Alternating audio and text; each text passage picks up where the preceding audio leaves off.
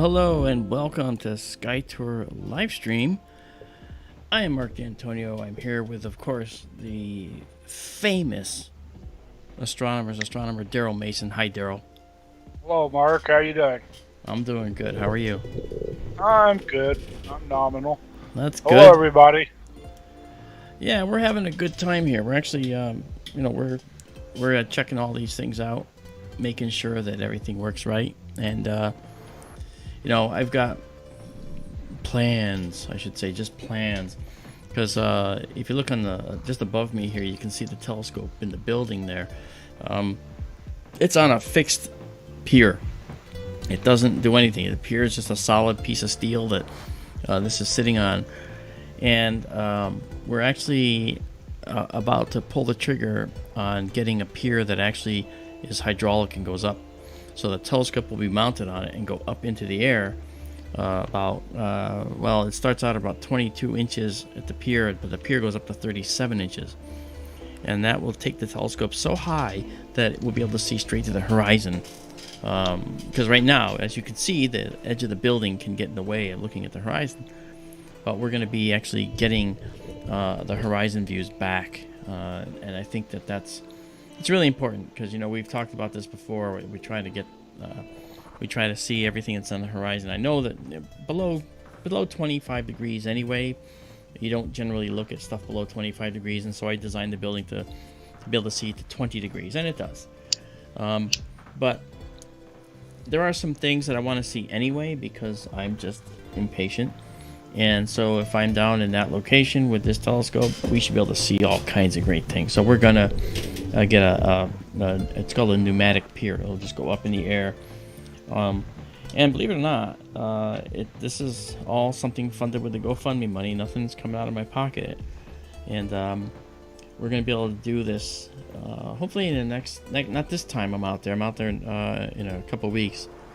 But I will be out there again to take the telescope and completely get it all adjusted 100% to where it should be. And then I'm going to make sure that we can install this pneumatic pier the time after that, and that'll be kind of cool. And we're going to use the same thing for SkyTour East as well. So East and West will have the same kind of piers that go up and down to allow better views. Kind of cool. And I want to say hi to Susan Woodcarver, who was here earlier. Thank you, Susan. And Susan suggested she's going to get the book of the Populated Universe that I had written. Thank you very much, Susan. That's humbling. Thank you so much. Tim F is here. PG is Petita. She's here. Mark Charbonneau is here. How you doing, Mark? Mike C is here. Cypher 2, as always, is here. And naturally, Genghis is here with us. It's nice to spend the weekend with you as well, Genghis. Thank you for coming by. So we have a few things that we want to look at tonight. Right now, the moon is out. It's a very, very early waxing crescent, but it's going to be setting before long, so it won't be that much of a problem for us. For those who are joining us who haven't seen this before, this up above here, let me actually just get this maneuvered over. Okay, this is the telescope control system that you see up here. Okay, and I'll just get it maneuvered over to where I like to keep it. All right, and that's over here. I like to put it up in the corner. And if you hear any barking tonight, it's going to be Tilly. I'm babysitting another Australian cattle dog along with mine. Mine is Dingo, and Dingo's upstairs sleeping in the living room, and Tilly is going to be down here with me until it's time to disconnect from the stream later. But Tilly is... I remember the first time I ever saw an Australian cattle dog. Oh, yeah? Yeah. When was that? The Mad Max 2, The Road Warrior. Oh, that's right. Yeah. That's right. Well, that's the kind of dog that this is here. And she kind of looks like that one, except Max's dog, Mel Gibson's dog, and that was all black, I believe. But it's a really pretty dog. And let's see. So now,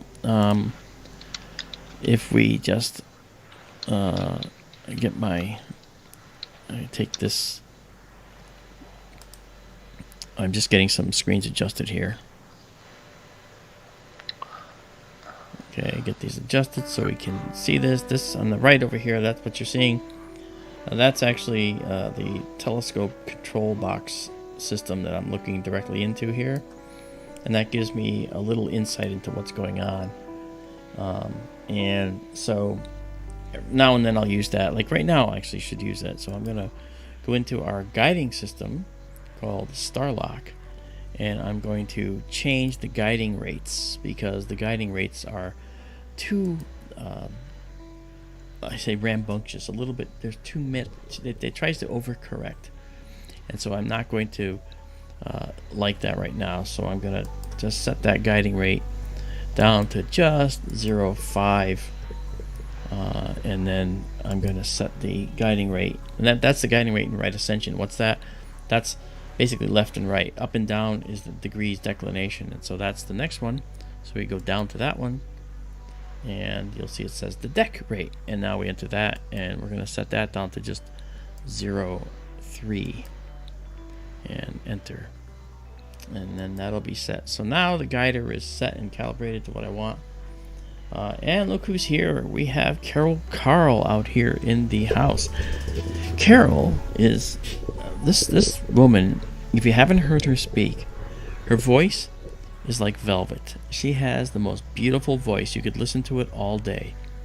And I just really adore how her voice. She's just so mesmerizing.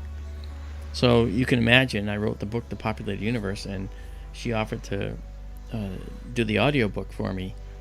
And I listened to the first chapter, and that was my own words. I just couldn't stop listening because it's like, wow, it's just, her voice is so captivating. So keep an eye on Carol Carl. She's going to be going to great places, I can promise you that. So welcome, Carol. It's nice to see you out there. I think that oh, no worries, Carol. You deserve every bit of it, and I'm not even giving you enough. So tonight we're going to be looking at a few things. Now, again, this is our main star screen. This is live. Okay, so if I move the telescope a little bit toward the east, okay, you'll notice that the stars are going to shift a little bit. Okay, there they go. If I move a little bit more, you'll see that they're going to leave some streaks. All right, because we're actually doing a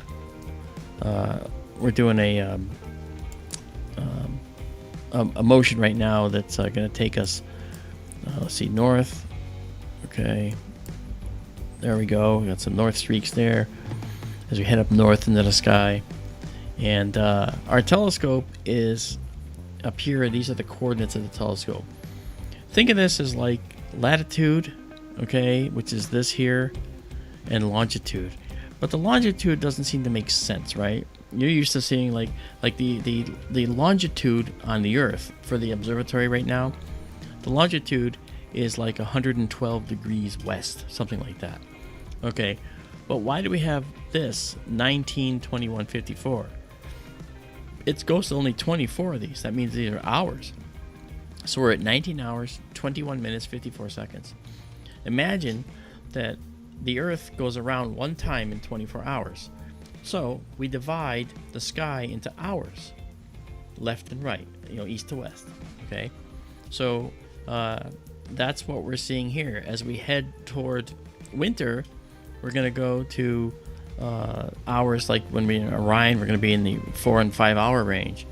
And the things we're going to see in Orion and that whole region are going to be stunning. But we haven't seen that yet. We're not there.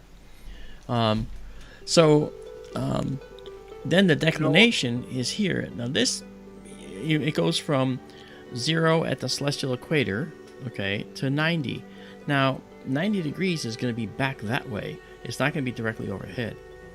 That's because the Earth is at an angle. It's sort of tilted. So the equator of the Earth extended out into space becomes the celestial equator. And so that zero line can be at some degrees above you. Okay? Where is it at the equator? When you actually go to the real equator, where is the celestial equator? It's over your head, going east to west. Okay? So, and if you get up to the North Pole, Where is it? It's on the horizon, going around you. So it's extending that equator from your vantage point on the Earth out into space. So that's what these coordinates are. So right now we're at minus 30. We're 30 degrees below the celestial equator right now. Okay. And if you look at the telescope, it's sticking up into the air because, of course, the celestial equator is higher in the sky for us because the Earth's tilted. So that said, this is the telescope control system. All right, this is the interface to the telescope computer, which I get into. There's a telescope. This is me. Hello. Okay. Then this is our live view, as I mentioned. However, we also have, and I'm going to bring this down just a little bit because I think I can. Actually, I'll leave it there. That's fine. Okay, so we'll do this. There we go. Okay, and then along with this, we have this system. This coming up right here. This is our live planetarium. This planetarium view is connected to the telescope. So if we zoom out a little more, we should see that we have the word scope right there. Okay, this is toward the south, a little bit toward the southwest, and we're looking at this region in space. Now, that red square represents the field of view of our telescope. And let me zoom in to show you what that looks like. Okay, so if I were to come in here and let's say go to where the telescope is, and let's center on that. If we were to center on that, okay, then this tells us that our telescope is looking at this region right here in the sky, and the size is 2 degrees 9 minutes of arc, it's called. So in other words, just about 2.1 degrees, okay, by 1.8 degrees in height. Okay, keep in mind the moon is half of a degree. That's 30 arc minutes because there's 60 minutes in a degree. So 30 minutes of arc is the size of the moon. So clearly 1.8, we can fit several moons this way and several more moons this way. So this is a fairly wide angle view, and we are using a telescope that's modified specially for this. It's the only telescope on the planet right now that has this modification on it.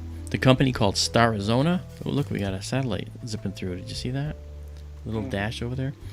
The company Starizona has actually done this for us. They created this thing just for this particular telescope. Now, there's others you can buy for Celestron. They make this. It's called the Hyperstar. They make it, but this is the very first time they ever did one for this particular type of telescope.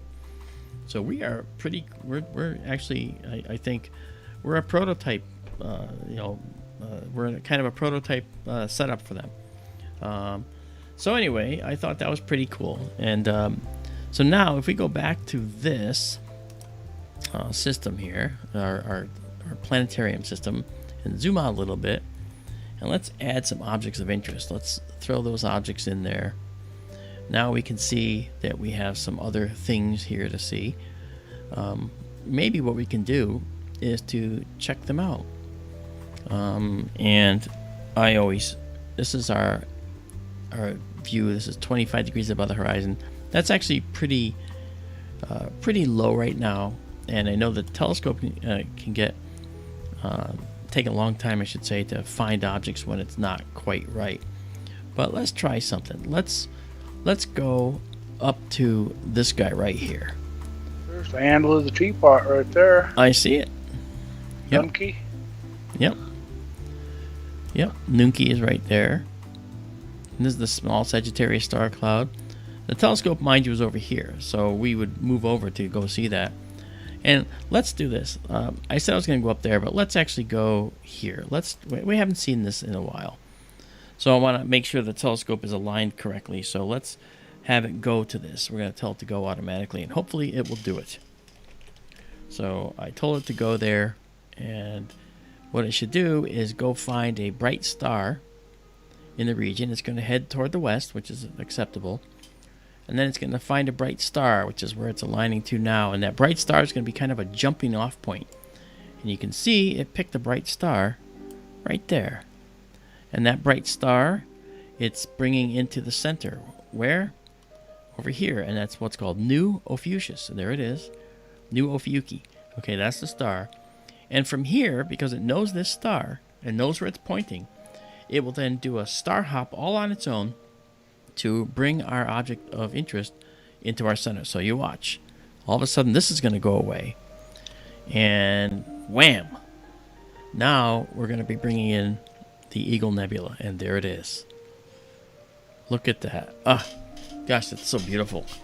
And what we'll do is it's going to center it up and everything. And then what we can do is we can do a stack on this. What's that? Well, if you notice when you look at this, you see it's kind of grainy looking. This is a sort of a grainy look. Now that's our object, but what we want to do is get it looking much smoother and much more beautiful.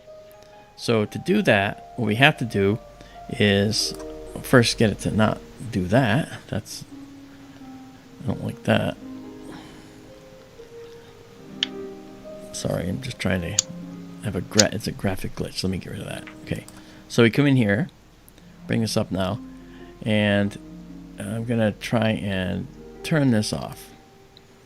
Okay, so what I did was over here, this is our settings for the camera control and so forth, and this right here, this little lightning bolt, this is actually a hyper process. So if I click that, it actually gives us a hyper processed view. Look at that. That's what this looks like. And by the way, the exposure time up here, all right, if you see it, it says 1,000 milliseconds. This is a 1 second exposure. Okay, 1 second. That's pretty good. And what I'm going to do is change this here. I'm going to add a lot more depth to this image. You'll see it blink, go away for a minute, and then it'll come back. Okay, and there you go. So now, okay, I'm using more pixels basically to try and represent this object. So there is the eagle. So what we'll do now is we'll turn off our hyper processing, which is right there, and then we're going to go into something up here called live stacking, which you can't really see what I'm doing at the moment, but it's called live stack. And so here it comes.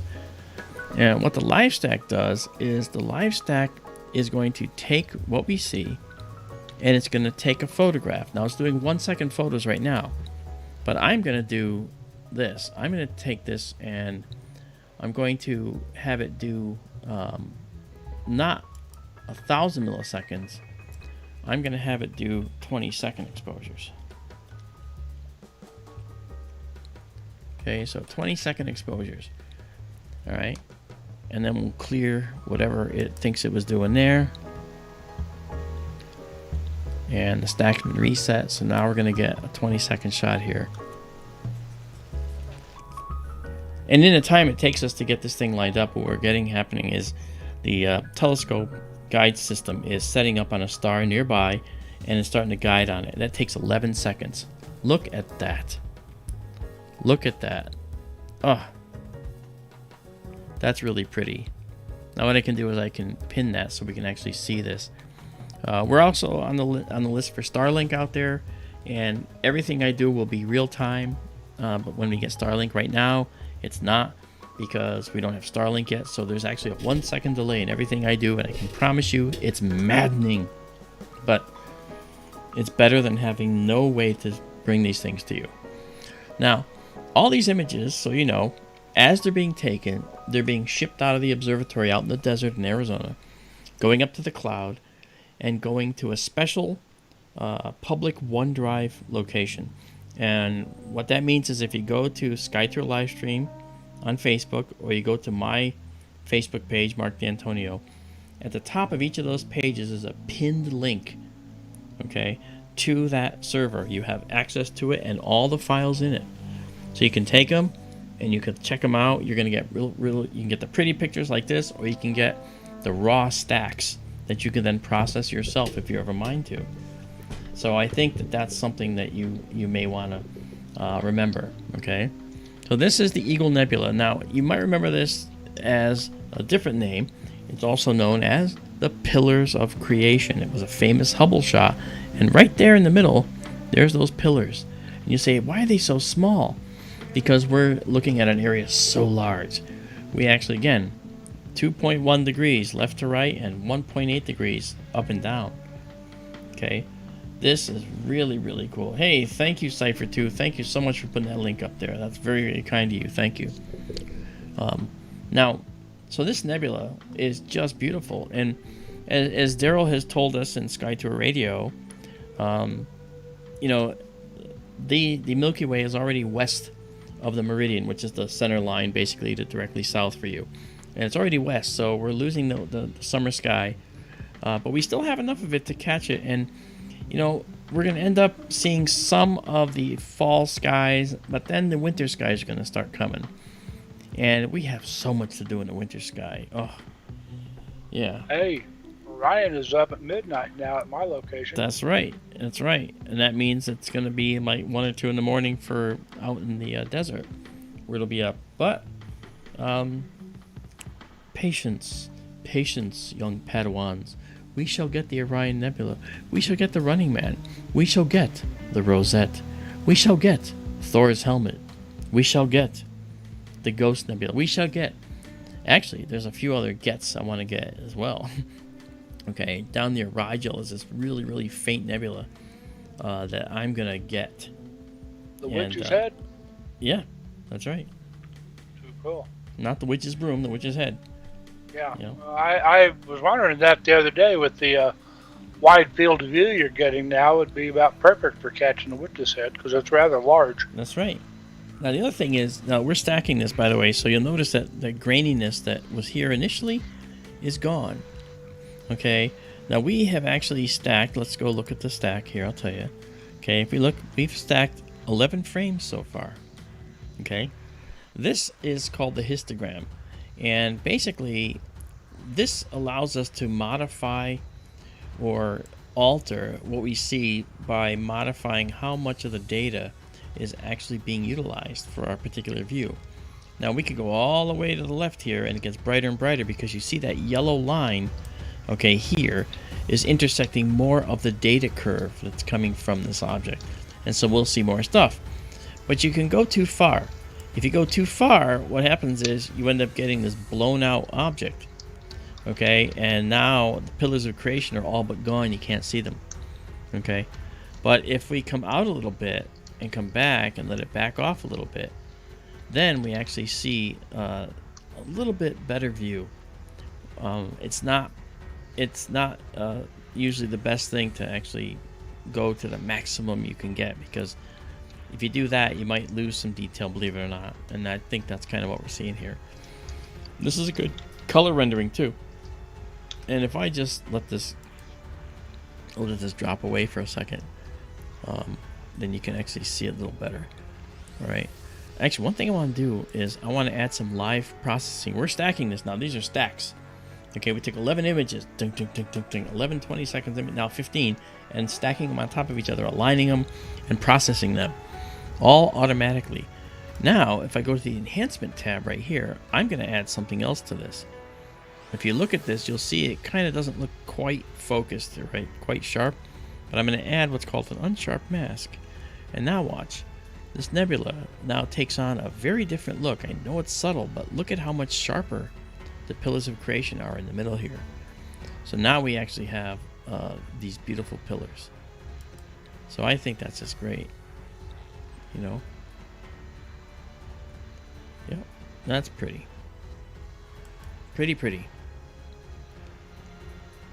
Look at that. So, moving forward with SkyTour LiveStream, we're thinking we're going to get a telescope in that dome. It's not a dome, it's a building. A telescope in the building that's going to actually give us the ability to see close up more. The one that's behind me, the telescope that's behind me here in this office, might be one that we could use. I could turn on the background, you can kind of see it back there. Okay, that telescope there, that's the SkyTour LiveStream East unit. We might ship that to Arizona and put that out there. Or we might get a whole second one and put this one in SkyTour East out here. Now that's a 5-inch refractor on the top there, which is wide field, which does about the same thing that this does, the Hyperstar here.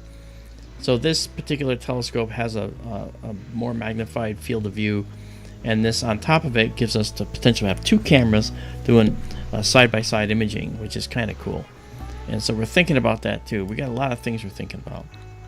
We're also thinking about a third site for another SkyTour LiveStream site, and that's something else that would be kind of cool. So Can you say where? I haven't decided where yet. We're trying to figure that out. You know, it's someplace. We're thinking more possibly in New Mexico. Oh. Yeah. Okay, here we go. So now we've done 22 stacked images, and look at the detail in here. Look at that richness of that detail. This is a beautiful nebula. It is just a beautiful nebula. So, tell me what you think of that, and I will be taking us to another object here very soon.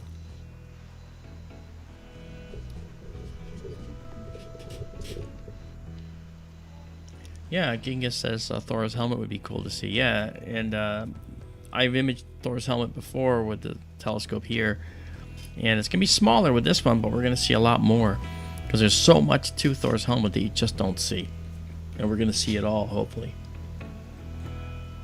As you can see, this is a 20-second shot. I mean, that's pretty darn good for 20 seconds, huh? You know, imagine if we did 10 minutes. You know, I mean, imagine if we did 5 minutes. But you know why I don't do that? I don't do that because I'm not going to make you sit through 5-minute stacks where you take an image for 5 minutes, another image for 5 minutes. That's just 2 images stacked. Here, we have right now 25 stacked in just a few minutes. You know, so that's, I think, better because we can get the same type of result.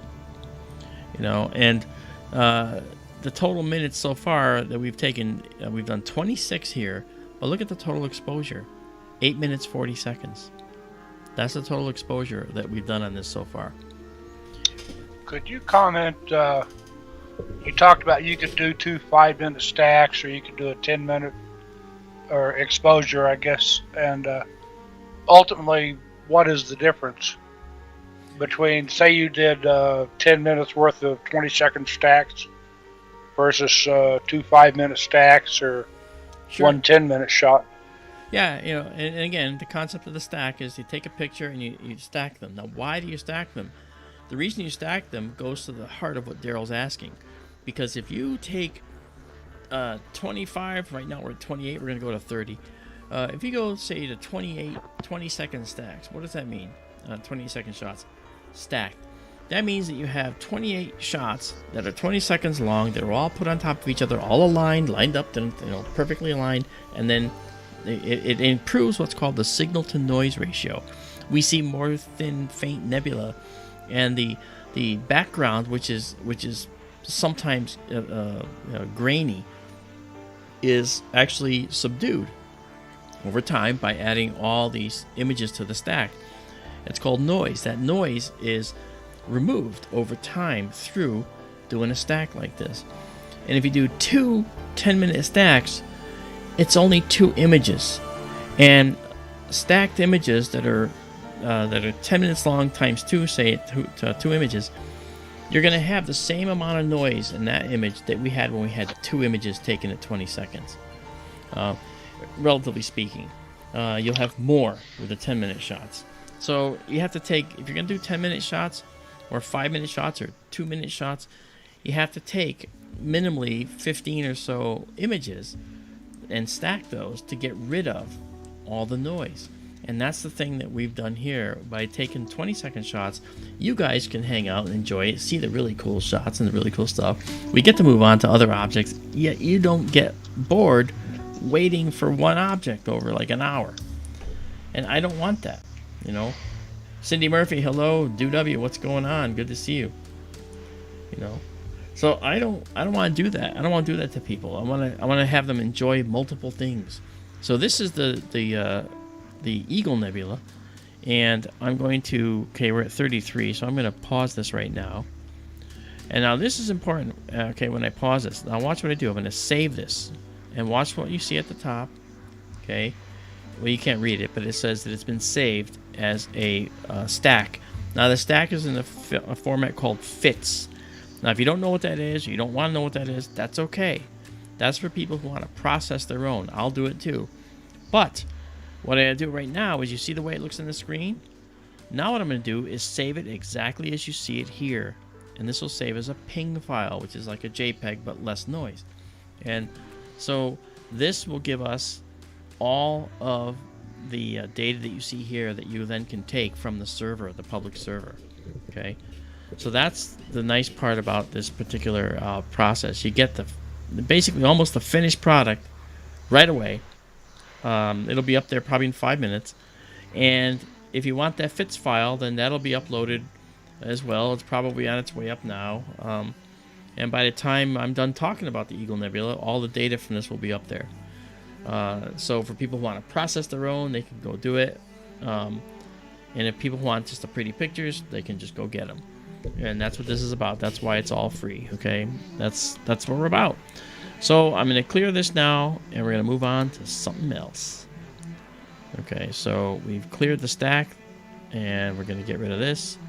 Go to our control panel and go back to a 1 second exposure, which is 1,000 milliseconds. But we're just going to say 1 second. 1S is all it takes. All right, and then so that's what it's going to. There it is. That's typically the 1 second shot. Now you'll notice the 1,000 millisecond exposure. That's the exposure time. Okay, and that's a very important number. But down below is another important number under gain. Gain is at 350. Now gain is like the ISO, the sensitivity setting on the camera. You know how you have 200, 400, 800, 1,000, 1,600, 3,200, 6,400. Well, that's the gain. But in this particular case, the gain does not relate to the ISO numbers you see on a camera. This isn't 350 ISO. 350 here means a lot higher because we're talking about a digital system here. It's a different set of factors that go into making this number. Okay, but gain is important. I can set it to 0. Okay, in which case there's no gain applied, and we'll see, the best possible image with the least possible noise, but then again the least possible detail too. Or we can go up to over 500. I go to 350. That's sort of like the average.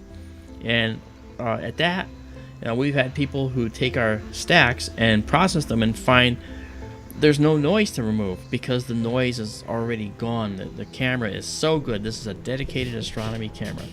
It is just the coolest. Okay, so now we're at 1 second again, and what I'm going to do is go to our hyper process. You'll see the Eagle Nebula then show up a lot brighter for a little bit before we move off of it. Okay, and you'll see how grainy it looks. That's because we're pushing the limits, but we're doing that just so we can see where we're looking. This is live. You can see the little pixels changing here in the background. That's the noise. Okay, that noise changes picture to picture. See how it goes?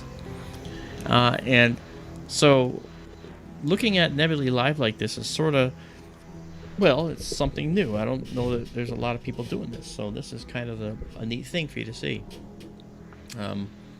Now let's go and find something else. So we're going to go in here. So we're down here. Again, the screen may look unreadable at times. That's because of the slow data rate out in the desert. So I apologize for that. Ooh. Try the small Sagittarius star cloud. Yeah, maybe so, huh? All right. So the small Sagittarius star cloud is right down there. You can see it right there in the screen right here. And we're going to try and go to it. So let's try it. All right. And let's go watch what happens with the telescope. You watch the telescope inside the dome there, inside the building. You'll see that it's swinging down to a star. And it looks like that's going to be its star that it's going to align on. And it's going to put that star just off center, center it up. There's a globular cluster right there. And once it centers it up, it's going to go to the Sagittarius star cloud. Look at another globular cluster. So if a globular cluster there, a globular cluster there. That's not. No, that's not Antares. That's too high. Okay. So once we go there, and it centers up, now it's going to take off and head to this beautiful star cloud. Look at that. That fuzziness you see in there, those are all stars. A massive cloud of tens of thousands of stars. And only the ones you can see are the dots, okay? There's so many more you can't see, which are just the fuzz, the cloud, okay? Let's go take a look at the Sagittarius star cloud in some detail, shall we? This is a good call by Daryl, because this is really kind of a cool object. One of his favorites, I think. All right. So, one of my favorites is you went wide field, certainly. yeah, right? Notice this dark patch here, okay, and this dark patch here. Keep an eye on those and these patches. Keep an eye on those patches here as we move through this, all right? So here we go. We're going to change this. First of all, we're going to get rid of our hyper view, and this is what you'd see kind of in binoculars, okay? Maybe a little better than that, depending on where you're located. And now we're going to go to 25 seconds for this, okay? And we're going to run right into the stack, all right? And as we stack this, we're going to stack the Sagittarius star cloud and see what we get. I can't imagine. It might look very interesting. You're gonna like this. You're definitely gonna like this. You're gonna see what a galaxy is all about.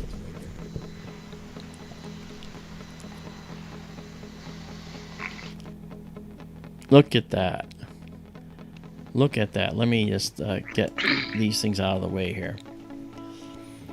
Will you look at that, huh?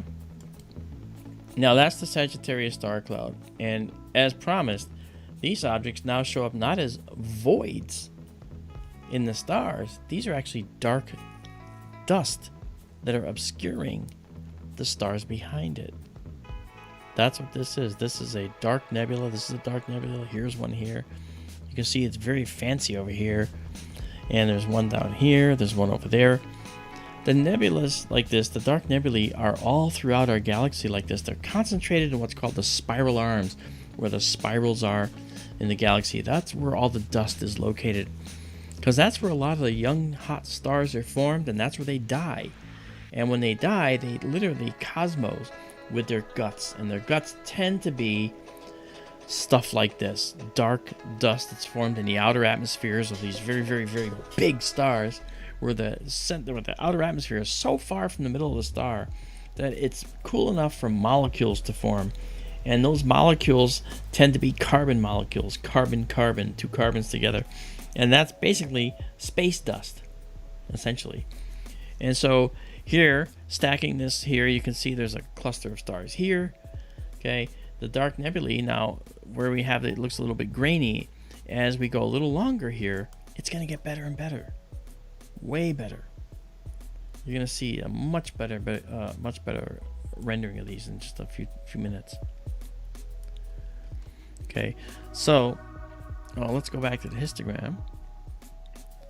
Right, and let me try see if this will give us a little difference. You can kind of see a little more, a little different there. Okay, you can see how it looks a little bit more pronounced, but that's less realistic. I like moving to realism. Something that's a little bit more valuable is a view like this, where you can actually see that. Wow, so this is 6 stacked frames so far. And in that 6 stacked frames, look what's happened. This object here is now drawn out in a direction like this. This object here is starting to show some detail in here. Again, we're increasing the signal and obliterating the noise by doing these stacks like this. That's pretty tonight, Daryl. It is. Yeah. It always is. It always is, yeah. And the thing is, there's so many stars that it actually kind of can be misleading. Hey, look, Marianne Robb is here. Hi, Marianne. Marianne Robb, of course, is instrumental in getting SkyTour LiveStream West up and running. I couldn't have done it without her support. She's actually someone who actually takes care of a lot of the stuff when I'm not there. So, you know, what can I say? You know, the license plate on her car is STLSW. Did you know that? That's commitment. I guess I'm going to have to get STLSW2 or something. One of these days we have to get her on here with us, Daryl. Sure. Yeah. So.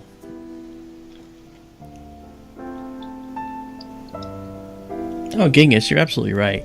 Genghis writes, how can you not believe there's some other life going on in that mess of celestial traffic? You're absolutely right, Genghis. Now, when we look at young clusters like this one, okay, or clusters of stars that are just forming, those are usually hot and young, and so planets wouldn't form that young. But it's the old stars. You see how the general tone of this cloud is more of a yellowish orange? Okay, well, the colors are a little bit off a little bit, but the colors being what they are, it's the older stars that have been around for a while, okay, that are more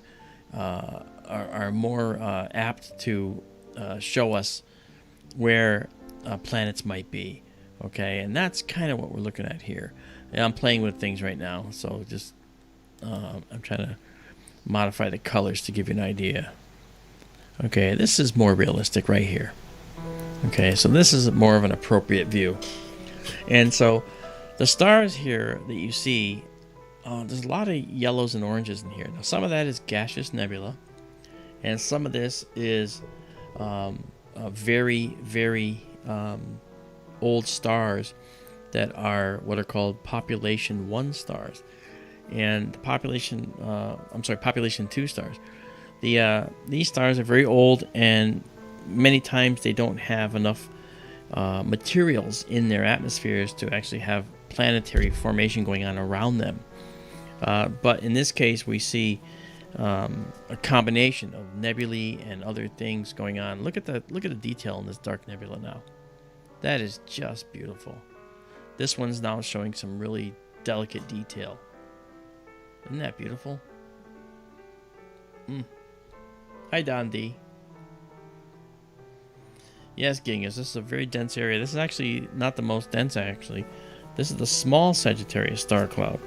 And there is a much larger Sagittarius star cloud. We're not going to go down there tonight because it's a little bit too west and south for us right now. But isn't this enough? It is just beautiful. This is an M object, a Messier object. It's M24. This guy right here. The whole thing is the small Sagittarius star cloud. And you can actually see this naked eye from a truly dark location. That's right. And we can see it from SkyTour LiveStream West. We can actually see this without any problem. Out there, the Milky Way is bright because the clouds are dark against the sky if there's clouds. Hi, Fantasy. Yeah.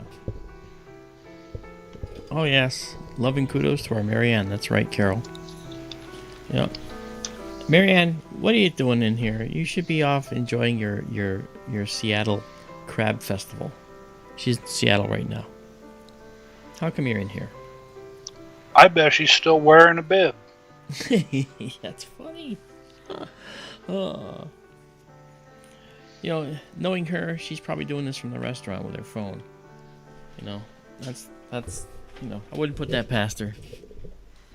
Look at this. Now, we've stacked 18 shots so far. If we come in here, you'll see, if I go up to the live stack, you can see 18 shots have been stacked. A total of 7 minutes, 30 seconds exposure of the star cloud. Look at the detail coming out. This is really pretty. Okay. You wear a bib for lobster. Yeah, that's true. I forget. She says, I want to come on next time. Okay.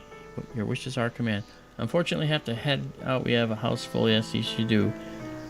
All right. Good night. Thank you for stopping by, Marianne. Hey there, Science Bob. This is the small Sagittarius star cloud, Bob. You know? Yeah. It's good to see you out here. Yeah, this is, you know, this object I have looked at a number of times with the telescope, and it just never gets old. You can see the angle of the telescope up there. You can see where it's pointing. It's pointing to the west. West is that way at the view. East is that way. North is out the back of the telescope, and south is that way. You know, out toward us. Yeah, Marianne. See, welcome to Seattle. Rain, dismal, dreary. You know. Oh, we don't get crabs. We get lobsters. Oh, that's right. Yeah. Notice how the image is starting to look softer because the noise is abating over here. It's looking so much pretty. This is actually one of the better shots, Daryl. I'm surprised at how nice this looks. Mm-hmm. Really looks nice. We are. It's often the case. I see star trains in that image.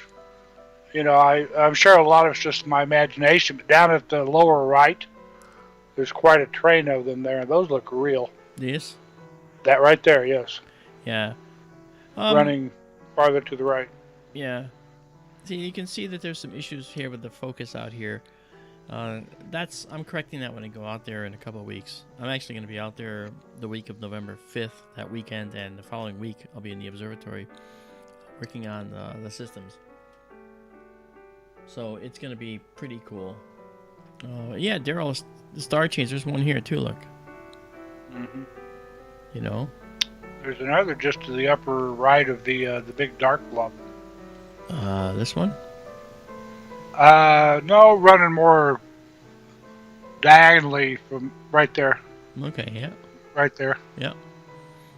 Well, you know, we see those. We see these things, you know, and they're actually very possibly star chains that are created. When we see stars after stars, like what looks like a direct line.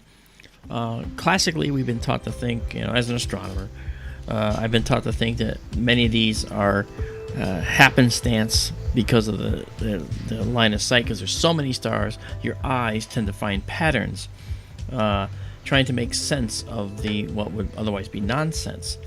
Now, we know that as pareidolia. That's how you see bunnies in clouds and things like that. But I don't necessarily think that is always the answer. I think that, and we've talked about that before, we actually have said that sometimes a supernova can start a shock wave, right, when it comes out. They always do.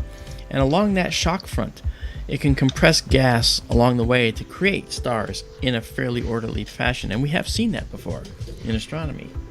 You know, hey, Bob Harless, how are you?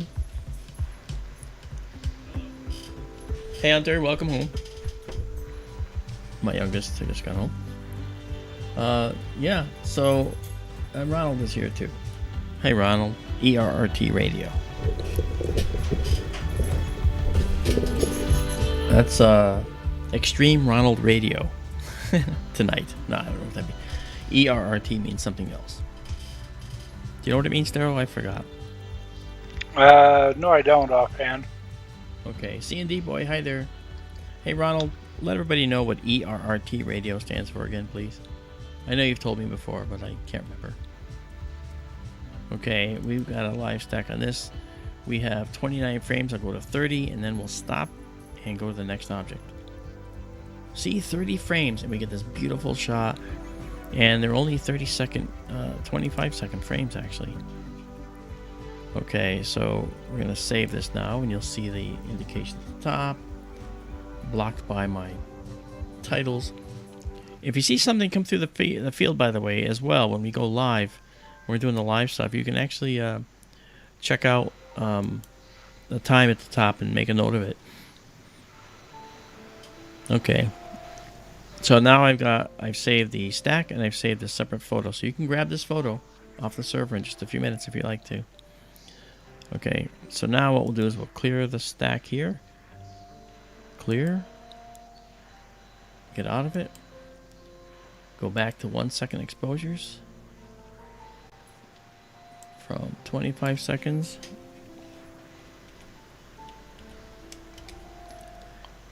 Go into a little bit of a hyper view so you can see more detail as we move. All right. So now this is a 1 second exposure. So we can, if we move the telescope, you're gonna see everything moving. You know, and that's kind of cool. See that? All right. So now there's a satellite just went through. You can probably find it too. Let's go up north a little bit. What if it'll intersect? I might have just missed it. Interesting. A little nebula right there. We're in the Milky Way. Daisy and Zoe Amethyst. Hey, how are you? Good to see you. There goes another one. Yep. Indeed. So you see, we always see anomalous things going through. Now, those are probably just satellites. And based on the length of the trail and the amount of the exposure, I can calculate how high they are and how fast they're moving. Just from the length of the trail, knowing the length of the trail and the exposure we took it at. I actually wrote a computer program to do that. It's a 2 second thing. It's actually a very simple thing to do. If I explained it to you, you'd get it. Oh, nice, Susan. Says, Mark, your book with color pictures will be delivered Monday. Are there these types of star pictures in it? Actually, there's some images I took of the nebulae and stuff. A lot of it has got some of my own original artwork in it too, Susan. So the Populated Universe is a book about extraterrestrial life. I'm thinking about doing a book of SkyTour LiveStream, and I haven't done that yet. But I certainly have a lot of material, and it's interesting to talk about the genesis, how it all came to be. And only haven't done that because SkyTour LiveStream West is finished, but I'm adding to it all the time. So it's almost like never in a state, you know, where I'm ready. I don't get it. But, you know, it's just kind of funny. And Ronald got the book, too. That's why he's saying that. Okay, Ronald got that book as well. Yeah. And Ronald's at Pine Bush, of course. Now, Ronald drove 30 hours to get there from Minnesota, where he's from. And this is New York State we're talking about. And he brought his book that he bought, and I signed it for him because why not? I mean, if you're going to drive 30 hours, heck yeah. So let's go see what the temperature is. We have a digital focus system in there. This is the number of the focus location. Temperature inside the building right now is 70.2 degrees, 67.4 degrees. And for those of you who want in Celsius, that is 19.6. It's getting cooler out there. Yep. Now, the way this focuser works is it can change the focus depending on the temperature. Because when something gets hot, the focus changes when the stuff expands. And so, because the telescope is well known to it, I can actually have it set up so that this focuser will change over time and I never have to refocus. I don't have that in place right now. I'm not running that because I didn't do the calibrations to get that ready. What I did do, though, was I set it up so that wherever the telescope points, I can tell it to solve for the location and find everything that's in the field, and then tell me exactly where I am in the sky. That was a huge, I mean huge, did I say huge? Addition to SkyTour LiveStream West. That's called plate solving. And it's very important to be able to know where you are in the sky at all times. And it's how I was able to align this telescope from 2,500 miles away where I am. Okay, operating this out in the desert out in Arizona. So that is a very important feature to be able to do that. You know? And let's see. So now, I want to see what else we're going to see here. I know what people want to see, but you know what? I think we should head up north. Sure. Okay, let's head up north. Alright, and we're gonna go is someplace that I like going because it's a really beautiful location in the sky, and it leads us to other things that will leave you spellbound. I think you know what I'm talking about. It'll leave us all spellbound. Okay, let's see. Let's first go to the Dumbbell Nebula. Okay, this is a cool thing. If you've never seen a planetary nebula, you have to see this one. So let's tell the telescope to go there. You'll see the telescope moving as it heads up north. It's going to find a bright star in the region and center it up. All right, and let's go watch it move. Interesting Mark, thing. excuse me a moment, please. Sure, go ahead. Interesting thing about the telescope, when you watch it moving, okay, you see that there's more color in the moving stars. And that's because the image is bloated by the sensor sensitivity. But you can see, for instance, that this star right here is red. Okay, but here it doesn't look red, does it? But it is. It's a red star. You saw that when it moved fast. So that's very important to understand that the star colors vary tremendously. But one thing is there's no green stars. Okay, here we go now. Now we're going to the Dumbbell Nebula, and here it comes. That's it right there. That is also known, it's been called the Hourglass Nebula. Okay, but the Dumbbell Nebula is a really fascinating little nebula. This is a location where a star died and left this hourglass-shaped debris. What happened was, in the middle of this is a white dwarf. A white dwarf, and the white dwarf is very, very hot. So hot that it gives off ultraviolet energy, usually. And that ultraviolet energy ionizes all the gas that used to be in the outside, inside the star. But now, as the star, when it was dying, it got larger and larger and larger. It became a red giant. And then it goes into this pulsation phase, okay? And when it does that, sometimes those outer layers go out and keep going. And when they do that, we get a shell around the stars of this gas like we see here. And that's what we're seeing there. We're seeing this shell, okay? So when we look here, okay, that shell right there is a blue material. It looks blue, right? Well, it's a bluish green, and that's actually doubly ionized oxygen, okay?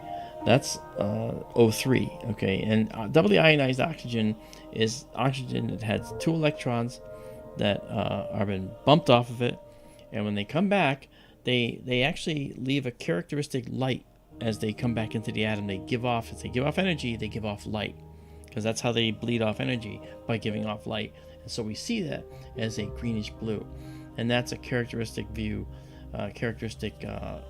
color that we see. We also see a little bit red here. This red down here and here, that's from hydrogen gas that has been ionized and doing the same thing, and that leads us to what we call a H2 region, which is actually, or an H2 location. That is to say, an area where we have singly ionized hydrogen gas that now comes back. The electron comes back into the atom, into the nucleus to make a full atom again, and as it does, it creates another energy pulse of light, and so that light characteristically is red. This can also be neon causing this. There's a lot of chemistry going on inside this thing right here, okay? But it's really a neat planetary nebula. It's actually effectively the death of a star that we're seeing here, the dead star. So that's the planetary nebula, the Dumbbell, and instead of stacking this, it'll come out great, but I don't want to do that now. I want to take it to something else because we're on a roll, okay? So James Dugan is here as well. James Dugan is from Australia. Nice to see you, James. Thank you for coming by. And what we're going to do now is I'm going to add our constellation lines so that we can see more things. I got to show you something else while we have the ability to do it here. Okay, we're going to come up here and this is the constellation Cygnus up here, and I have to show you this. You're gonna think this is absolutely astonishing. Okay, let me zoom in a little bit. Okay.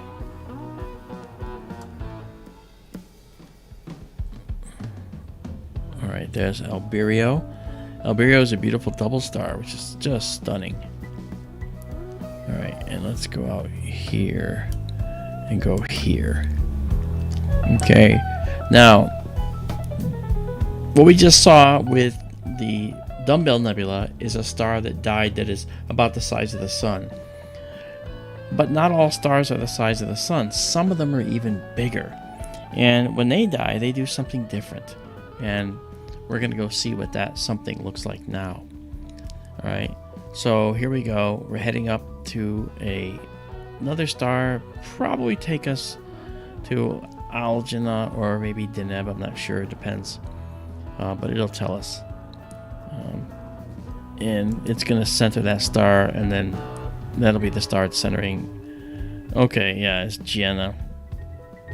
Okay, so it'll bring that star in, and then from there it's going to hop, skip, and jump to the remnant that we're going to look at here. This next remnant is not a remnant of a star like the sun that has died, but a star that is much more massive than the sun that's died.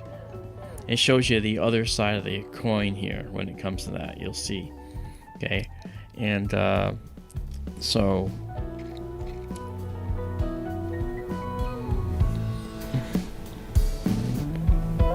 okay, you can see it here, but it's going to look better in a minute. Okay, this is a supernova remnant. This is the location in space where a star blew up. The star that blew up is actually over here somewhere. Which is Broom. That's correct. And this star here is called 52 Cygni.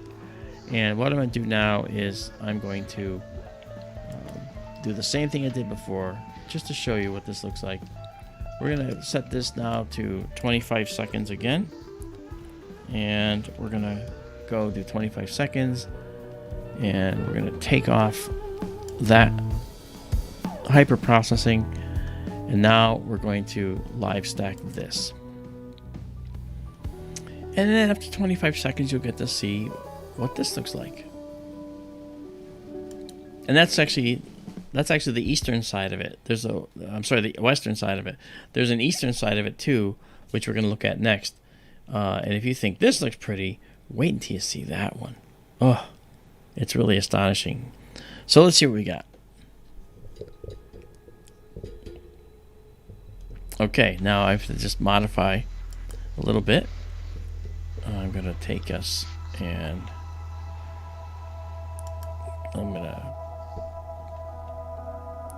I've got some processing here that hasn't made this look too good. So I'm going to fix that for you.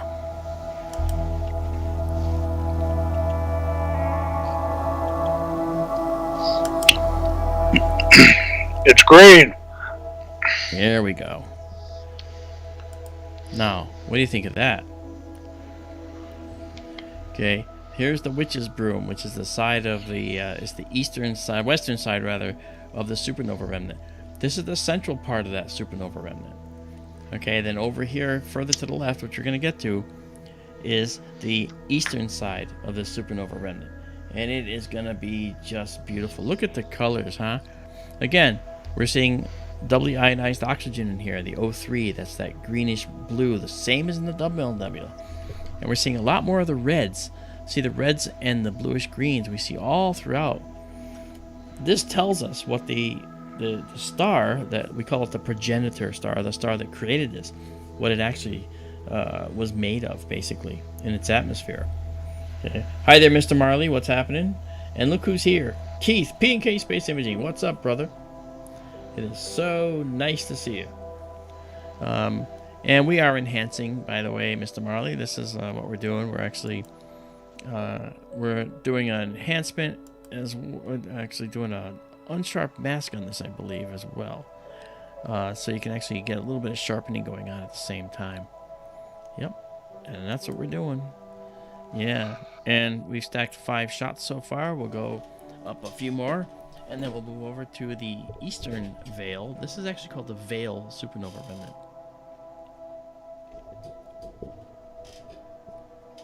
So there you. Yeah, I need my water. Gotta keep drinking water, right? Daisy and Zoe, yes, it does look like a green flame, doesn't it? However, it's light years long, isn't it? So when you consider that, that's pretty crazy. This halo around the star is artificial. It's created by our system. And this star is called 52 Cygni. It's actually much closer to us than this remnant. It's just a field star. It's in the way. It's way in the foreground, and the remnant's way back here. Okay, so it's the star is here, but the remnant is way, way back. So it just happens to be in front of us, between us and the remnant. The upper part of that always reminds me of like a water spout or a tornado. It does, doesn't it? Yeah. It looks twisted. Yeah, and there's no reason to suspect it's not twisted. Yes, that's correct, Susan. All of this came from one exploded star. But it looks like a lot of material. But guess what? It's just the contents of one singular star, but just a star that's more massive than our sun. So that's that. But that's important. That's important. And so this is what fuels and feeds the interstellar medium. It makes us realize that all of these exploding stars are the reason we're here. Carl Sagan said it best. He said years and years ago that we are made of star stuff. Okay, Carl Sagan was my favorite astronomer. And he said that we're made of star stuff, and that's true. I mean, in their cores, stars make new elements that are in our periodic table. Then when they go supernova, more elements are made. Then during the course of life of stars like our sun, many other elements are made. And I'm telling you, between all of those processes, most of the elements in our periodic table are made. And thus, that's where we are. That's where we come from. Now, our radio show is called SkyTour Radio. It's on Sunday nights from 8 to 10. 6 to 8. And this Sunday we weren't doing a show because two of our four folks that are on there, Daryl's would be there and I would be there, but Amanda's not there, and neither is Tara, who we're going to do the questions. So we're going to do a replay on this Sunday. But we talked about a methodology behind why carbon is the most common element that life might be made of. And we talked about how atoms actually work. And it turns out that carbon atoms are the most flexible atoms in the entire periodic table. More things bond with carbon than you can imagine. And carbon's the fourth most plentiful in the universe. If you go down, just one row down in the periodic table to silicon, okay, which everyone says, oh, silicon-based life. Silicon is great, except silicon likes to bond with oxygen and make crystals. And good luck breaking those apart. That's actually a really stable crystal lattice that they make. So silicon is actually not very capable of sustaining all the variations required for life. Because when you actually create life, you break bonds, atomic bonds, and reform bonds. Carbon is great at doing that. Silicon is not. So just one level down, it really doesn't work anymore. Okay? And then as you go further down the periodic table, the elements are less and less plentiful, and thus there's not enough elements to become a basis of life. That's why we can't have a plutonium-based life form anywhere. Okay, here's the example. So this is looking beautiful. See how this is called the central veil here, this side. It's coming out really nicely. And then this here, the witch's broom side, the western veil is coming out really pretty as well. And we've stacked 15 images here so far. Not bad. Not bad at all. Have they ever identified the central star? Yeah, I think they have. I mean, it's not there anymore, but no, but I think they have. I have to look that up because I'd love to talk about that too. Okay, let me just do this here. Now you see, people hear you say that, and now I have to explain because this is really true. And it's not your fault, Daryl. This is exactly what people should think. When the star explodes, you would think there's nothing left, right? You got to keep in mind that when a star explodes, what's happening is this. The core, it's called a core collapse supernova. The core of the star is starting to collapse. Puts incredible pressures far beyond human comprehension into the center from all sides. And that rebounds off the inner core, which can't go anywhere, and shoots out everything in the star. And it's called disrupting the star. It disrupts the star and completely obliterates it. When that happens, there's left in the center a spinning core of the star, usually spinning quite rapidly. And it can be several things. It could be a neutron star, which is a special type of star that has really got a lot of neutrons on the surface. It can be a black hole, all right? And it could be a certain kind of neutron star that's spinning very rapidly with hot spots on it called a pulsar. So there's a lot of ways in which a star can die. More massive stars will generally create a neutron star, a pulsar, or a black hole when they go. And it's not a gentle way. Okay, it doesn't go in a gentle way. You know? Alright, we've got 20 frames here. I'm going to pause this. Like I said, you think this is beautiful. Just wait. Now we're going to save this. And we're going to save this stack. And then we're going to save exactly as you see it here. Okay, and then we're going to clear this. I don't know how they know this, but a quick look on Google said that the Veil Nebula's progenitor star was 20 times the mass of the Sun. Yeah, well, that's an estimate they can make, of course, because when you look at the mass that's ejected into space and the speed at which it's ejected, it gives us an idea of just how massive the star was to begin with. But to be honest, there's not a whole lot more we can tell. We know that it had to be a star that might have been an O-type star or a B-type star at the latest. But for stars to go supernova like that, they have to be really, really massive. Okay, here is the shot now. This is a 25-second singular shot, and we're going to go now to 1 second here. That was ESA Hubble that said that. Yep. Okay, so now let's see about this. Yeah, there it is. Okay, so we're at 1 second now, and now what we're going to do is just do this. I'm going to drop down just enough, and I'm going to now I'm going to get my get back to it for a sec. Alright, there it is up there. And now I'm going to change the rate. You look down here, look right here. Okay, I'm changing the rate of speed. I'm changing the speed now to just a speed of like a quarter of a degree per second. Right, and now I'm going to go that way. Okay, I'm going to move the telescope that way so you can actually see, and that means going to the west a little bit. All right, and as I move to the west, you'll actually see what happens. You'll see it moving over by the size of the length of the star trails. Oops, did I go the wrong way? I sure did. I put up a link in chat for the Wikipedia article. It's on the entire Cygnus loop, of which the Veil is just a part. Fantastic. Thank you. A lot of neat images there. Yeah, check it out, folks. Okay, so as we move over now we're moving toward the center of the supernova. Okay, and then we move over more to the next element of this supernova. All right, and that is the loop.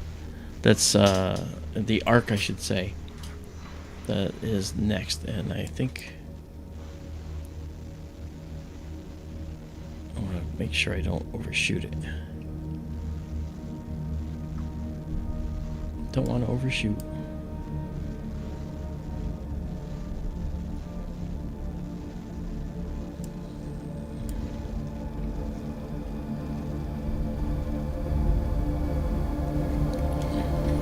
me see if I overshot. Wiki says 12 to 15 solar masses. ESA Hubble said 20. And they're looking for a compact stellar remnant, but okay.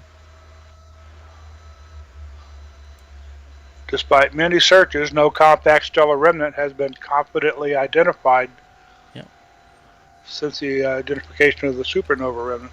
Yeah. I thought that they actually had some candidates, though. But that could be wrong. I thought they had candidates. Alright, let's do this. And now let's do this.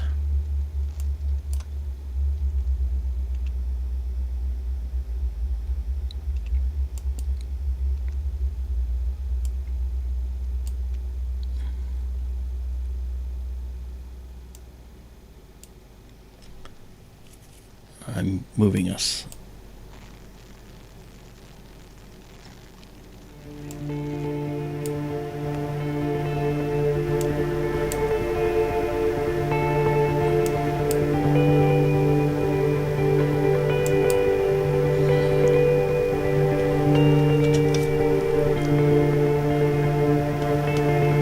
Let's go see.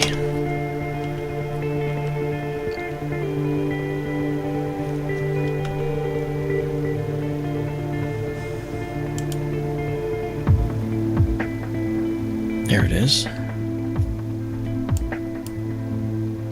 This is the other side of that supernova remnant. And when you see this guy in a stack, you're going to be astonished by what you see here. It's just beautiful. By the way, we can start like at 10 o'clock at night now because the sky is getting darker earlier, and soon we'll be able to start even an hour earlier than that. So now let's go up north just a tiny bit. Okay. Now, as I get this ready for stack, you will see the interesting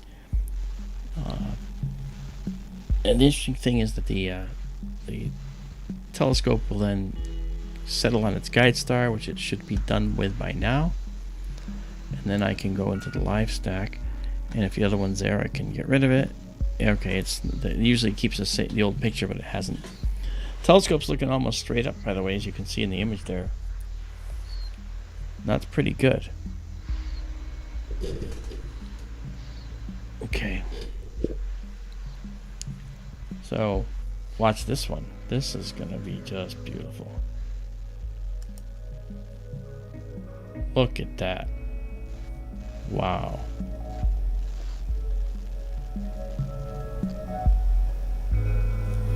Look at that. Isn't that pretty? Wow. So we'll do a little stack of this one as well. This is only one image. 125-second image. I don't know. What do you think? Think the desert's worth it? I do. I do. Let me go back and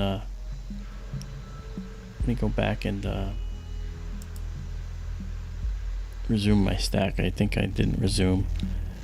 Here we go. Alright, so now we resume. And we're good now.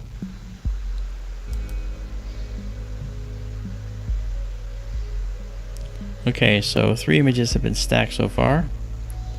And in this stack of 3,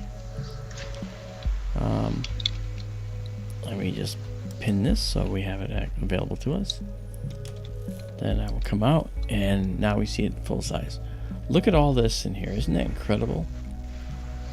That is just beautiful. Again, the green, oxygen 3, doubly ionized oxygen. The red, hydrogen primarily, and you might get some neon and a few other elements in here as well.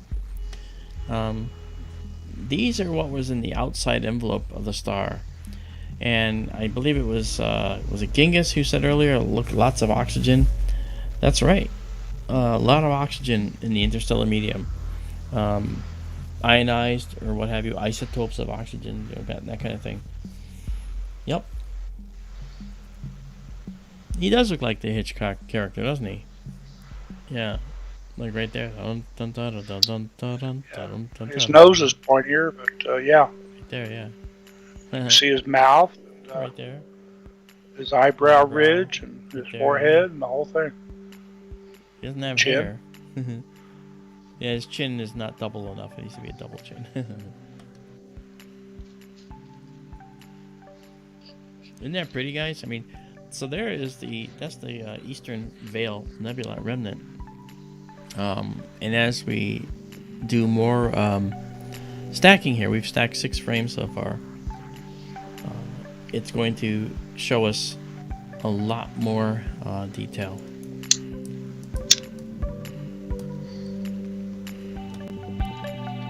Okay, and I think what we'll do is, at the same time as this is coming in, let's go up to this here. Yeah, we have to definitely, I think we definitely have to do these 2 nebulae here. Gamma Cygni in North America.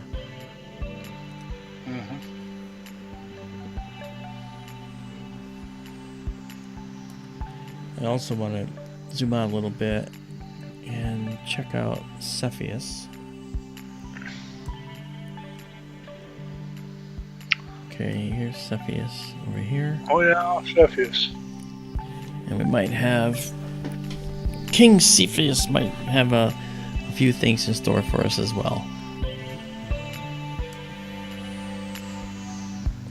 You know, here's the one negative thing about doing the stream. I can't hear what you're saying. You know, I can't hear whether you like it or whether you don't like it, whether you're bored. I can't hear it. I almost need to have have every chat member have the ability to have a voice in here, because that would be kind of cool. Careful what you wish for. Yeah, but I think that would be kind of cool. I have no problem with that. I can handle it. Not technically, probably, but you know, in terms of the concept of what they'll say. Well, you know, they can always hit the thumbs up button. That's right. Why don't you guys hit the thumbs up button and let me know what you think? I cannot not see a face in that now. You did it now. Isabella Not Melamed. Hitchcock. He's got a longer, pointy nose. Yeah. Isabella says Elephant's Trunk. Yeah, we're going there, Isabella. After we do Gamma Cygni and the North American Nebula, we'll jump to the Elephant's Trunk to show people a little bit more about this dark nebula. Gamma Cygni Nebula shows it to us as well. So you see this, here's what's interesting, okay? This stuff here, the reason you see it at all is because when the star exploded, it sent out shock waves, okay? And but during its time as a hot young star, all right, and before it went supernova, it was literally clearing the interstellar medium around it of all debris. And then when it exploded, that debris went out and overtook the location where the area was cleared by the star's radiation. That is to say, the star's stellar wind. And when that happened, it struck that interstellar medium hard and began to slow down. And when when a fast-moving gas is made to slow down, it gets hot and it ionizes. And then the ionization causes the colors we talked about. When the electrons that are ionized or shot off the atom come back into the atom, they give off light. And so we're seeing that. And so we're actually seeing the outline, effectively, of the bubble created by the star when it was young and sending out all this high energy and clearing the area around it. It's not a regular perfect sphere because the interstellar medium is not a perfect homogeneous medium. There's stuff that's knotty and dense in different areas, so it causes differences in the way we see objects. Keep in mind, this is three-dimensional. There's stuff coming at us, going away from us, and going to the side. So what we see here in this object here, This stuff here, okay, that we're looking at, okay, some of this stuff could actually be coming toward us, you know, and heading right at us, and some of it can be going that way, some of it can be going toward the back, some of it can be coming toward the front, and in other words, it can be expanding like this as it's going. And we don't know that. We don't know unless we do a study of the gas to see which direction some of these filaments are going, but it takes so long to see it that it's a long-term study. It'd probably take 10 years to figure out those types of things. Hello, Cheryl, Texas. How are you? Anahata 77 is here as well. It is so nice. Yes, an STLS Zoom meeting, Bonnie. That would be a great idea. Yeah. Flames of War. What's going on? No. Oh, yeah. So what do we got here for a stack? Let's see. All right. We're at 19 exposures. I'll stop at 20 and move on. So it's interesting. Yep. When we said that, when we looked at the witch's broom, it had almost a funnel cloud kind of shape to it. Yeah. And on this side, which I guess is the opposite side of the wavefront, it, especially the upper half there, the nose and going farther up on the so-called face or the head, has kind of a twisted, almost braided look to it. Yeah, there was a study done, I believe, about the witch's broom side, the other side of this the supernova on the other side here versus this, and they discovered that the nature of the interstellar medium on one side versus the other was different, and allowed for a more homogeneous expansion on one side versus the other side, this side, where there was a lot more stuff in the interstellar medium. So we didn't have a very sharp delineation as we do on the other side. On the other side, it was more clear. On this side, there was a lot of stuff still that it's colliding with. So that's one of the factors that goes into this. Very, very interesting studies about the supernova remnant. It's only 1,600 light years from us. I say that as only. That means we're seeing it as it was 1,600 years ago. But it's relatively young. It's only like 8,000 years old or so. Might be a little bit older than that. Okay, so let me just grab this and go down to 1 second again. And let's turn on our hyper process segment. Alright, so now at 1 second we can see what's going on. So now we'll come in here and we're just going to do a couple shots of solder, okay, which is the location of the Gamma Cygni Nebula. So you'll see it change here. It's probably going to go right to solder, so it's going to go there, and as it goes there, you're going to see the star show up, and you'll see a nebula around the star already. There we go. That's solder on the right, and Gamma Cygni Nebula right there in front of us. Okay, and solder is probably going to get centered up as well, and we'll probably have to go the other way. That's all right. Hey there, Vera Lucia Campos. How are you? From Brazil. Brasilia. Nice to see you here. Thank you for joining us. Okay, and now I'm going to move the telescope a little bit to the right. And pull that nebula in. I'm just going to do a couple of shots. Not too many. Oh, that 1 second delay is killing me sometimes. Sorry.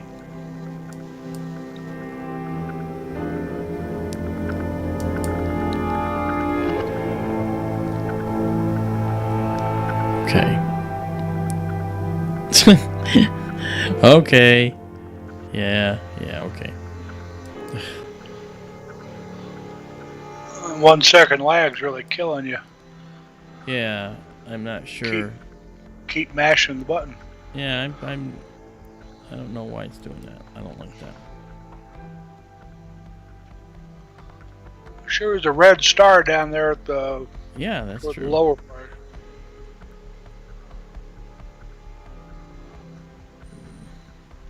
Okay, I think think the telescope is stuck.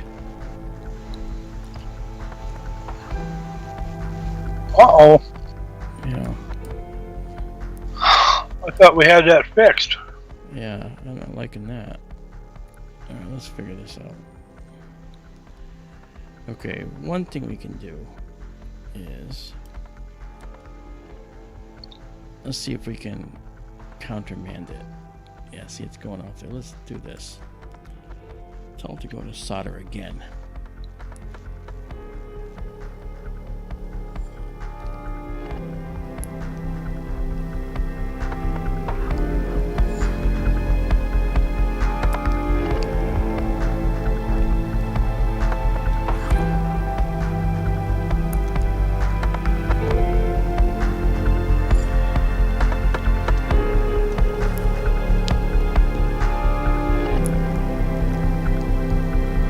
We might have a disconnect here, so that's the other possibility.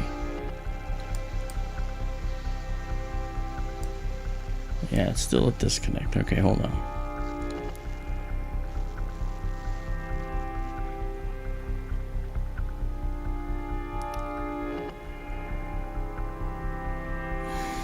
Okay.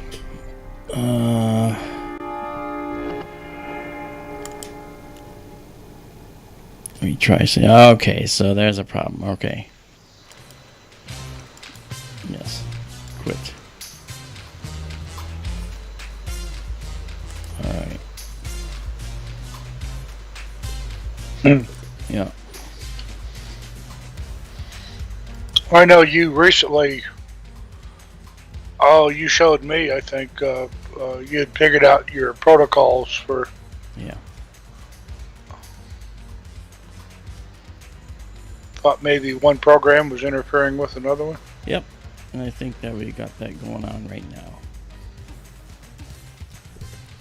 So let's get rid of that. And let's see if we can...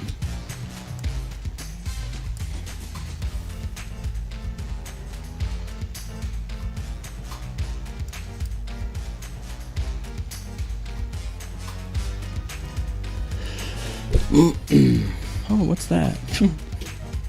There's that red star again. Yeah, that's the Gamma Cygni Nebula again. We're still hunking down here in this area. Let's see if we can...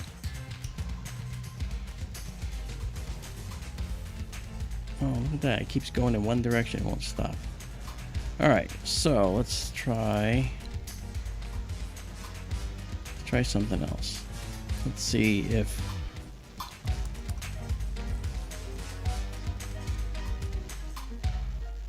okay, telescope is not responsive. So let's oh,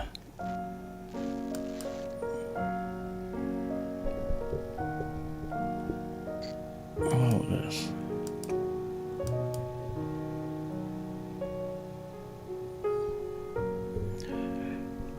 I have fail safes in place, so if this doesn't get control, I can always shut it off and turn it back on, and then do a plate solve, figure out where it is, and then we can start up again.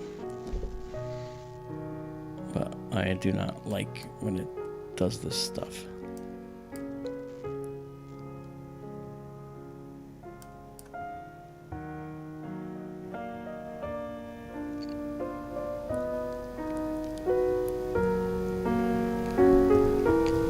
Okay, hold on a sec. Let's try something.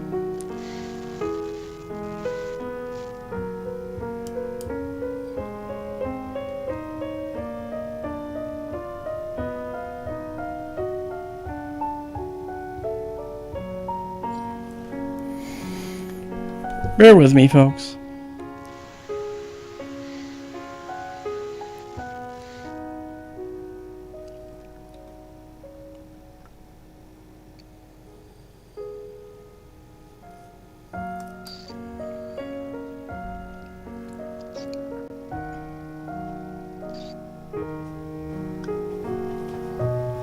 Let me try. It's going that way too. I want to go eastward.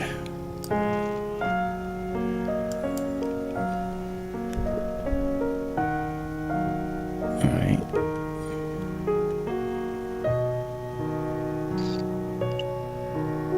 No, I'll try disconnecting the scope and reconnect.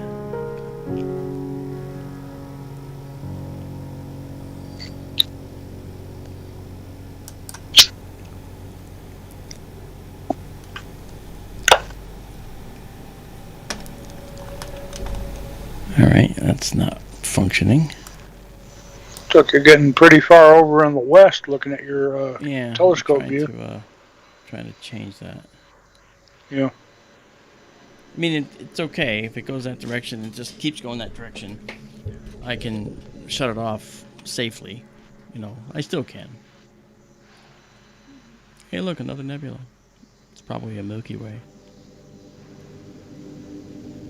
Alright, now we're coming. Now we're heading back east again, see? Alright, let's try. Since we have time and it's not racing, let's try this again and see what we get. Might not help us, but we'll see.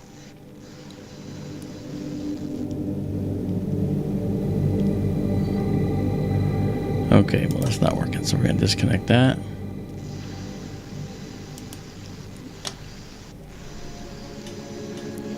Alright, get rid of that.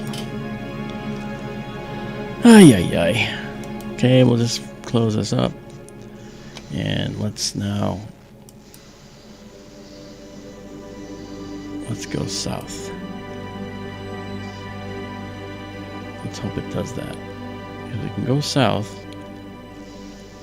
Okay, it's going south. Live astronomy, folks. Yeah, you know, live astronomy. Alright, so once it gets down low enough, I can shut it off safely. Excuse me just a moment, Mark. Okay, you're gonna miss all the fun. Oh, I'll be right back. And I'll be right here.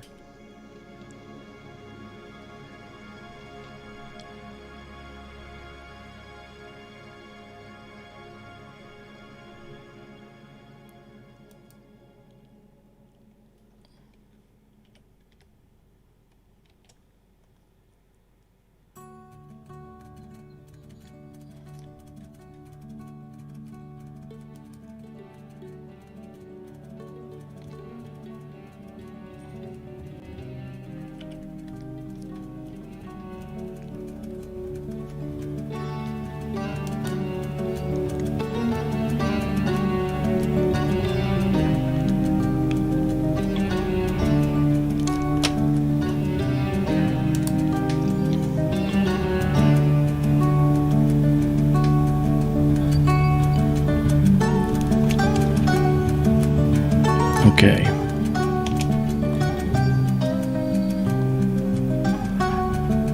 Okay. Telescope is off. Alright.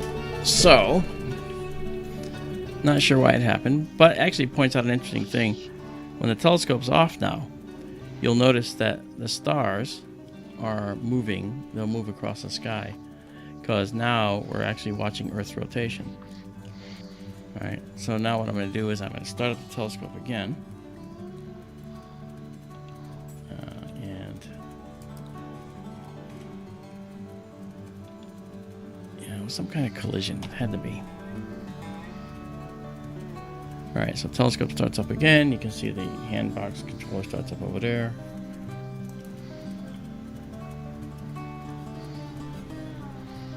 And it won't have any idea where it is. So it's totally unaligned right now, so I'm going to have to tell it where it is. So you'll plate solve? Yep. See, without this, we would be completely out of the water. But because we have the ability to now tell us where we are, see, now we're there. So I'll say mode, just get back out of this. And it's going to do this initialization, which is going to take it in this direction for a while. This is normal. And then they'll stop, and then it's going to take a GPS setting, which will take a while, and then once that's done, we'll be able to get control. Well, I can get control now, but I had shut the power off completely, so then I'll have to do this. Carol Carl, yeah, backstage at the observatory. See, right now it's facing the wall, and that's why it's getting brighter and brighter. So now it's taking a GPS fix. And this has to run through a while, and then once it gets that... See, I do this all ahead of time, not this part.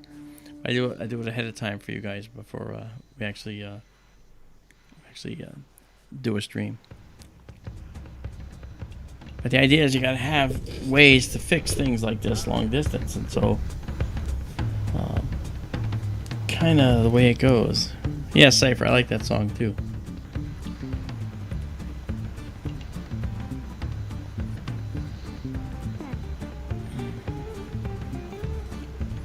Alright, while it's doing a GPS fix, let's see if anybody has anything to say. Waltz for an unresponsive telescope. That's cute. That's right.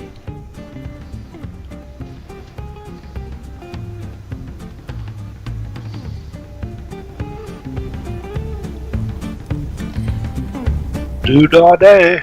Yeah. We're just waiting. Yeah.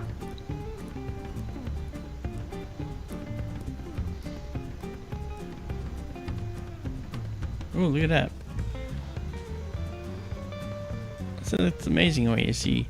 That looks like a helicopter, actually. That's a 1 second exposure, so it's streaked. So I think that was a helicopter. Oh, actually, that could have been a military jet going to Luke Air Force Base. I've seen a few of those. Really cool.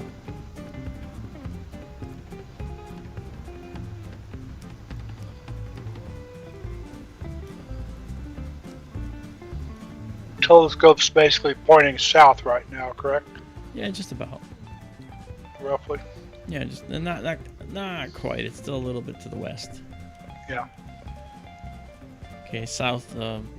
And the only reason I know this, folks, is because I know the angles, from looking at the screen. Right. There's a few other. It would have, these forks would have to be a little more that way.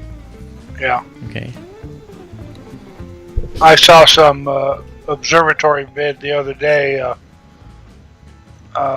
was a classic dome. It was a good sized, wasn't a huge telescope, but some professional observatory someplace, an old one over in England, and they had the directions painted on the walls. Oh yeah. Like, there was south, there was north, east, west, blah blah. You can't see it, but there's actually a line on the wall that is aligned with due south. When the telescope is due south, the forks line up exactly with a vertical line that's on the wall. And I was using that before I had the plate solve capability to kind of get close to zero and the south, Yeah. Now the telescope isn't tracking it. That's why you see the stars here. That star is like drifting across the view. And when you see that, you're actually watching the Earth rotate. That's the rotation of the Earth that you're seeing right there. Kind of cool. Kind of cool.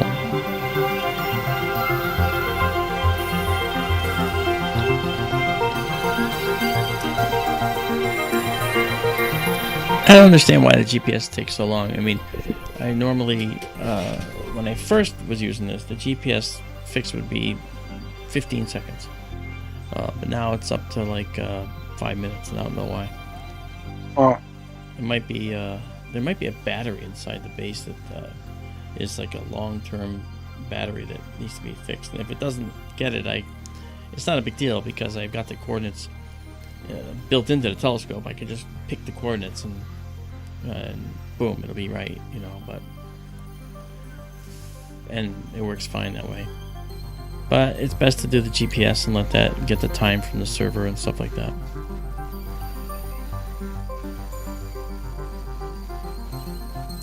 But we'll see.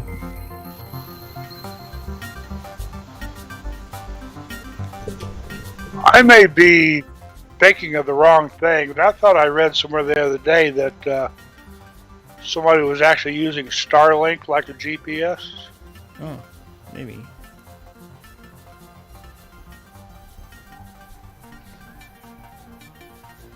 Okay, it looks like my GPS routine has hung because these asterisks should be continuing to go across the screen. So that's not good.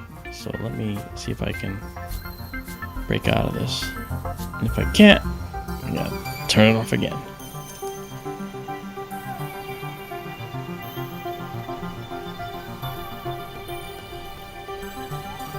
Yeah, well, okay, I'm not sure what's going wrong there. Alright, well,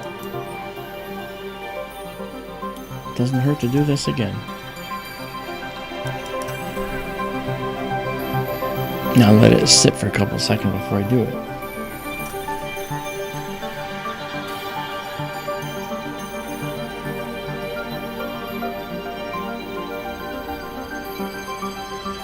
Alright, now I'll turn it on.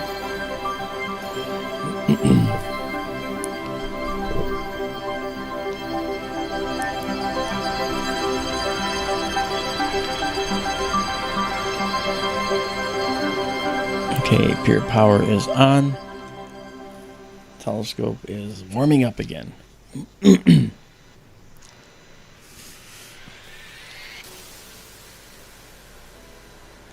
Actually, you know what I realized?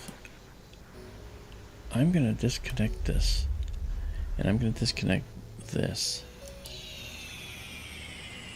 Okay. That might be interfering. So now there's nothing interfering with this except this now. This is interfering. I'm going to get rid of this too. It could be that I needed to do that. But let's find out. It's going to do the initialization again.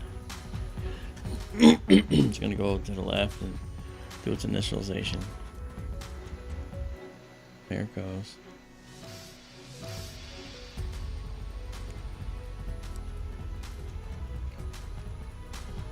It's going to do the GPS again.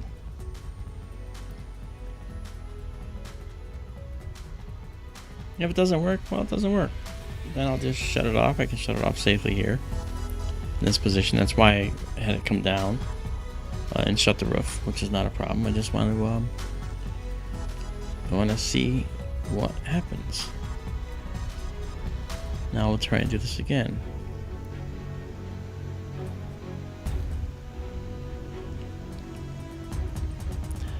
I apologize for the wait, guys.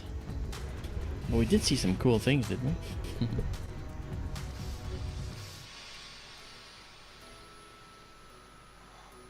I know when we were doing this recently, might have been that private whatever stream. The thing looked like it was just working perfectly. Well, it was working perfectly tonight too. And then it went haywire, kind of. I haven't identified the reasons why that happens, but the secret is to be able to come back from that and get around it. Because you know what, even multi-million-dollar facilities have issues. That's why they have full-time maintenance staff. Because sometimes a motor will encoders will be lost and the thing will just run away. I mean, things like that happen in large observatories. So that's why this doesn't freak me out, because I've worked in big observatories and I know how things go wrong. See, it's hung again. I can't. Now my GPS routine is not working again. See, it should be going. It should keep going.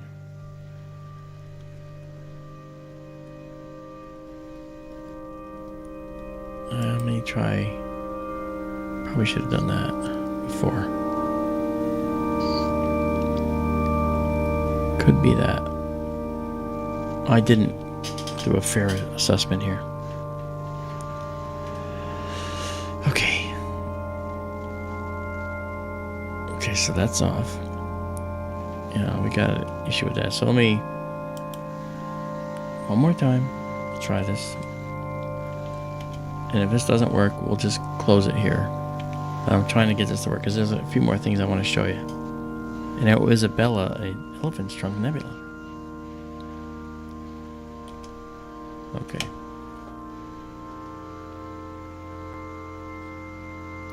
Alright, so right now there's no telescope circuitry that's trying to connect to the telescope. That could be part of the problem. So I'm going to do this.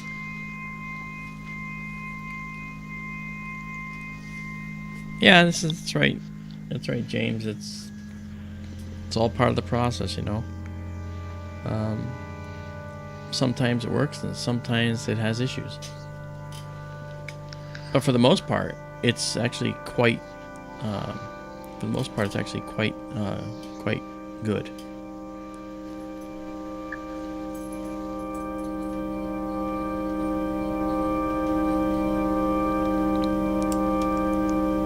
Let's go over here. I'll leave this out for a minute just to make sure that we can get past that issue. Now we'll say connect scope. We should come up with dialog box. That one is correct. Alright. And then this will do that. And then telescope should connect. And we'll try this again. You know, that little saying in red up at the top left reminds me of this computer I'm using came with McAfee. Yeah. Antivirus. Yeah. And I got a notice just was the same day that it screwed up, yesterday or the day before. Yeah. And the suspicious part of me wondered if that wasn't part of the problem, that, you know, it threw a wrench in the works or something. Yeah, maybe. Started screwing up after it told me, it offered me the opportunity to, you know, sign up again with McAfee. Yeah. At a special discounted rate. And John McAfee, he convinced my cousin to go down to Belize and invest in something with him, and he ended up he turned into a bad actor, and he's dead now, of course. The McAfee is, but yeah. It was really strange because my cousin was just taken by the guy, and sounded like he was telling the truth and everything, but because he got look, calculating, see this. Okay, so now it worked. So now the telescope's back. So I just have to now. I think it had to do. See how fast it did the GPS calculation? Boom! It was done. I think it has to do with the fact that I had other things that were still trying to connect to it. Yeah. So I violated my own rule. I didn't pay attention to what I was doing. Okay, so what I'll do now is I'm going to bring up this guy. I never say die. That's the whole point. I have to fix it. Okay, so we're connected to this camera. Now we're gonna change the go down top to bottom. Change all the things you have to change. Okay, this is going to be raw 16 as opposed to raw 8. We want 16 bits, not 8. And then we're going to change this to 1 second again. And then we're going to, because we have to plate cell, we have to figure out where we're looking, because right now the telescope has no idea where it's pointing. Alright, and we're going to just do this. We're going to go to the east a little bit, a lot of it, actually. There we go. Okay. And now I'm going to raise it up into the sky here. Okay. Alright, go east again. That was actually probably a pretty good field. Okay. Alright. So right there is a field we're looking at, and I'm going to actually now go and I'm going to do a 4-second exposure of it. It's 4,000 milliseconds or just 4 seconds. All right, and what I'll do is I'm going to go to Tools and do a plate solve. See if I can get this to. It's going to have to wait for the. All right. So now it's going to see if it can take the layout of the stars here, and based on how these stars are laid out, it's going to see if it can tell me where in the sky it is. That'd be kind of cool.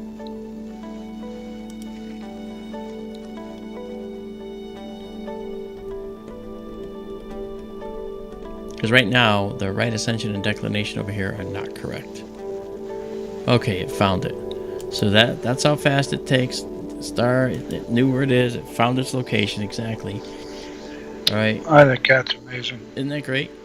All right, and the location is given as 20 hours. I have it on another readout here that you can't see. Sorry. We're at 20 hours. 53 minutes. And sometimes there's a problem with this actually taking, so I'm going to have to figure this out. 23, 5309, and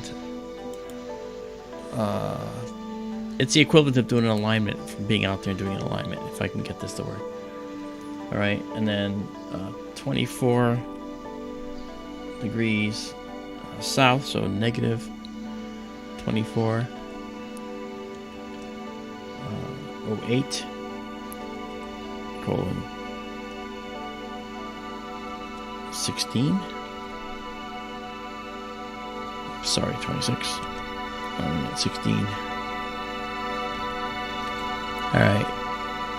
Okay, so see where it says 20, 5309 minus 2408. Okay, this is almost right.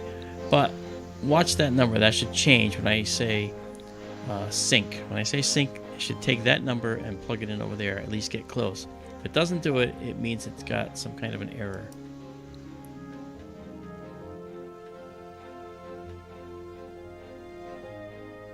Alright, it looks like we got an error. Alright, let me come out of here. And it'll probably say exception occurred. Yep, exception occurred. Okay, let me try disconnecting. Reconnecting. I may have to just quit the program.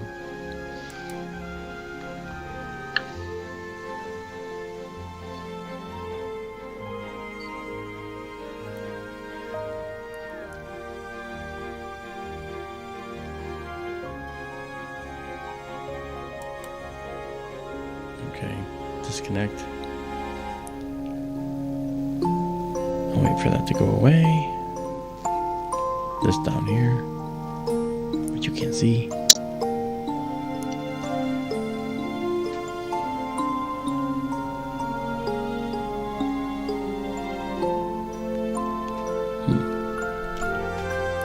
Oh, of course it's not going to go away, because this guy is still connected.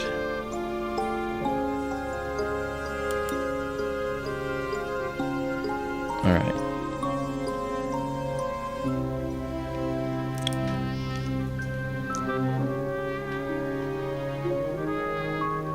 Alright, now let's see if we can now connect.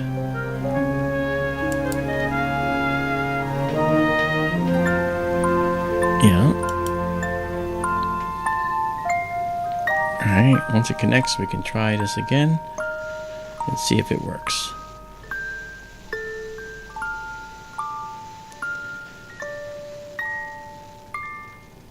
Because those are still here. I might have to close this program, that's the other problem. But we'll try it. Let's try it. Wait, I can get out of this first. Okay, go there. Now let me try syncing. That might be better.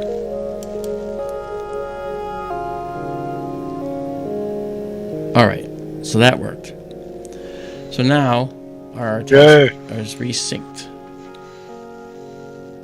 I don't know if this means anything to you guys, but When that happened before, without having this ability to identify the star fields we're looking at automatically with the system, it's a system I installed out there because this is the way to go. To be honest, you got to do this. Plate solve, you mean? Yes. So based on the ability, having the ability to do that is extremely important. But before I did that, I would have to actually hunt for something in the sky by chance and find something I knew the coordinates of. What a horrible way to go. What a horrible way to go. Alright, so let's see now. Let's go back to doing this. Sorry about the last 25 minutes. Alright, and then let's go and do this. And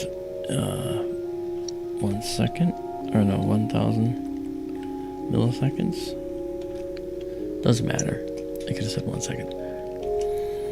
Okay, do this, and so our coordinates are now just about the same. I will do another plate solve just to make sure. You always do things to make sure.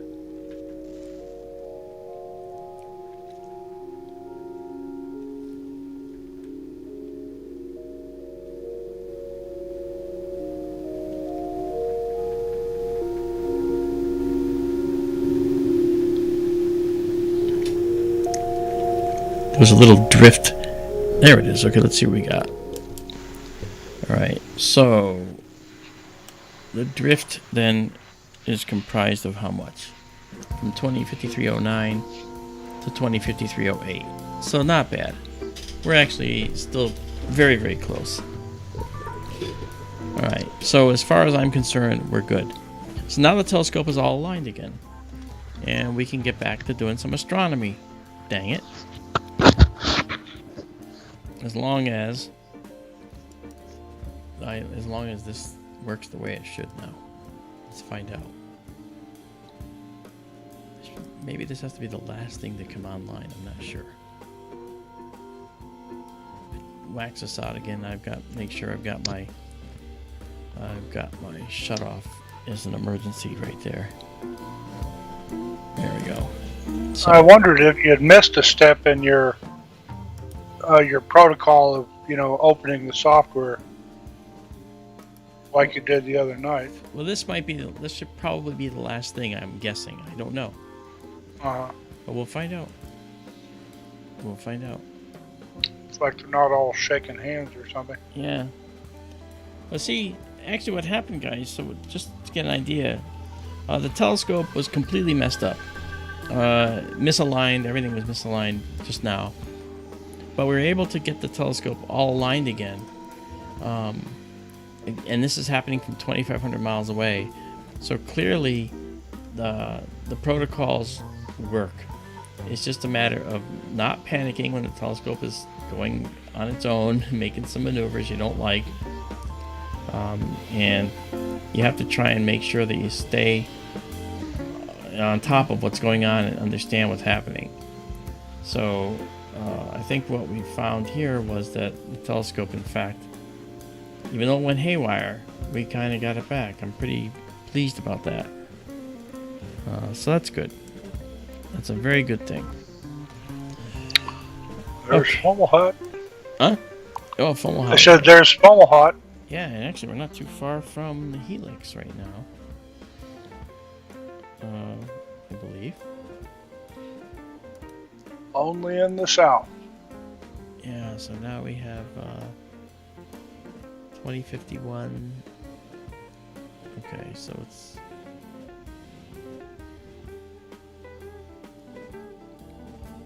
Okay, where's my... I want my nebulae to show up. There they are. I gotta zoom in for this. There it is. And I don't think it's that high. Yeah, it's 30 degrees. Okay, we saw a supernova remnant. We saw a planetary nebula. Now what we'll do is we're going to see this guy. This is another planetary. However, it's a special planetary. This one is a planetary nebula that is the closest one to us. And that makes it kind of special. Yeah, it's big. Yeah. Isabella did some nice work on the helix. And she did. Using your images, I believe. Yep. Let's let me get over here and grab this again and add the equatorial coordinates. I don't need this, so all right. So we got these guys, and now we're just gonna head east a little bit. Okay. All right.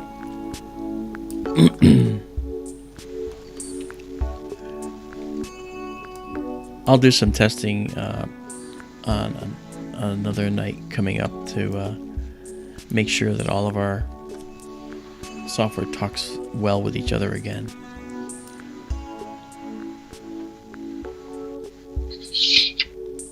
Okay. So now we're going to do this guy.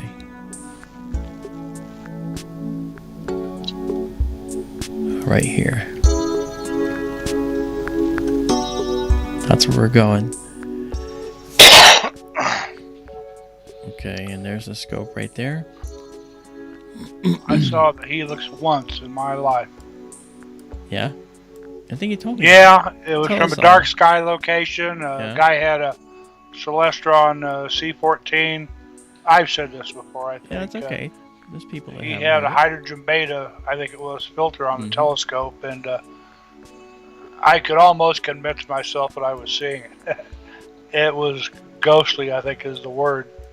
Wow. It's so big he couldn't fit it all in the eyepiece. But yeah, it's quite large, as we know. I gotta do one thing here. I gotta increase the size of this dialogue. Tiny bit.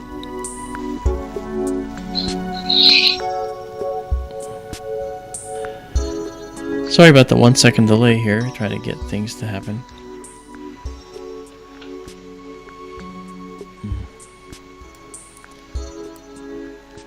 Alright. I have to just do this. Okay, good. That's working. There we go. That's all I had to do. I just had to get that up from the bottom. Alright, so there is this. Okay, we got the camera, we got the gear. Alright. Okay, let's head over to the helix. We're going to head up north now. I have it set to a smaller jump. Yeah. Okay, it's moving up. Moving on up to the helix side.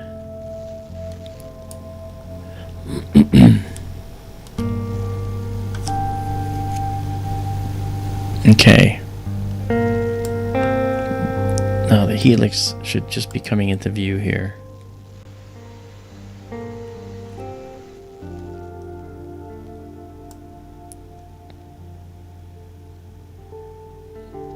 I thought I saw a satellite. There it comes. I think we have a satellite right here. Just a minute. Look at that go. See that? 1 second exposures. So in 1 second, a satellite travels that distance. Now, because we know our plate size, because of the plate solve process, we can calculate exactly how fast that's moving and what its altitude is in its orbit. And probably even figure out which one it is. I think that's pretty cool. Alright, let's go up here more. There's another one. Another one too. Look at that. And another one. Look at it. Let me just stop for a minute just so you guys can see this. We have one here and we have one there. Isn't that cool? I mean, we're at minus 20 degrees. Look at this. This one's going to go through the helix. Go right through the north side of the helix. Isn't that cool? Mm-hmm. Now, someone might say, Are these Starlinks? Probably not. Starlink satellites don't tend to go parallel to each other. They change their orbits up, and they kind of cross each other a lot to keep the coverage. And again, thank you for bearing with me on all this stuff. Yeah, getting through all this. Let's see here. Starlinks do kind of a basket weave pattern, don't they? Yeah. Exactly. Let's do this. Okay, so now this is coming in. Alright, now let's go north with the telescope a little bit. The other night, well, one night recently, Daryl and I were doing a private session just to figure out what was going on with the telescope. And in the first, it was like in 10 to 12 minutes, we counted what, 25 satellites? Oh, it was 20 something, I forget. Yeah. You can't get away from them anymore. No. We'll see more. Okay, so now what we're going to do is we're going to go to 25 seconds with this guy. And we'll probably see some streaks. Alright, and we're going to get rid of our hyper process and go to a stack, a live stack. I gotta tell you, it's really interesting, Daryl, that the process to regain the telescope was as quick as it was. I think it's pretty interesting that happened that way. Yeah.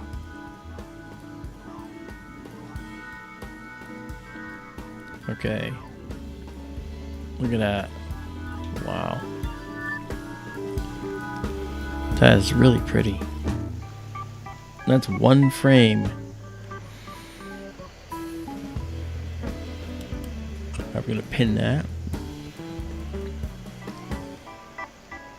There it is. Now that central star, notice the color of that central star, guys. That central star is more blue, isn't it? Yeah. It's very hot. It's a hot white dwarf. Okay, you notice I got a little vertical error here, so I'm going to get rid of that. That's because around the equator, tracking errors are much more noticeable, so I have to get down here and fix the tracking, which I didn't do because it shut the telescope off. So I'm going to go down and fix that right now. And it's not the right ascension rate that's killing us right now, it's the declination rate. Alright, so this is going to be 0.5. There's a way to do it automatically, but I'm not going to make you sit through that. If I go down now, get the declination, that's the one we want, because it's going to say it's going to correct at 66, setting at 66%.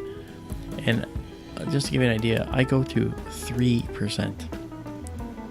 And I've had no problems with it there for minutes on end. Okay, so there we are. That's better. That's back where it should be. And now what I'll do is go into the stack and clear it. And then it will start up again. And the stars should be more point-like.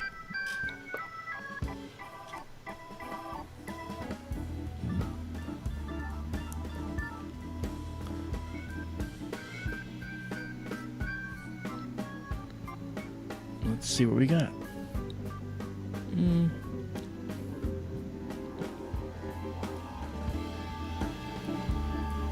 I think that's a double star right there, so that's why it looks elongated. This one is normal. Yeah, we got some issues there, but we're okay. But that, you can see that bright blue star in the center there. That's a white dwarf. Very, very hot star. It's ionizing this gas. And by now you know what kind of gas we're talking about here, right? Okay, we have this color here, this color bluish green, and that was oxygen, remember? Gas, yes, guitar acquisition syndrome. I had that for a period of time, but I was cured. Yeah, the bluish green is actually the doubly ionized oxygen, and then the hydrogen gas on the outside is here. Think of this as if you're watching my hands here, it's a spherical shell expanding from the star in all directions, right? But look at my fingers. When they're facing you, you can see through the fingers, right? So if you're looking at gas, you would see that the gas was not as dense looking, but on the edges, look, I haven't spread my fingers anymore. Now, though, you can't see through my fingers. Well, take a look at this. At the edge of this, you see that you can't see through it. It's gas on the edge of the shell because it keeps going around back. See, here you're seeing this shape, this aspect ratio, and that's it. But as you get near the edge, you see it starts cutting it off, and it keeps going all the way through to about here. So you get all this gas. In other words, all this gas along the edge that's denser because you see more of it through your line of sight, but then there's less at the backside, and so you see through it. Follow? So that's kind of what we're seeing here. Now there is also the truth that we're seeing definitive shells of certain types of gas. We're seeing oxygen 3 here in the middle. We're seeing hydrogen and other compounds, other molecules, other atoms and some molecules out here. Okay, so that is telling us that we're seeing this shell like this. We're actually seeing it goes like this. It's denser in the edges and lighter, less dense face on, which is why you can see through it, and it's more transparent, I should say. So think of these nebulae like that. That's kind of how these work, you know. Hey there, 24/7 live Arizona skies. How you doing? Great to see you here. So so that does happen, okay, and that's kind of what we're looking at here. So right now we've stacked 7 of these. We're not going to go too much more than this, because I'm really anxious to see if I can have it do a go-to to something. So I'm going to pause this and save, and then save exactly as seen. I always thought seeing that, it's like they call it the helix, that it always reminded me of like if you're holding a coil spring in your hand, and you're looking at it end on almost, or just at a very slight angle. Yeah, but if you think about it, what are the chances that this nebula is directly end on? Right. And why don't we see other planetary nebulae that are just fully elongated? This is true. We see bipolar nebulae, right? Those are like the dumbbell nebula, where they look like an hourglass because the stuff on the equator was spinning rapidly. The rapid rotating star blows out more stuff that way than to the north and south, so it looks more elongated, and you get that apple core look, as you've said, or the hourglass shape, and it has to do with the way the star spins. Here, you don't see that. So I know that people say you're looking down a tunnel sometimes, but I don't buy it. I don't buy that. I don't think that's true, because I would expect to see the ones where we can see them sort of 3/4 of the way down the tunnel, and we don't see any nebulae like that. Right. I know what you're saying. So why is that? That's the question. Why is that? That's the problem. Yeah. Okay. All right. We're going to pause Susan this. Woodcarver asked, if you looked at this next year, would it look the same, or would the gas have moved? It would look much the same, I suspect, Susan. Although we do have a chance of seeing more movement in one like this because it's closest to us. It's the closest one to us. Yes. Just like Go ahead. I'm sorry. Go ahead. Well, just like we might expect to see a potential change, say, in the Orion Nebula, which is actually not that far from us relative to where we are in the galaxy.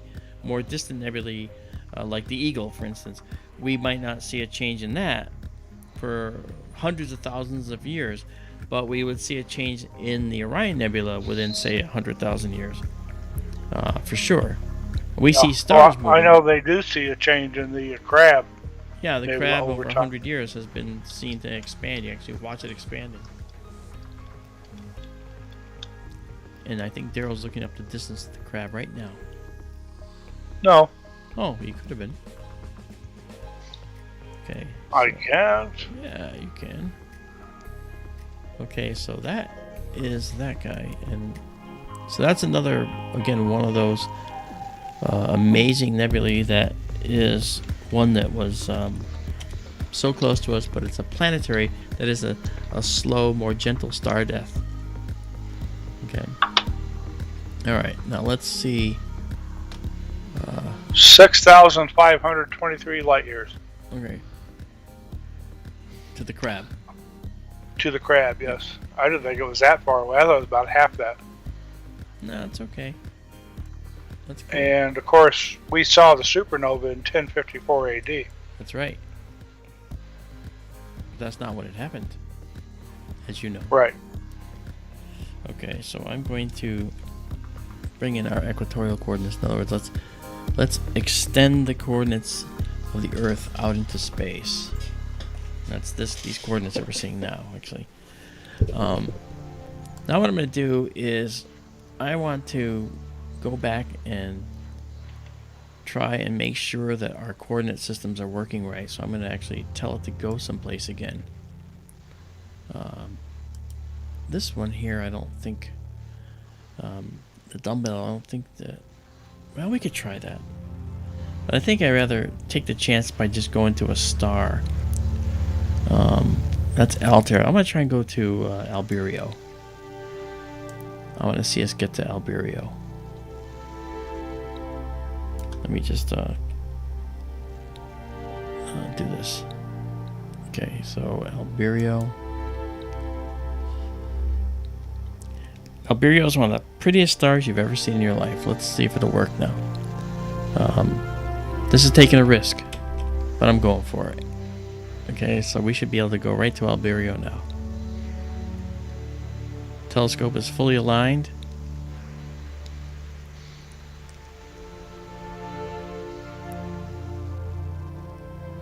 Okay, and it's slowing down. Yeah, we should see Alberio right there. I'm guessing that's Alberio. Centering Alberio. Okay. That's beautiful. Okay. Doesn't look like much, does it? Well, see, again, we're at a very, unfortunately, we're at a very wide angle. So Alberio needs to be seen a little bit more close up. So it doesn't really help us that the star is so bright. It's actually two stars, a beautiful orange and a beautiful bluish star. One's a B8 and one's a K giant. And B stars are bright and blue like the O stars. So it goes O, B, A, F, G, K, M. O stars are the brightest and bluest, and B stars are less blue but still blue, like the Pleiades stars are all blue stars. Then it goes A, which is white, F, which is kind of yellowish, and white, and G's, which are whitish yellow, and then K stars, which are orange, and then M stars, which are red, very red. Alberio is a pair of stars. One is a B8, in other words, a little further along in the B's, and then the K star that's in there is a giant. And so this is an evolved system. And when you look at them in a telescope, you can see the two stars close to each other. I don't know that we'll be able to do that with this, but we can try to live stack a bunch of 1 second shots and see if we actually get that. First thing I have to do, however, is get rid of our hyper craziness here and clear out this last image. Alright. Yeah, you can kind of see it. It's a little bit visible. You can see this orange star and a blue star next to it. Let me see if I can make it more obvious by literally taking away a lot of the brightness.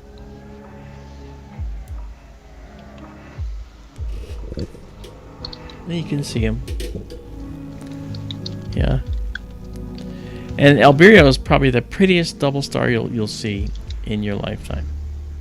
It really is pretty. I know people have their favorites, but I think Alberio is really, really beautiful.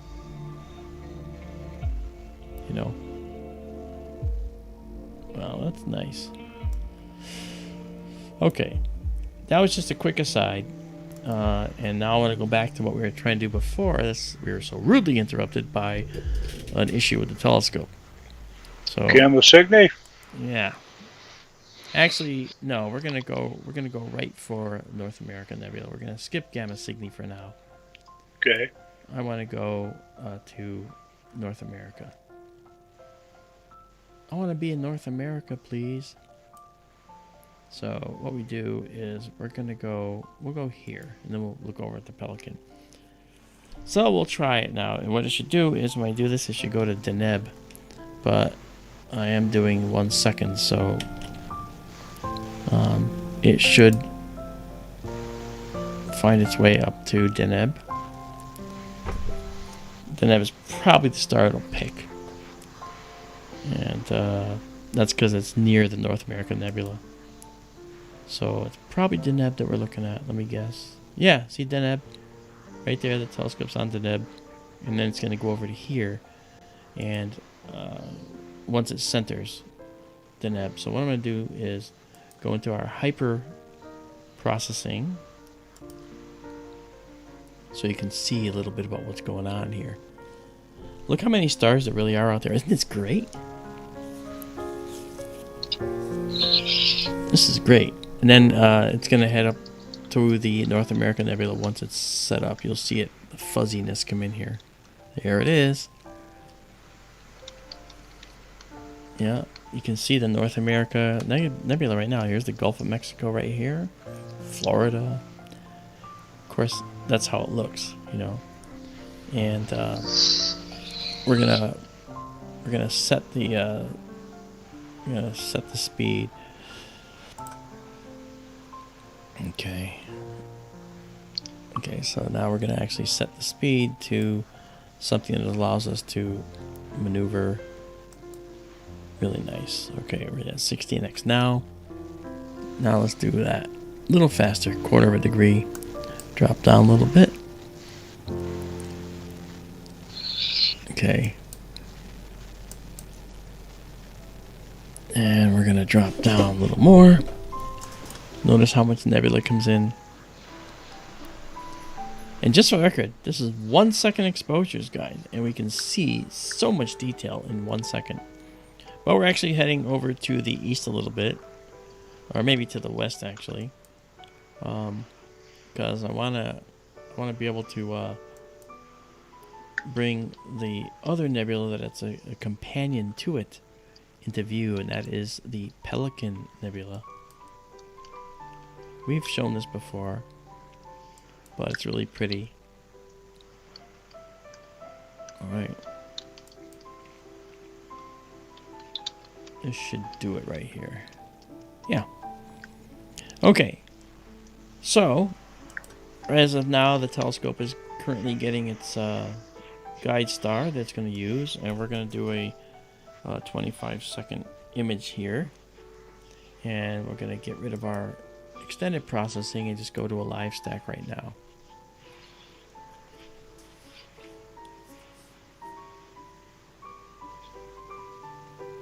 Okay. Alright, so now I think you're going to be impressed with how this nebula looks in a 25-second shot from the Arizona desert. You're going to see an awful lot of detail.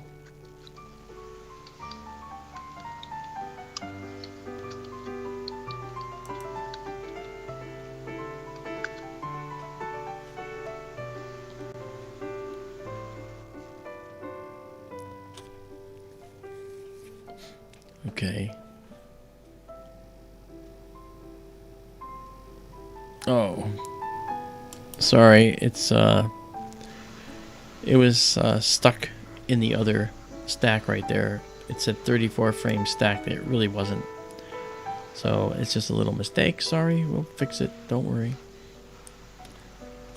This one that comes in will be nice.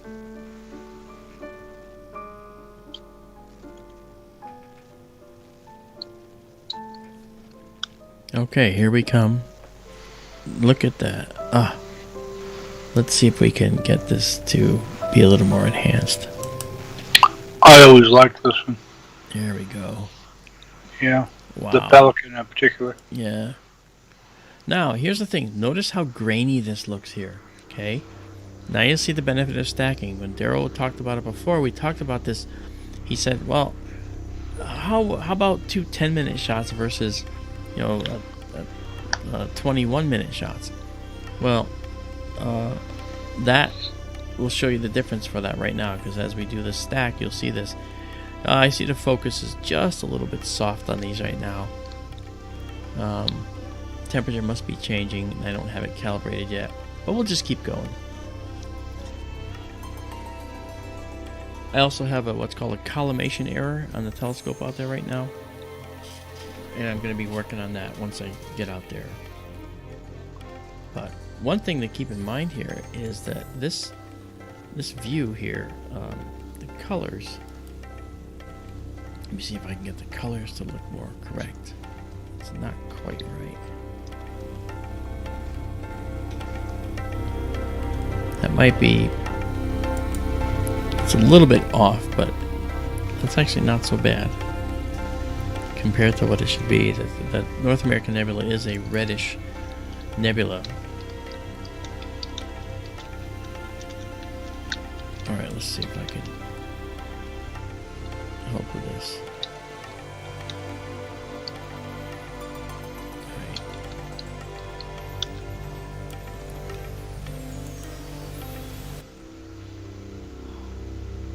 Okay. Per what you said a minute ago, where you invoked what I had asked earlier, if you're taking 10 1-minute exposures versus 1 10-minute exposure, yeah, would the 1 10-minute exposure be overexposed, washed out? Not necessarily, though. Johnny Law, thank you for coming by. I'm sorry you gotta go. Thanks for stopping by.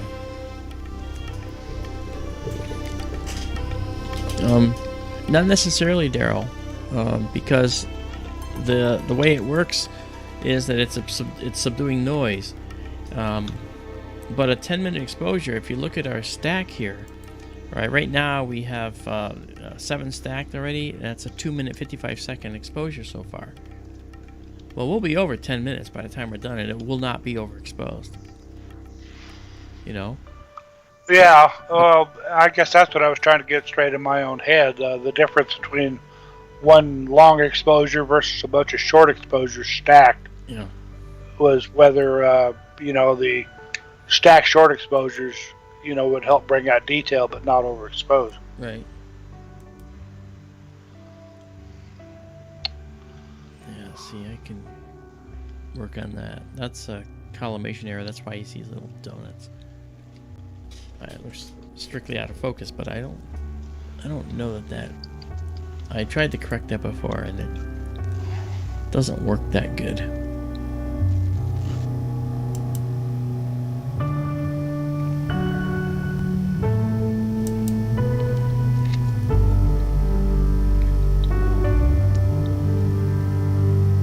Okay, we're still stacking. We're actually up to 9 images so far.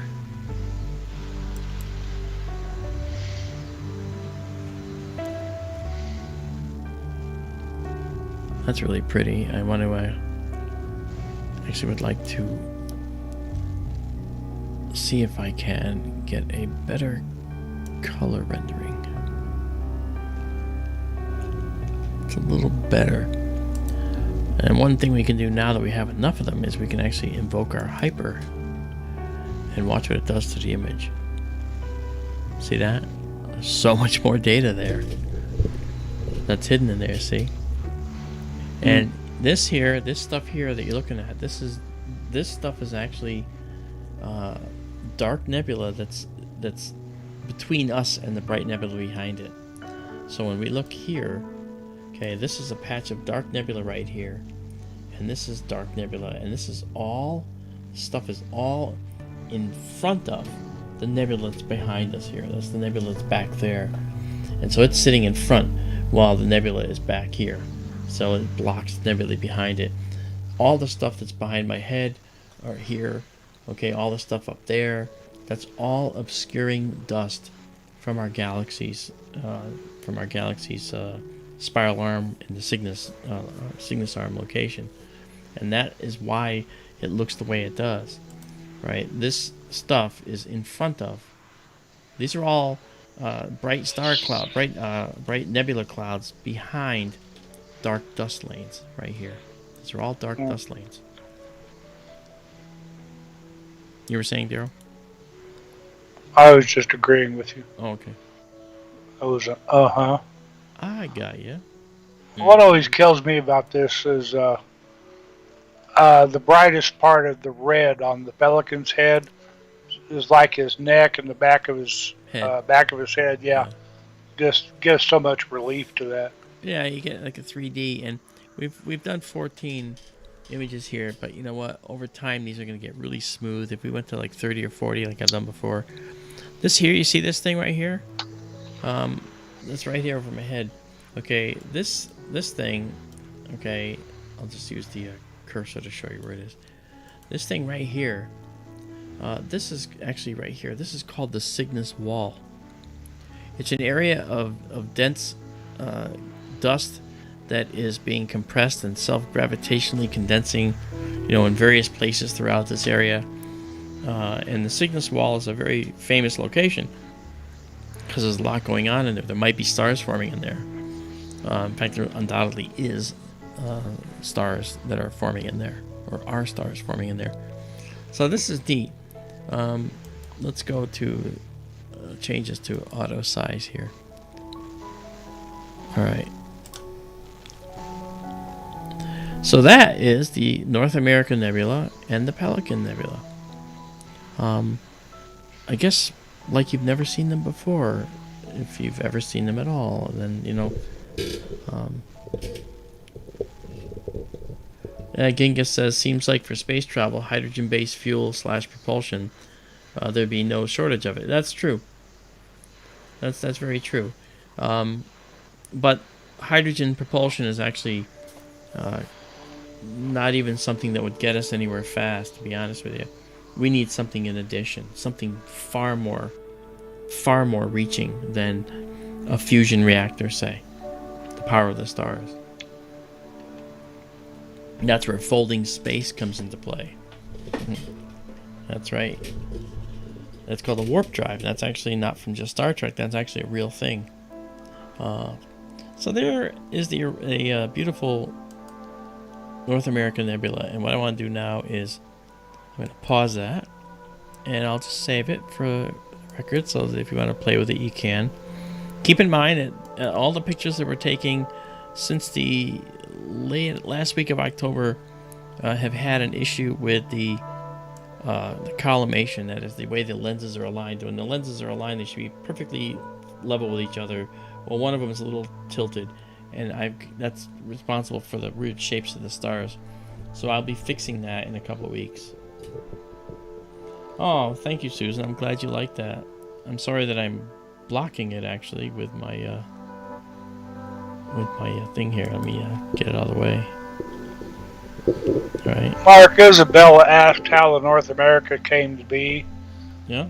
Is it also a supernova explosion? I would say no, it's not a supernova explosion.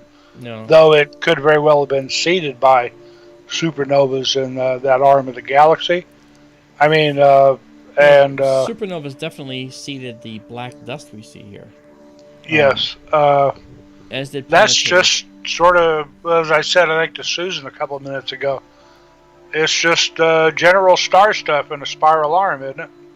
Yeah, I mean, when you look at the spiral arm of the galaxy, spiral arms are weird. You know how galaxies have spiral arms, and if we're lucky, maybe we'll get to see one tonight. The spiral arms in the galaxy are weird places because you see that really definitive spiral in a galaxy, and you say, well, what is that spiral in the galaxy? You see one going this way, and then you see one going that way, and they kind of like, they look like they're winding up. But if they were winding up, then most of the galaxies we see would already be wound up long ago because of the rotation rates. So when we look at a galaxy and we look at it spinning, they're not winding up. The middle stars, the stars near the center, are not going faster around the middle, or I'm sorry, around the center, and slower around the outside. If they did, that would be winding up, because then the ones inside would wind up and the ones outside would lag behind, and you'd have this tight spiral arms in all these galaxies. We don't have that. Actually, when we look at galaxies, we see that they rotate like this. They rotate almost like solid discs. So the spiral arms are rotating out here, not quite as fast, but almost as fast as the stars are rotating and going around the galaxy in the core, because everything is rotating around the nucleus of the galaxy. So density waves, isn't it? Yeah, and so the reason that that's actually happening, as Daryl's alluding to, is because the spiral arms are a construct of another phenomena called a density wave.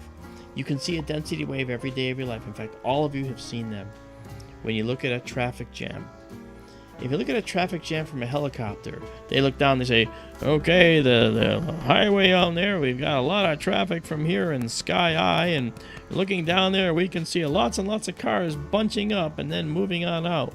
Well, the key is that the cars that are coming into this traffic jam slow down and then make their way through and speed up again. But the traffic jam is still there, because more cars come in to fill in the gap. And as more cars come in, more cars slow down. Other cars are then leaving. And so over time, although the cars are moving slowly down the highway, they slow down for a bit, get kind of stuck in one little spot, and then make their way on again. So what this means is that when we look at a spiral arm of a galaxy, it's not all the same stars that are in a spiral arm. They're always changing. The stars come in, they have collisions with other things. Dark gas dark dust and gas have their own gravities, which slow the stars down, and then they get stuck in that traffic jam, and then they make their way on out, and then they're unimpeded again, and they can be pulled by other things to then speed up again.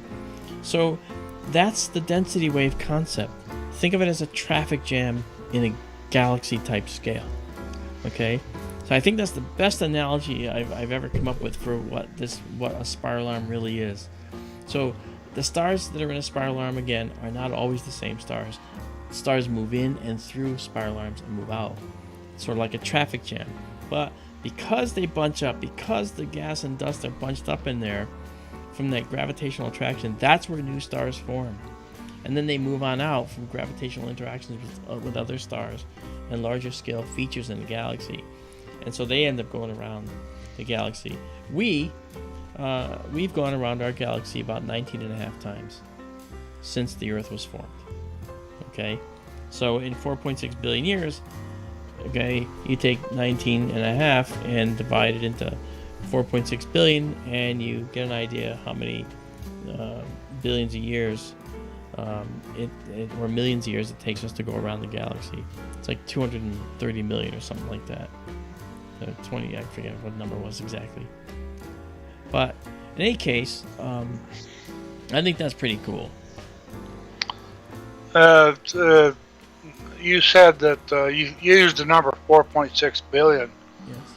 I assume is the age of the Milky Way galaxy. That's really close to the age of the Earth also, isn't it? I mean, did they form close to the same time? Well, the galaxy necessarily had to be here a little bit sooner, because, but 4.6 billion is when the sun was formed, okay? Right. And the galaxy was here longer than that. You know, the age of our sun is not the age of the universe. See? So we're talking about, the universe is 13.8 billion years old. Well, the sun's only 4.6. So galaxies formed at some point way sooner, way earlier, and then the sun in the galaxy formed at some later point. So that is how that's how you think about that.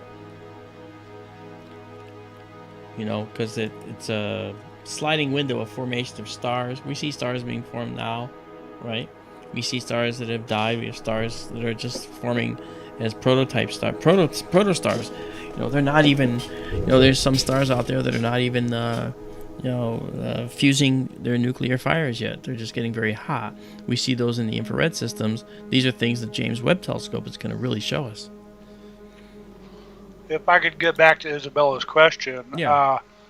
When we look at the red clouds in the North American Nebula, for instance, comparing that to like the Orion Nebula, it is not a stellar nursery, however.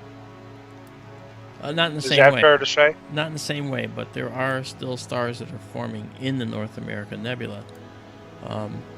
But we would see them in the infrared. We don't see them anywhere else, So that's part of the problem. Okay, we're going to the elephant's trunk. I'm going to try and make this, see if this works. All right. Now we're finally getting into Cepheus. Now we're getting into Cepheus. I'm scared. Hope this works. Okay, it's going in the right direction. Cepheus has many really cool dark nebula inside it. It does.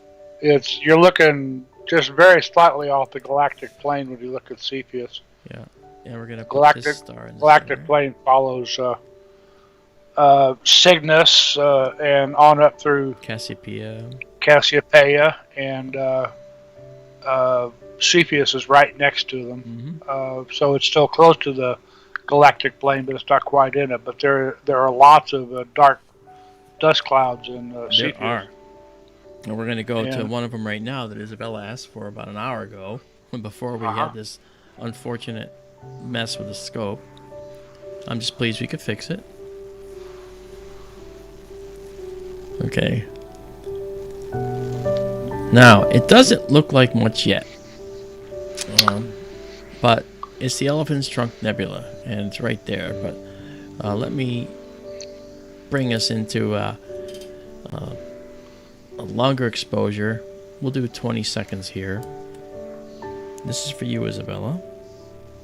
There'll be a caravan in there too. It's gonna be over here to a little bit to the right, I believe.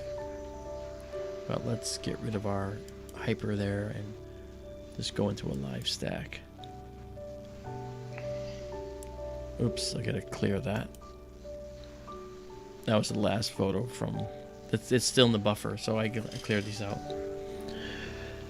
I hope you guys like the new look and feel for SkyTour LiveStream. Telescope problems notwithstanding. Okay, this is good. I just have to get this to be more. We wait for two images typically before we start doing some processing. But there it is. Look at that. This is the elephant's trunk right here. Wow. Looks really that's pretty. the caravan just to the right. This is it right here. Yep. Yep. Now, why would there be a caravan on the elephant's trunk? I can't tell you. But that's what happened. However, look here and at this object as well, and of course part of this is all dark dust. In this case, the dark dust is mixed with hydrogen gas, and it's being forced to glow. The gas is forced to glow because of that reaction I told you about, where ultraviolet light from hot young stars in this cluster is causing the one electron in the hydrogen atom to leave the atom. And when the electron leaves the atom, it bounces around and hits other things through collisions, and then bounces and falls into another atom out there, probably not the same one. And when it does, it bounces predominantly to one particular level in the hydrogen atom. That level is called n equals 2, as in n is in November, n equals 2. And that level, that drop from the outside the atom to that level yields a red colored photon. And that's why most of these nebulae, like the Orion Nebula in parts and others, look red. The North American Nebula, red. Same thing. The electron is dropping to the n equals 2 level in the hydrogen atom. And we call that the hydrogen alpha wavelength. And that's what we're seeing here. I hope that is somewhat explanatory. We've stacked 7 frames here. You know what a caravan used to be? I mean, in real life? I mean, caravan? Yeah. I mean, a camel caravan. Camels. Yes. It was a line of camels. Are those camel humps? Mm, Is that why they call it that? maybe so. Maybe so. Maybe so. But then, you know, you want to do camel humps, you need this song.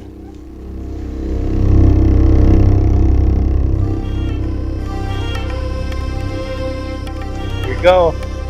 Yeah, that's it.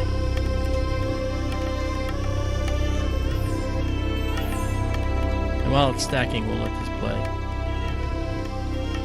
I can't wait to get rid of the errors in this. Say again, please. I said I can't wait to get rid of the errors in the imagery because of the collimation error. Yeah. Yes, this is this song is called Arabian Bazaar. Oh. Yeah. I have a few others that are like that, which I really like. I like the sound of those. Isn't it amazing how... Thank you, Vera. Vera says, perfect. Isn't it amazing how much variety and variation there is in the universe? Right before your eyes. And, you know, we don't recognize it when we look through binoculars. Even in a dark location, because our eyes can't see color like this. The cones, the color receptors in your eyes, need a real stimulus to really be fired off. So mostly the rods, which are the black and white receptors in your eyes, and they actually around the outside of the retina, are the things that get fired off by what you're looking at. That's why when you look at a nebula or something in a telescope or in binoculars, if you just kind of look to the right side a little bit, the nebula looks brighter. That's because the rods are getting more light, and the rods are more sensitive, and more of that light is hitting the rods, which are black and white receptors. You can't see those in color, you know. So it's kind of interesting, you know, the way rods and cones in the eye work. Raymond Bobel, yeah, Raymond Bobel, thank you. Kind of like Camelback Mountain, that's correct. And I mean, just to the, if you're in Phoenix looking at Camelback Mountain, to the left you have Praying Monk, which is a rock feature there as well. So there's monks and camels. You know, We have a rock formation here. It's over on the west side of town. It's part of Garden of the Gods, a famous rock formation here. But it's called Kissing Camels. Ah. And it looks like two camels kissing. Wow. That's interesting.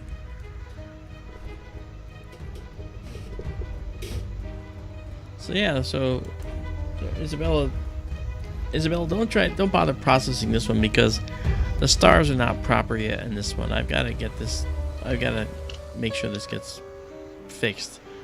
But I'm showing you that the nebulae show up beautifully. So we'll work on it. See, normally, I mean, we've already gone, like, in our stream here, we've gone 3 hours. And a half hour of that was, you know, fixing the telescope, sorry. But in that 3 hours, it's only 1 a.m. here. Usually it's like 3 a.m., remember? So in the summertime, we have to go really late. But it's not bad now. Okay, so we're going to pause this. I'll save it. I'm going to save them all anyways, just for historical record.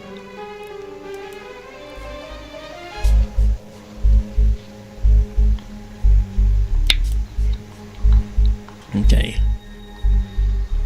Now, wasn't there some... Where was the dark nebula in here? Wasn't there some dark nebula we should look at? There's Cephas. one right there, a little bit left of center. Oh yeah, no, I know. But what about in Cepheus? We're looking for some other dark nebula. Oh gosh, I'd have to go look them up again. I mean, you can always look at the iris. That's a bright spot in the dark nebula. That's correct. Iris is pretty nice. It is very nice. Very nice. Yeah. Let's go look at the iris then. You want me to find some others in Cepheus? Yeah, might as well. We're there.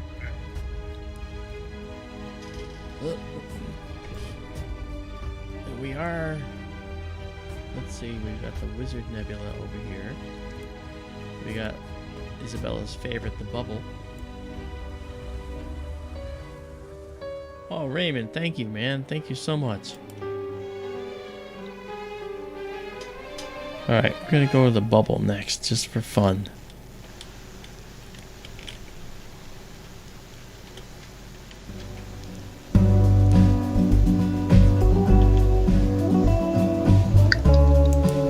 Okay.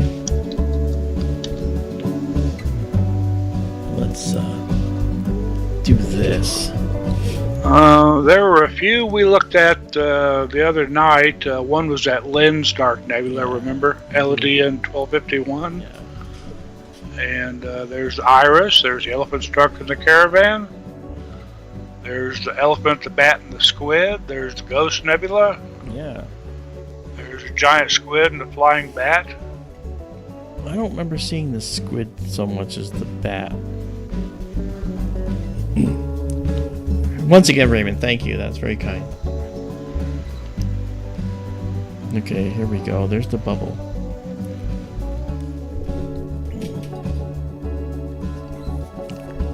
Again, it's not going to be as good because we're trying to work through a problem here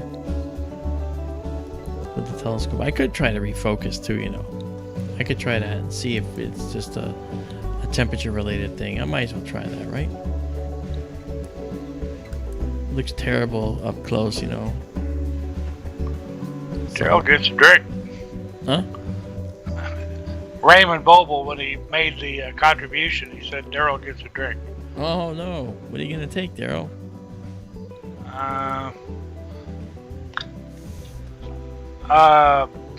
I'll just sit here and drink my water. Okay, me too. Too late for tea. Oh, that's all right. And I don't drink and drive, so. Isabella's asking about the star here that you can see right there. Yes, it's a WR star. What's that? It stands for Wolf-Rayet star. Wolf-Rayet stars are very strange. They are stars that have not gone supernova, nor have they, done anything of the sort. They're still viable stars, but some mechanisms within the star cause them to blow off a lot of their outer layers, leaving a bright, hot core. And that's what we're seeing here. I'm going to try and do some focusing here. First of all, I think we're still at 1 second, which is going to give me what I need. Yes. Okay, so we're still at 1 second. I'm going to try and focus and see if I can bring us down a little bit. It's not going to be pretty, I can tell you that. Let's just see what we get. Maybe I got to go up. What star was Isabella referring to as a Wolf-Rayet star? The one that powers the bubble. Oh.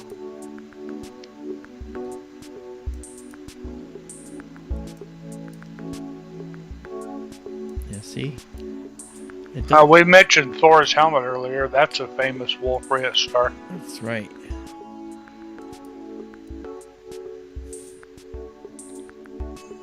Okay, this is doing a little better. We're actually able to do a little more focusing here.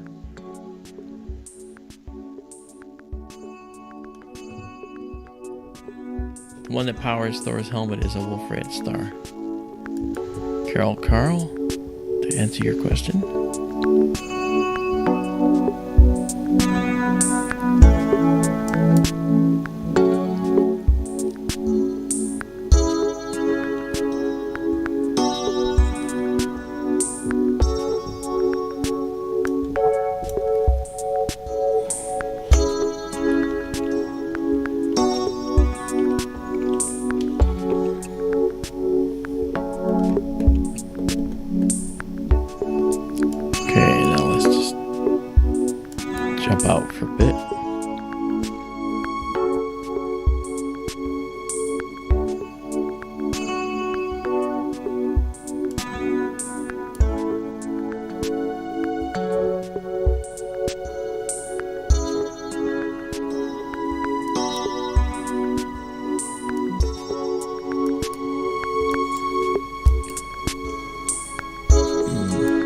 Pardon me while I'm doing the focusing routine here, guys.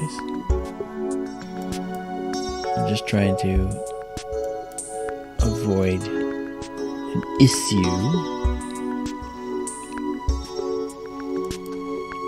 This is getting closer.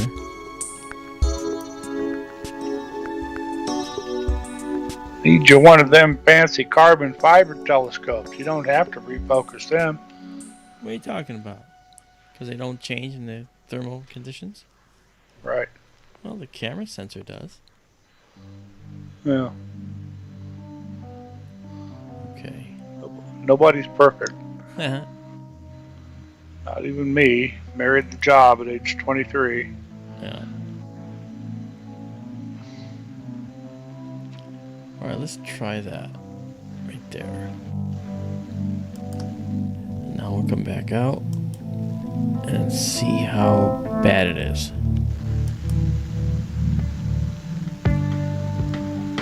Doesn't look so bad now. Let's see about doing a live stack of this guy. And we're gonna clear this. Alright, it's a 1 second stack. I don't want that. Let's do 20 seconds. For the record, so you know, I can do 1 or 2 minutes, 4 minutes, 5 minutes. I can do that, but again, I'm not going to ask you to sit through that. That'd be maddening. Watching the same screen. I like seeing change. I like to see what you guys think about this stuff.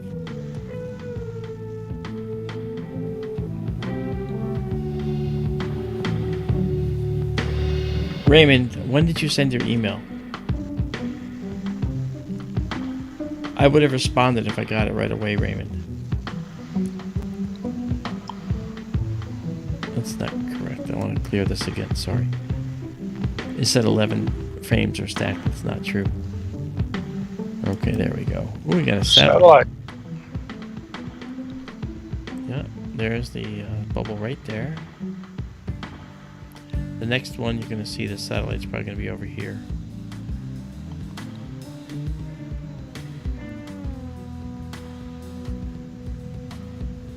Yep, there it is. That's the second one. That could be a Starlink satellite. That's pretty. That looks really nice. Let's see if I can get a little more. It's only 2 frames, but let's see what I can do here. Nice star cluster there at the upper left. Yeah, we identified that one the other night, I think. It's pretty simple. It's I can tell you right now, actually. I'll go into this while that's stacking. Let's jump into the Boobly Nebula here. Alright.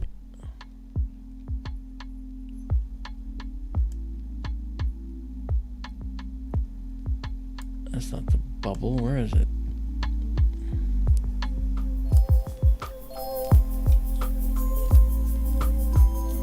I get to the bubble. That's not the bubble. That's the other thing. Let's jump out of that. We drifted because that. There we go. Up here.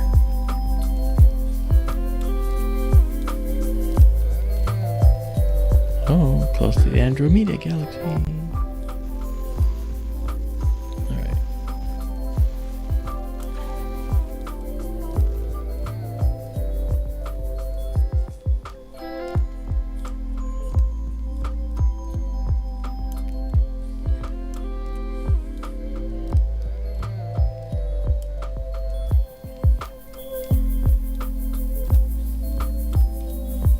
Alright, let me zoom in here. Let's see if we have an identifier. It doesn't look like we do. It's gonna be up here more.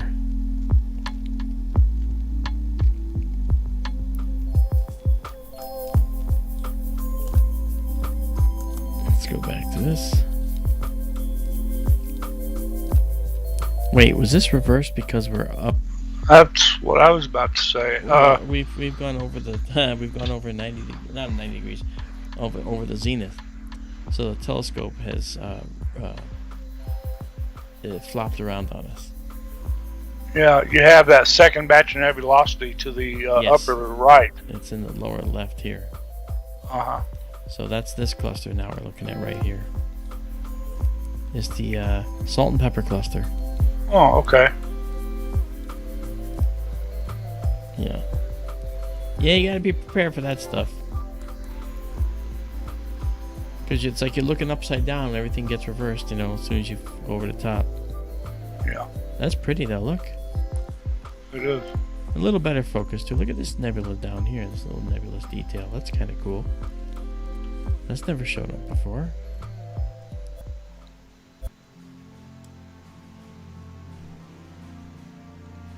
Yeah.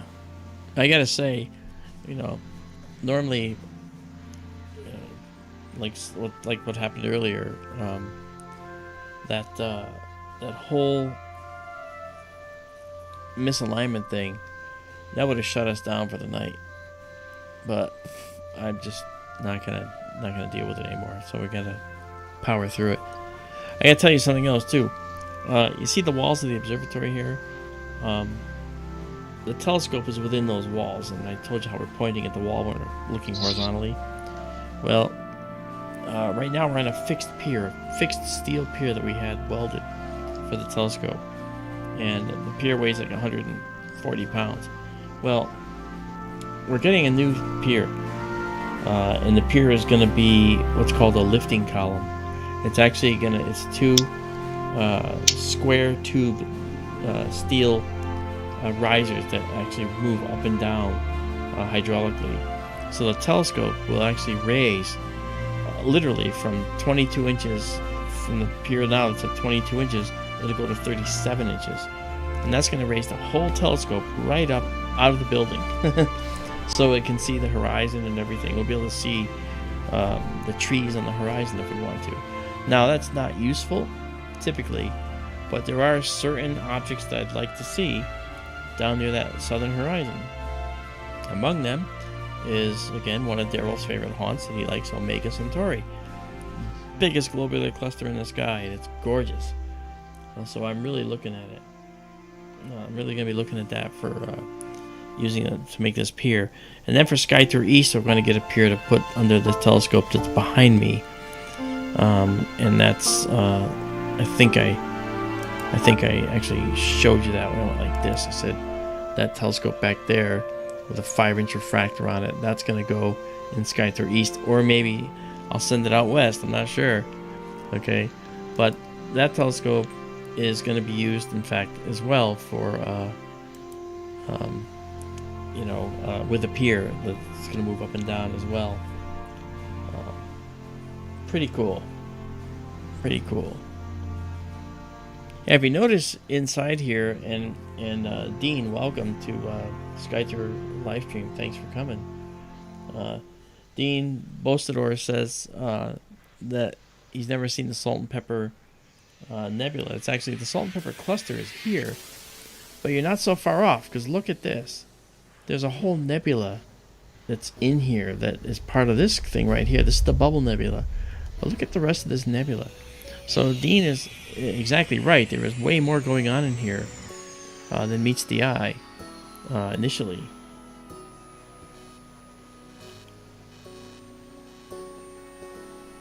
Yeah, Ray, the telescope is lower.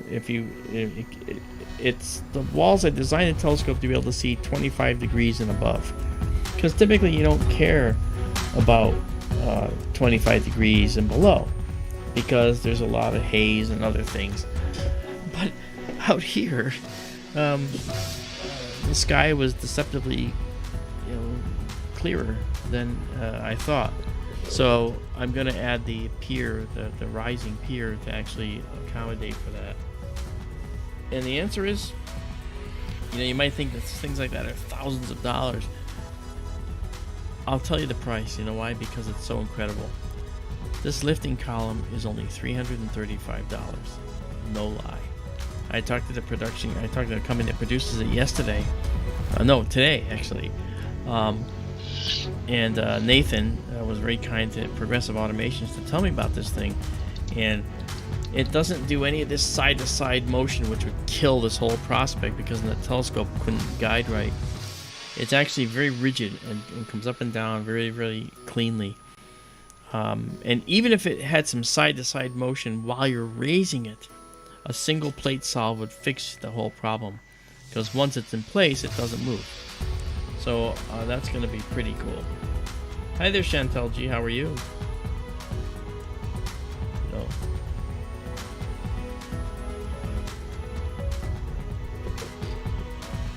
Oh, which Discovery Special was that, Chantel? You talking about the Discovery Plus thing? Or Discovery Channel? I'm certainly not patting myself in the back, but I've been on both. I'm just curious which one you saw. This is getting better and better. Look at this. You can see all this other stuff up here. Look at that, Daryl. You can see some hints of dark nebula in here now. Really pretty. Yeah, Ray, it is cheap. Think of it as one leg of a sit-stand table. But it's big. It's got a giant plate on the top and bottom. And those plates can be adapted to other plates, like floor plates, to mount it to the floor, level it. And that would really... that's going to be just... It's going to make life very different. Oh, Susan, what a great question. Who names these?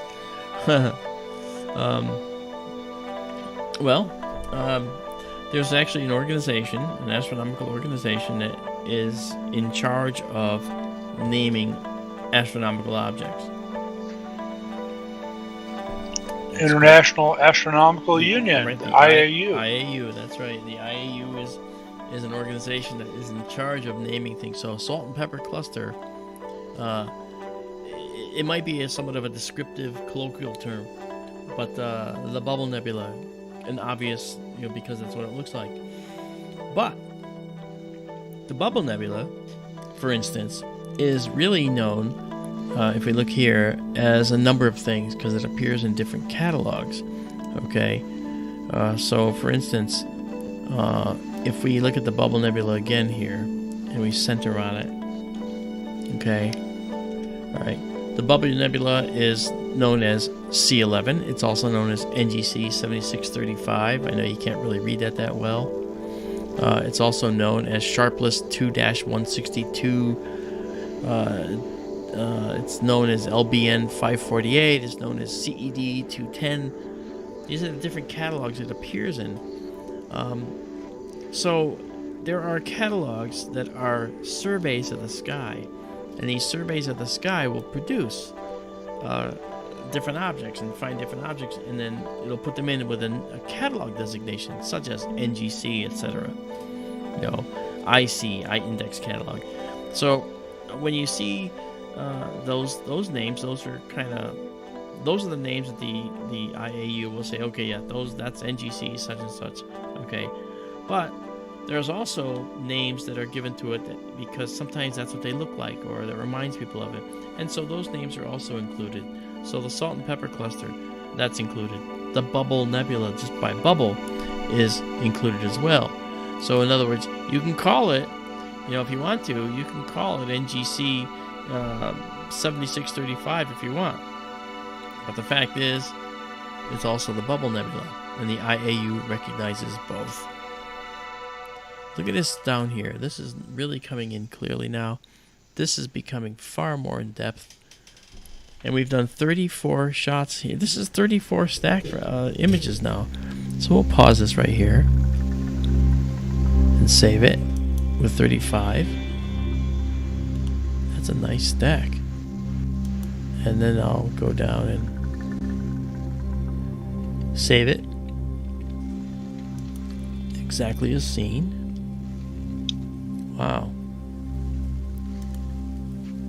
That's just beautiful.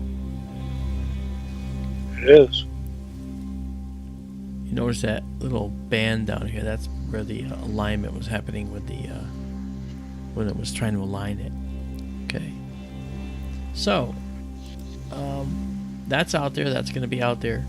So I'll go back to 1 second now. I'm glad I tried to focus again because that worked nice.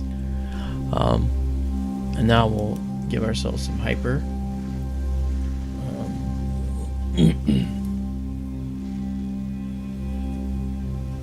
Oh, Chantel, thank you so much. That's really heartwarming to say that. Thank you. See that, Daryl? She gave us a compliment. That was very nice. I did. Thank you, Chantel. Oh, yeah. I see you wrote that. I apologize. I didn't even see that. Okay. So nice, I said it twice. Yeah, that was very nice of her. Okay, so now, what we're going to do now is we're going to head to a totally different place. We're going to leave our galaxy entirely. Unless there's a dark nebula nearby in Cepheus that we'd like to look at. What were you thinking, Andromeda? Actually, no, you know what? I promised we'd look at the Iris, and we didn't do it Oh, yet. yeah. That's So right. Let's go with the Iris, because that's got some really cool nebula. Yeah, the Iris is on that list of objects to Cepheus, too. Yeah. Okay, so here we go. We're heading to a star. Oh, we're probably going to use Alderamin. I'm going to guess it's probably going to go to Alderamin. Oh, no.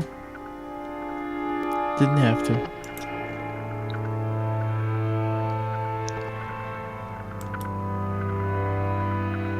Okay, so it's going to use this star.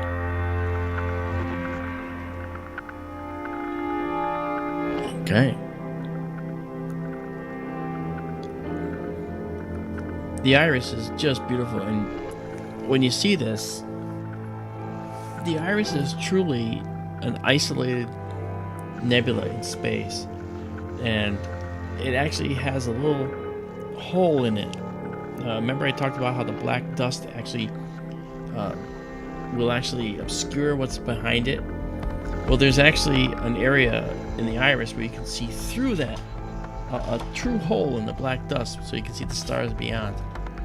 This is the Iris right here. Doesn't look like much, but what we have to do is, thank you, Ray, thank you so much. What we have to do is we have to do a 25-second exposure here and cut off our hyper process and just go into a stack, clear this previous stack, and now we'll see something. Thank you, Raymond. I will. I'll give that nice stack a tip.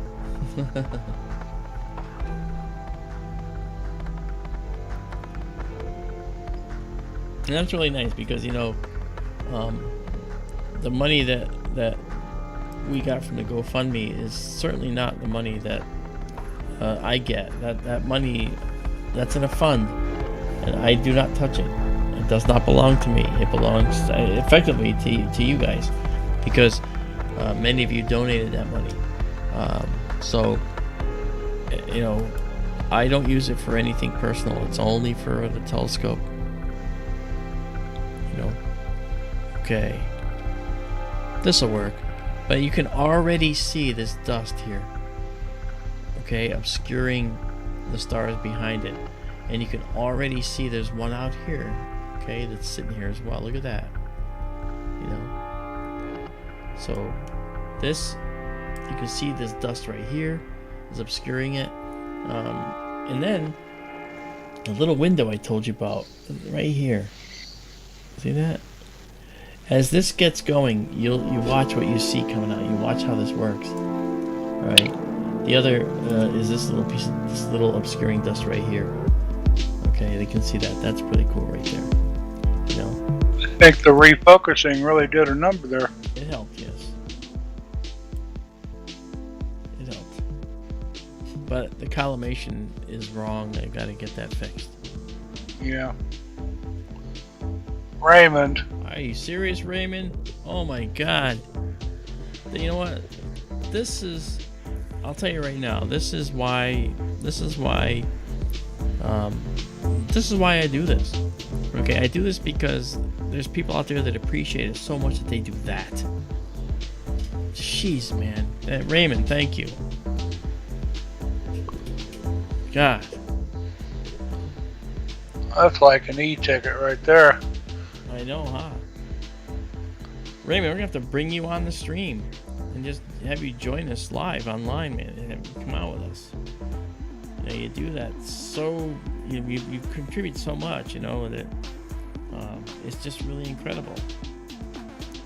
If you have a Skype ID, Raymond, let me know. We're gonna bring you on.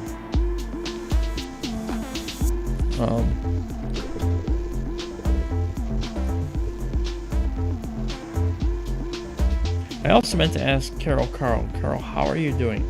I know we spoke the other day briefly in chat, but we didn't actually get to communicate further.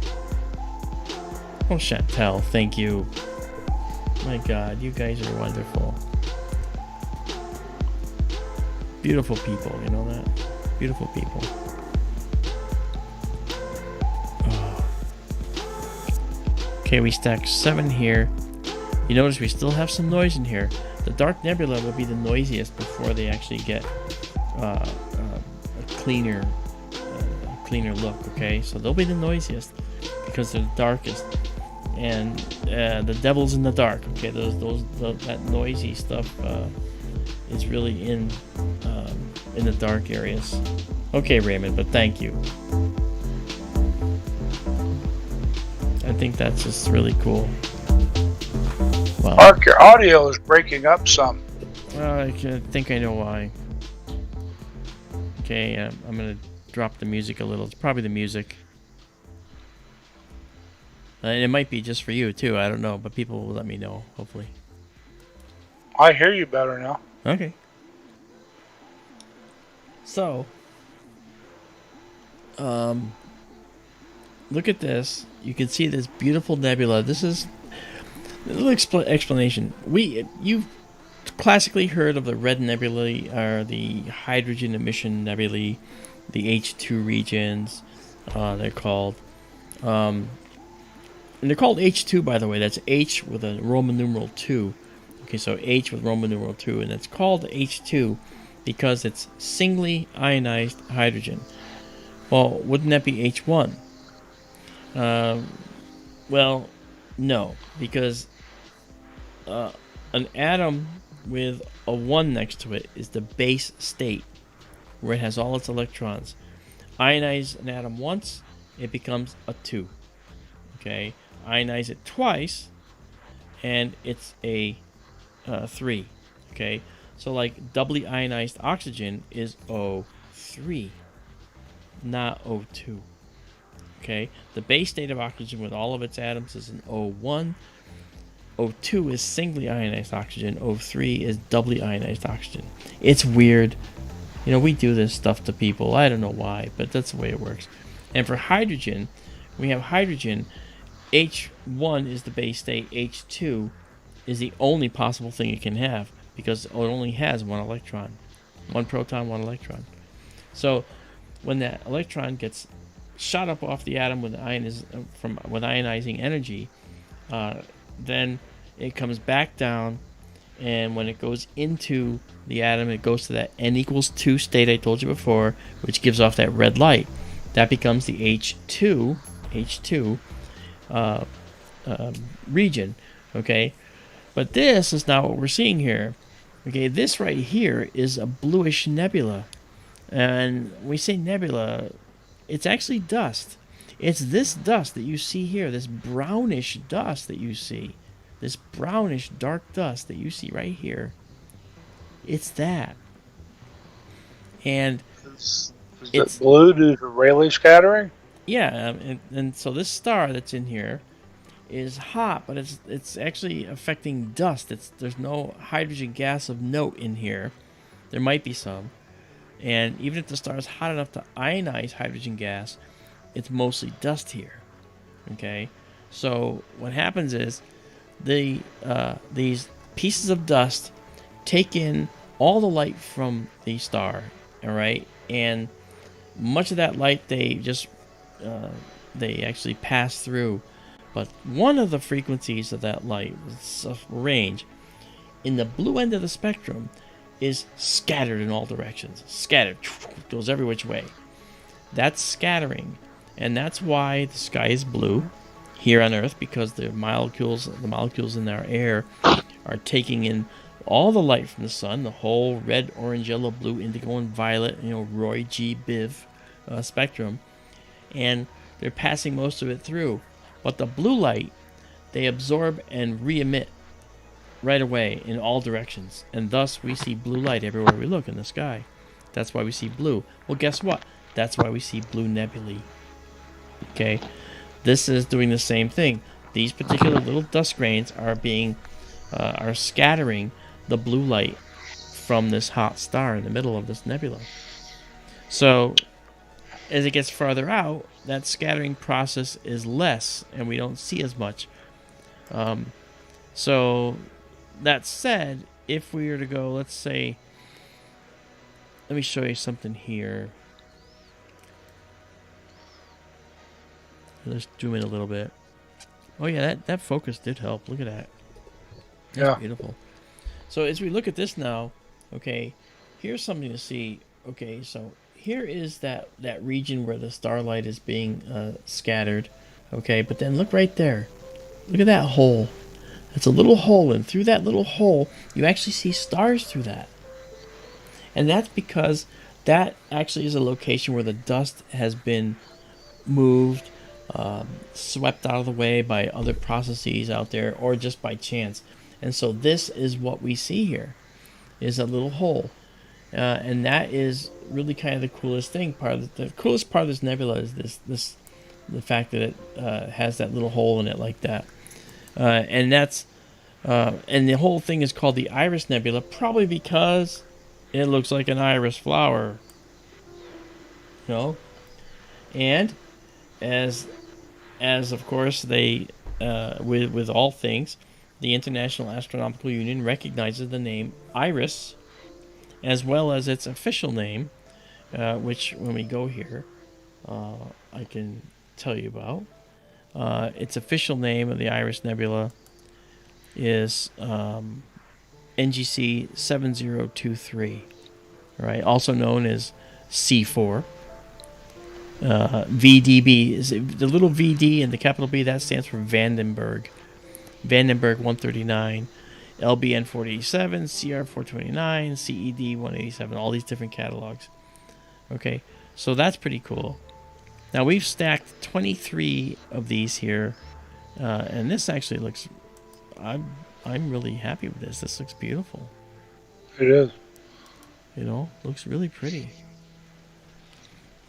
And you can see this area over here now. The grain is almost gone. Notice, the grain is almost gone. It looks much more clean, and so we see that now.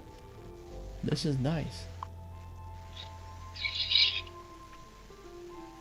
That's right. Shine on you, crazy diamond. Shine on you, crazy diamond. Pink Floyd. Great song. Yeah. So, yeah, if you guys go ahead and hit some thumbs up out there for me on the stream for Daryl and I, and that would really be appreciated, because that helps us, get trending in YouTube to make sure that people recognize what we're doing and know that this is the place to go, man. This is the place to go for astronomy. It's live. That's the cool part. It's all live. Let's see if I can make an additional change here. Yeah, that's what I want to do. Okay, I'm going to drop this one little notch. Okay.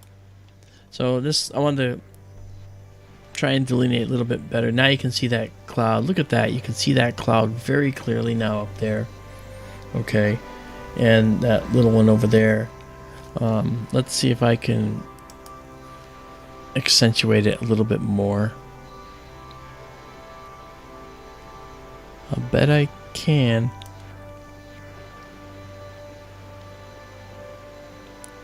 See, if we go this way, see, now it approaches what we see with SkyTour East when we're doing that. Ray, did you just do that again? Oh my god. You know what? I love how we hit a nerve with people sometimes. Thank you, Ray. Thank you so very much. I am amazed. You know, this is great stuff. You know what? This is the kind of thing that makes me feel like it's worth doing, because this shows that people appreciate it. You appreciate this stuff. This is great. So cool.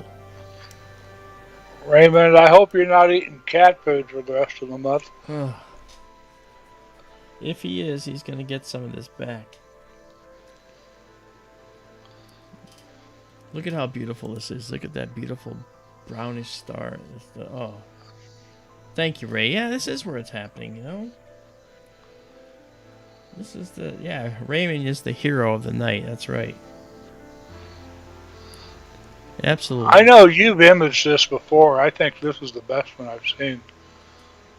Yeah, and it seems like it is. I wanna zoom in more to see whether how the focus is looking, because it's looking okay. I'm gonna go to 100% full size and see what we got. Yeah, see they're just a little bit off, and that's what we're seeing there. That's the error in the collimation of the telescope. But we'll fix that. We'll fix that. It's still good. God, all the detail in those clouds. Yeah. Yeah. Beauty. Yeah, you can see that. And this is the point. Here's how you can see that those clouds are actually standing free and separate from other clouds around. You notice how we have all these things, all these clouds and nebulosity, nebulous details all mixed in with each other. Well, here, we're actually seeing that what we're seeing in the sky is a separate knot of material that formed or was in this area. Maybe that star was formed in this location.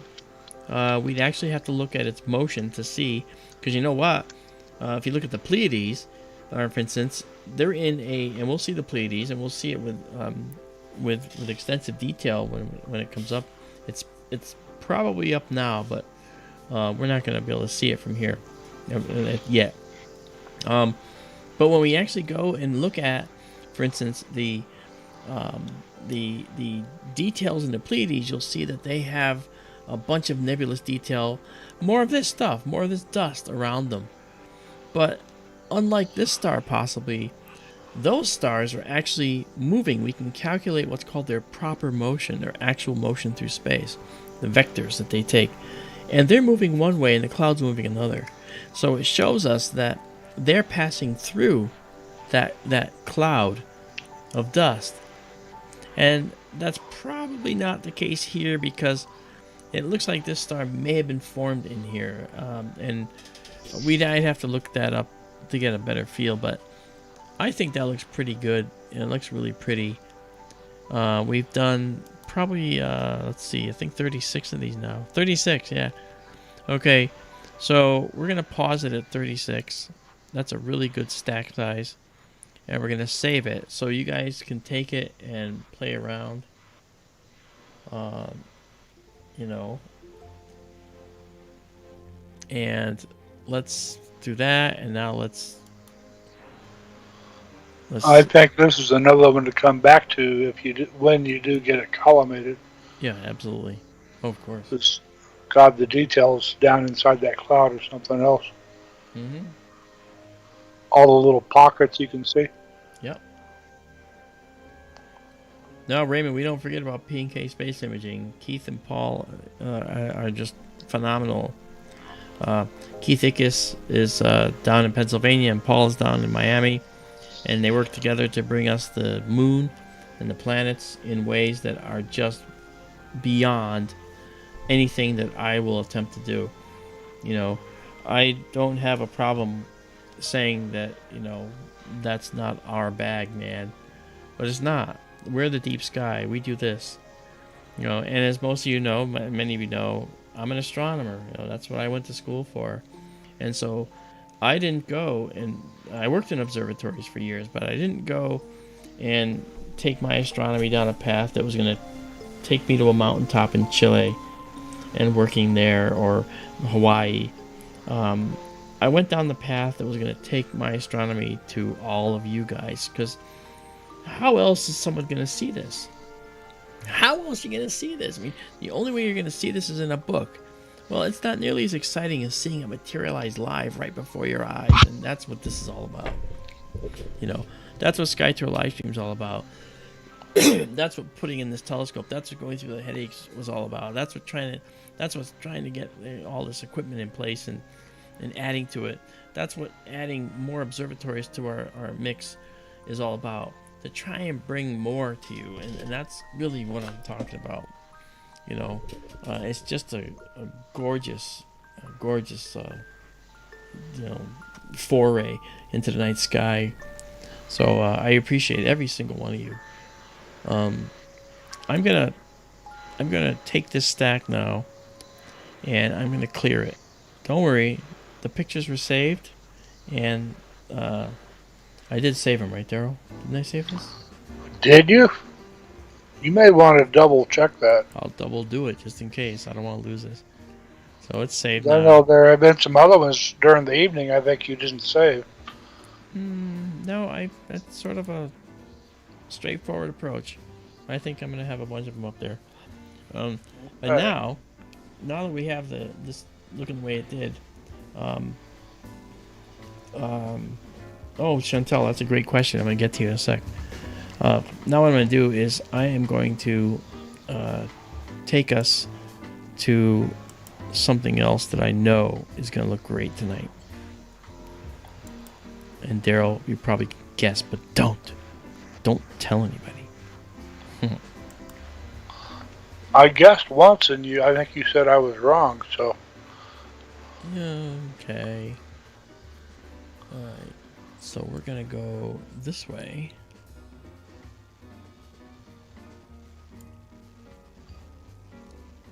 And probably this way. Yeah. Okay.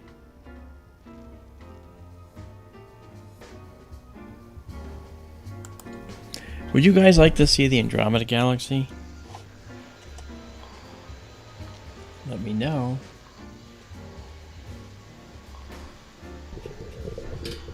And yes, Susan, thank you. Oh, Ms. J, hi, welcome. Welcome to SkyTour LiveStream. I'm Mark. This is our telescope view here. Okay, this is the current object that we're checking out right now. Beautiful dust cloud with star in the middle. And this is our star view. This is our telescope control. This is the telescope in the building. This is me. Hi. Okay. And then we have a planetarium that's hooked into this right here. This is controlling the telescope as well. And so right now I have the Andromeda Galaxy selected, and we're going to go to it.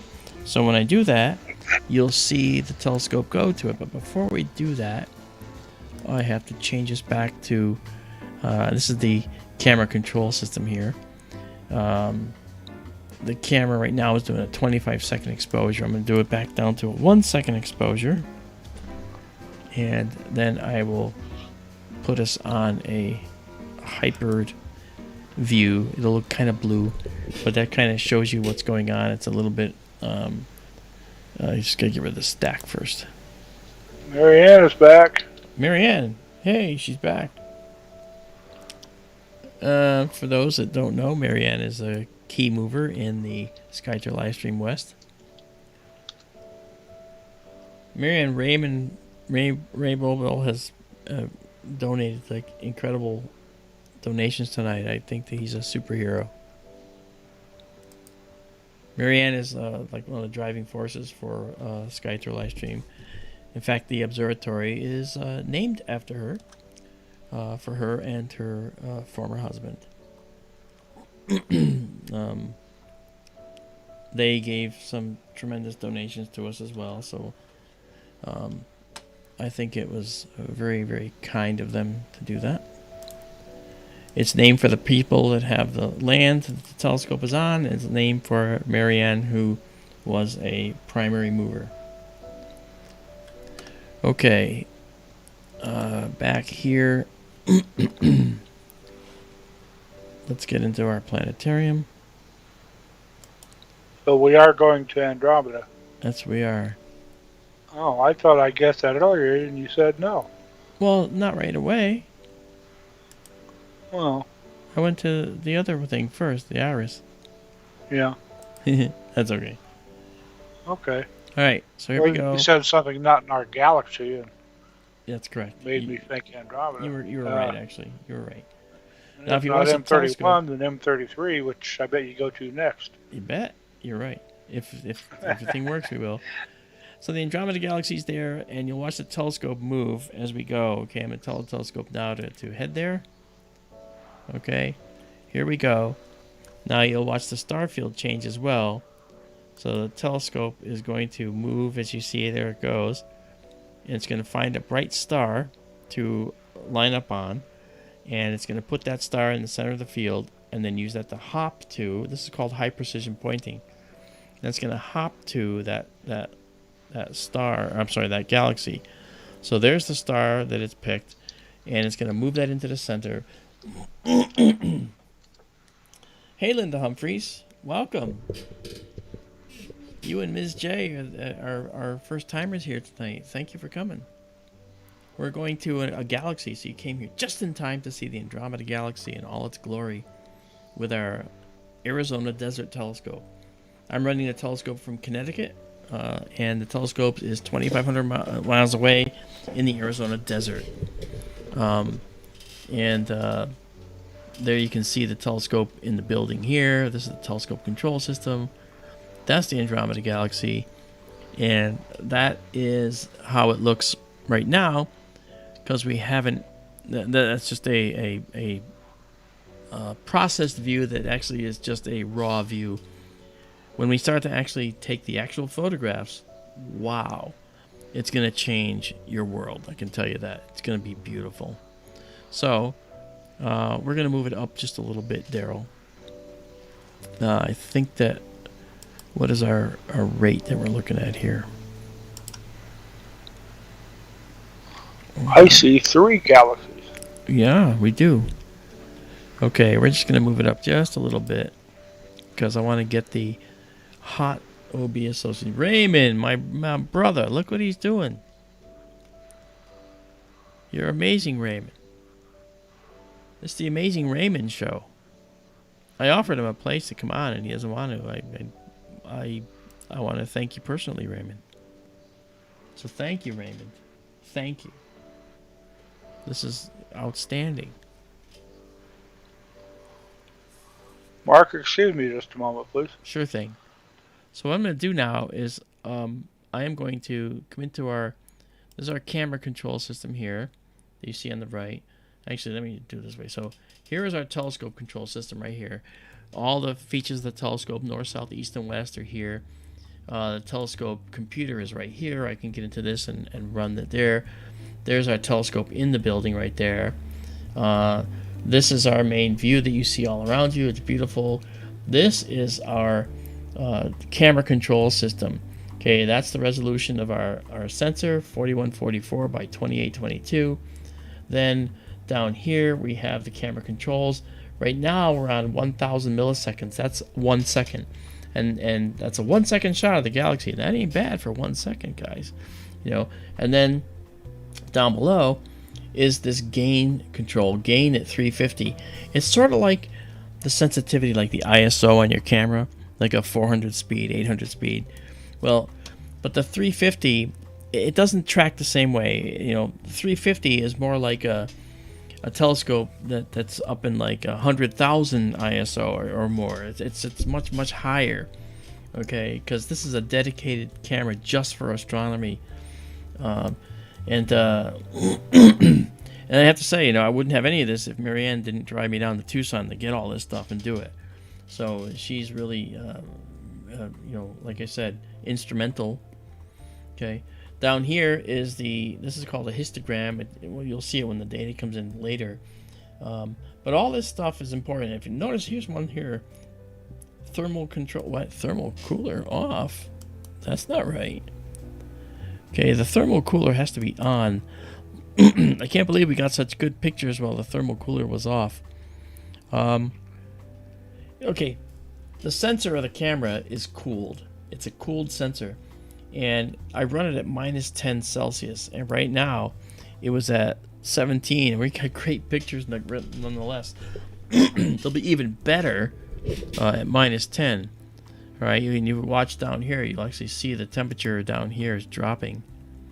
Okay, target temperature is minus 10, and now it's at 13. It'll be dropping very much more quickly. And now we'll go into here, the Andromeda Galaxy. And now that I've shown you all these things, now what I'll do is I will come in and set our time to the 25-second time we want to do this.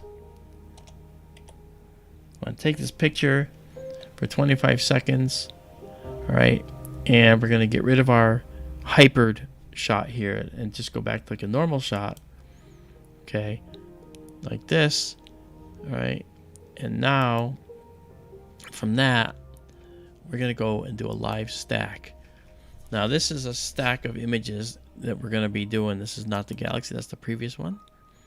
Down here is the scroll bar down here. When that gets all the way up, that's one exposure done, and you'll see it, and you're going to see the Andromeda Galaxy appear right here. All right, and there you go. Welcome to wonderful astronomy. What do you think of that, huh? That is gorgeous. That is beautiful. This is the Andromeda Galaxy in a 25-second shot, and that's just one image. You'll notice this is kind of, in fact, I'll zoom in to show you. You'll notice that when we look at this, okay, when we look at this thing up close, when we just have a couple, look at the banding, and don't worry about the focus. The focus is a function of something called collimation. We're going to fix that, but it's better than it was before. But look at see that modeling there? That's noise, and we have to get rid of that noise, and so we're going to. The way we do it is by taking multiple shots, multiple 25-second shots, and then we lay them on top of each other and stack them. But we're doing it dynamically. We're doing it right in front of you with the telescope here. So this will give you almost a final view of what it's going to look like at that point. So just watch carefully and watch what we see. Now, in the Andromeda Galaxy, it's 2 million light years away, and it's actually on a collision course with us, actually. And we are going to feel its wrath in about 2 billion years or so. But it has about 1 trillion stars compared to our 150 billion or so. And that 150 billion stars that we have is enough. That's a lot of stars. But you can't even imagine 1 trillion stars. Our galaxy will be ripped apart by this when it hits, but guess what's going to happen to us? Absolutely nothing. We're still going to orbit the sun. We're still going to be here as a set of planets around our star. It may look a little different in the night sky. Our galaxy might take on a different shape. Our spiral arms might be ripped to pieces, and the stars made into a different shape galaxy or pulled into a different shape because of the collision between the galaxies. But that's what could happen. This guy right here, this is an amazing galaxy at 2 million light years away. And let me see if I can, now that we have 6 frames stacked, let me see if we can get the color to be a little more correct. That's a little more like it. So the older stars are in the middle, and then in the spiral arms, you can see the spiral arms are where these curls of black dust are. These are black dust. All these stars you see in the view, by the way, they're here. They're in our galaxy. We're looking way out here at a galaxy that's way out here. So we're seeing through all of our stars, okay?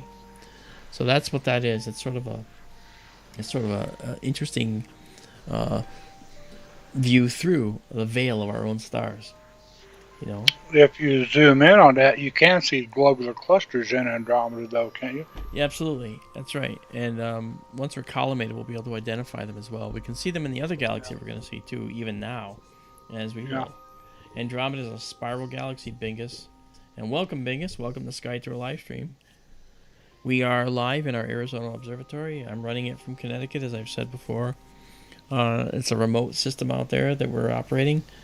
And this is information to tell Marianne. Marianne, the telescope went haywire a little while ago. And I was able to get it all realigned. It just started traveling in one direction. It wouldn't stop. Luckily, it was going slowly, and I kind of ran it in a direction that would bring it down below the roof line if I had to quit. Then I shut it off, turned it back on, and got rid of all the applications that were running the telescope, and only brought up this one right up here that you see right here, this guy. And once I connected that one, it all came back correctly. It was very nice. It's very nice. So, winter's going to be phenomenal, Marianne, like you say, yeah.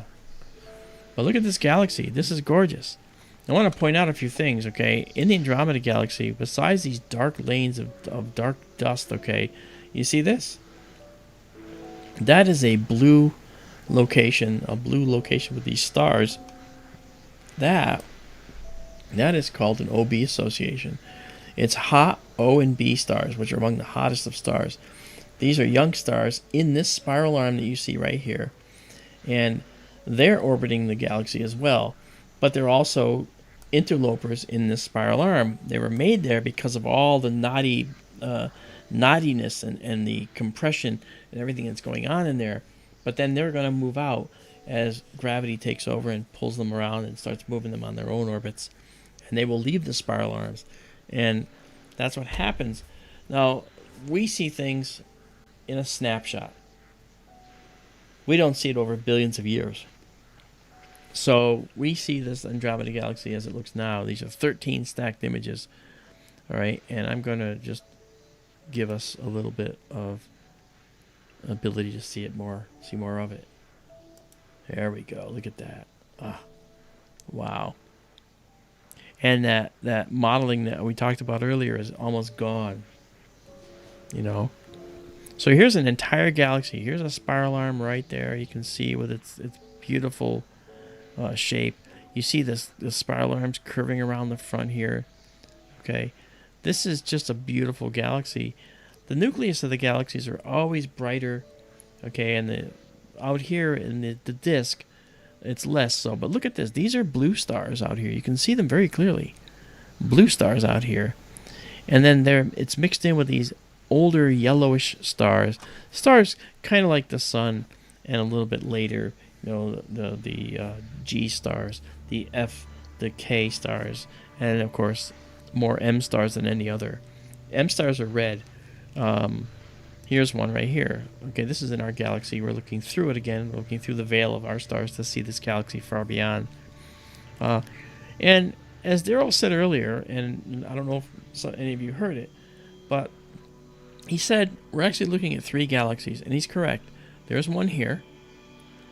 Okay. There's one here, and then there's, of course, the Andromeda Galaxy. These are called satellite galaxies or companion galaxies. Okay. One of them is M32, and one of them up here, I forget. Is this M32, Daryl?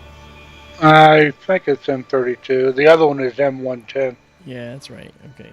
So there are actually 3 Messier objects. Right, all in one shot. Yep. All in one shot. Yep. This is live, California Dreamin'. This is live. We're actually stacking this. This is coming in live. I'm so glad you joined us, California. So good to see you. Really good to see you. So this is a live view of the Andromeda Galaxy. We're seeing it live as we're stacking it. In fact, as we come in here, we've stacked 19 shots right now. And 7 minutes and 55 seconds of exposure total here. So that is live. Beautiful blue spiral arms here with these beautiful stars there, and you can see the color difference quite nicely. It really stands out. I don't get it. The color rendering is so much better tonight. It's weird, you know. And may I make a correction? Yeah. M110 is the other oval. This guy? And M32 is the round one. Yeah, okay. I kind of had a... That's right. Neat, cool. All very cool. And Bingus, you said something really important. You said there just has to be life in there. You know what? You're right. And guess what? In many of these stars we're seeing as we're looking through in our galaxy, um, there's got to be life even in this view that we're seeing. In California, asked the question, why don't you see any effects of motion? Well, there is motion. You just can't see it because of the time scale it takes to show the motion across such vast distances. This is a galaxy with 2 trillion stars in it. It's way bigger than our galaxy. And we don't even see motion in the nebulae within our galaxy except in special circumstances. That's because everything is so vastly separate from each other and at such large distances that motions of thousands of miles an hour can be invisible to us for thousands and thousands of years. Okay, it's just an incredible feeling, you know, to know how small we are. You know, but this is beautiful. And by the way, we're not even capturing all of the galaxy. There's more outside each end of this field. Okay, it takes up several degrees in the sky. Our field here is 2.1 degrees wide and 1.8 degrees tall. So just a few full moons in each direction, fewer in this direction. So it's pretty impressive, you know. So, but we have we've stacked now 24 frames, I believe. Yeah, 25. Okay, a 10-minute exposure of this galaxy with this dedicated astronomy camera. Yeah. It is, Mrs. J. It is J. It's extremely humbling to look at this gigantic colossus of a galaxy and be able to see all the detail that we can see in it. This is just beautiful. Wow.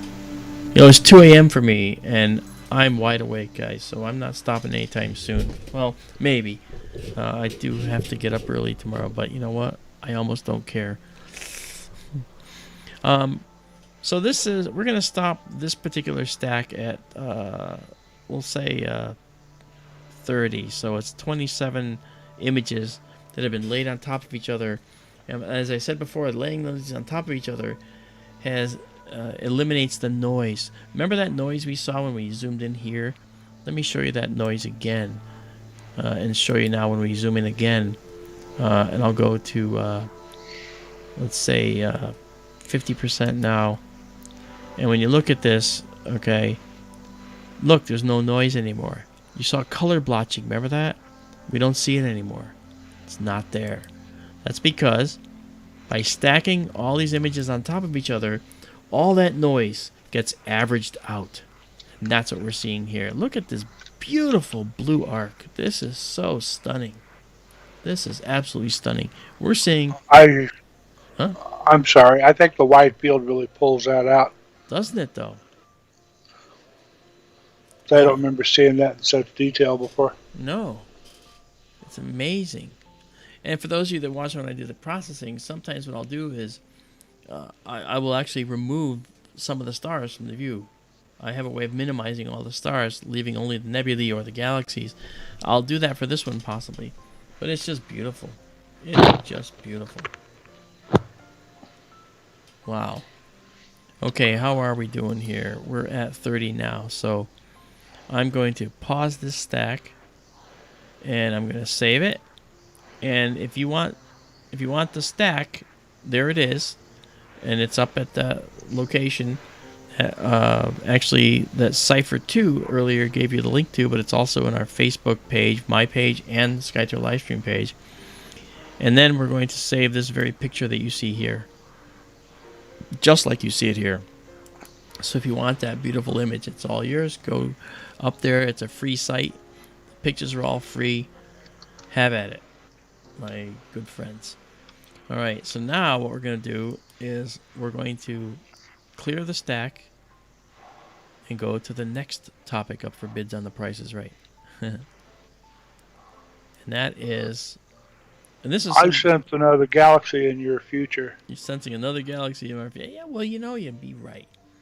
So this is our planetarium view, and we're going to head over to this little galaxy right here. This galaxy is actually very close to it in real space, and it's slightly farther from us than the Andromeda galaxy. All right, so that's kind of cool. So let's go here. Watch the telescope. It won't move that much, but we will be going to a bright star. So, okay, we should be underway now. Okay. Oh, I am moving, but the telescope is still on 25 seconds. So I just have to take this and go to 1 second. Okay. And then we'll see it better. And then we go here. And we're going to be bringing in a bright star. This bright star is our finder star. It's the telescope is doing a high precision pointing system where it's going to put that star in the middle of the view and then race off knowing the exact direction to this other galaxy we're going to.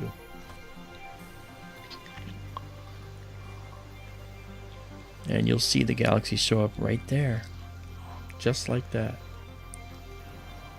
Okay, this is the Triangulum Galaxy, Messier 33. And this galaxy has an awful lot of character. There's a lot of really cool things going on here. Yep.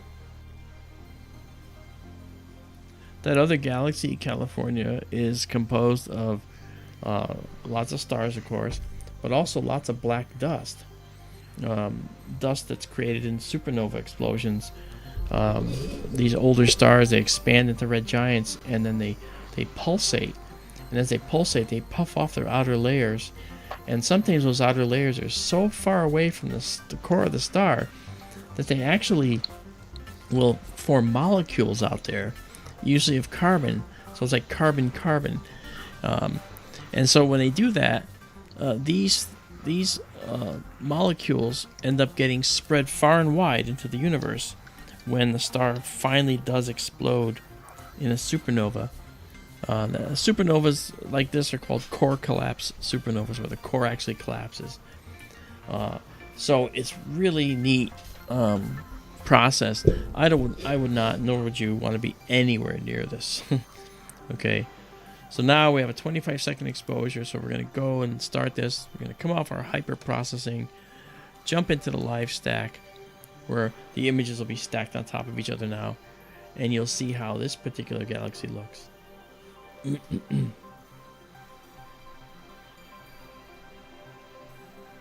Yeah. So our exposure, you can see the green progress bar. And then there we go. Wow, look at that. Wow. This is Messier 33. It's also a spiral galaxy, just like the other one, just like Andromeda. The difference is that Andromeda's spiral arms are more tightly wound, so to speak. This one is more loosely wound. See, there's one right there. Here's one right there. This one has a designation of capital S, little c. The C, the little number, the little letter next to the large letter. The Andromeda Galaxy is an SB. S with a capital S with a little b. Spiral B class, meaning more tightly wound. Not the tightest, but more tightly wound. A C is sort of loose and sloppy, and that's what this is. It's sloppy. It's a sloppy old galaxy. But it's got a lot of star formation going on, because if you notice, look at the size of these spiral arms. They're mostly blue, aren't they? A lot of blue going on out here. Yep. Yep. It is an amazing galaxy, Isabella. And as before, what I told you, okay, when we look like here in this location, right, as we zoom in, you'll see that there's like a modeling, and the stars, the colors, the noise is in it. That's all noise. And we don't want noise. We want it to go away. So by stacking these, what happens is we stack them, and all that noise gets averaged out and is gone by the time we're done.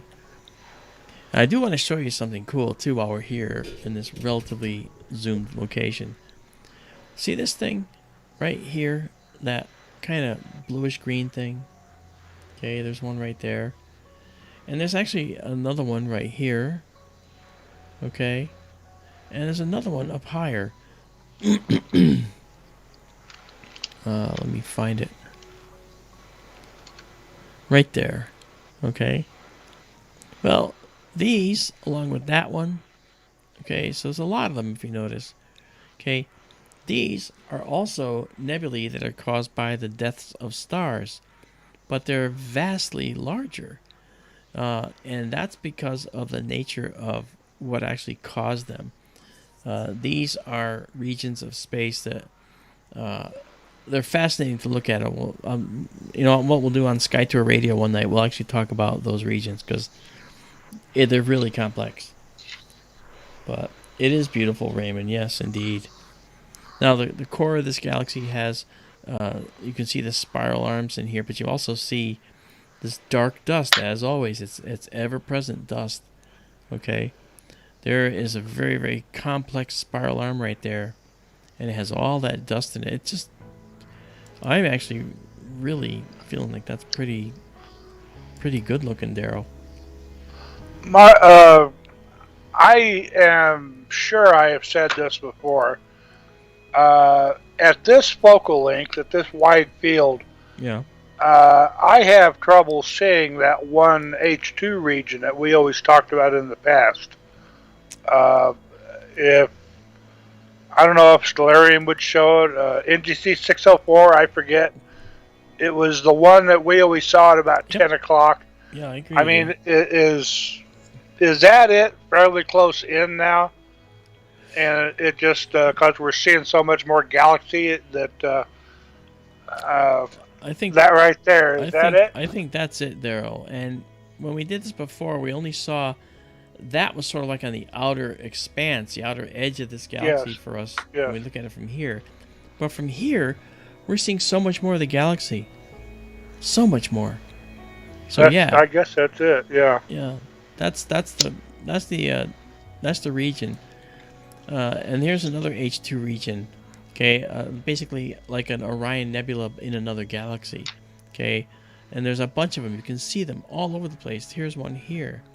Okay. Now we're also looking again through a veil of our stars here in our galaxy. That's the other problem too. So we have to deal with that as well. You know.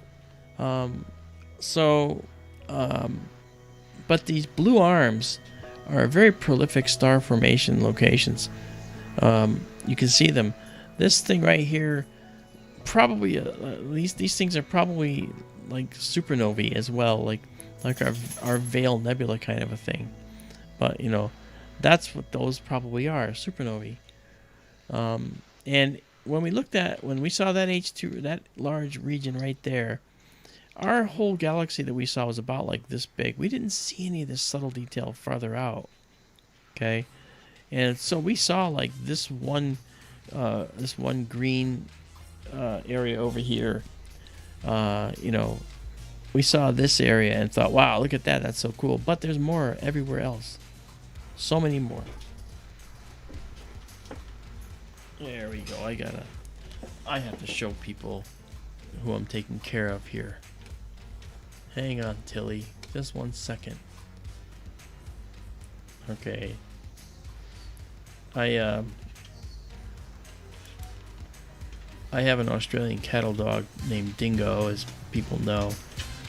And this down here, come up here. Come. There's a good girl. This is Tilly. She's another Australian cattle dog that she is here spending the week with us. Yes. Yep. And I'm sorry about that.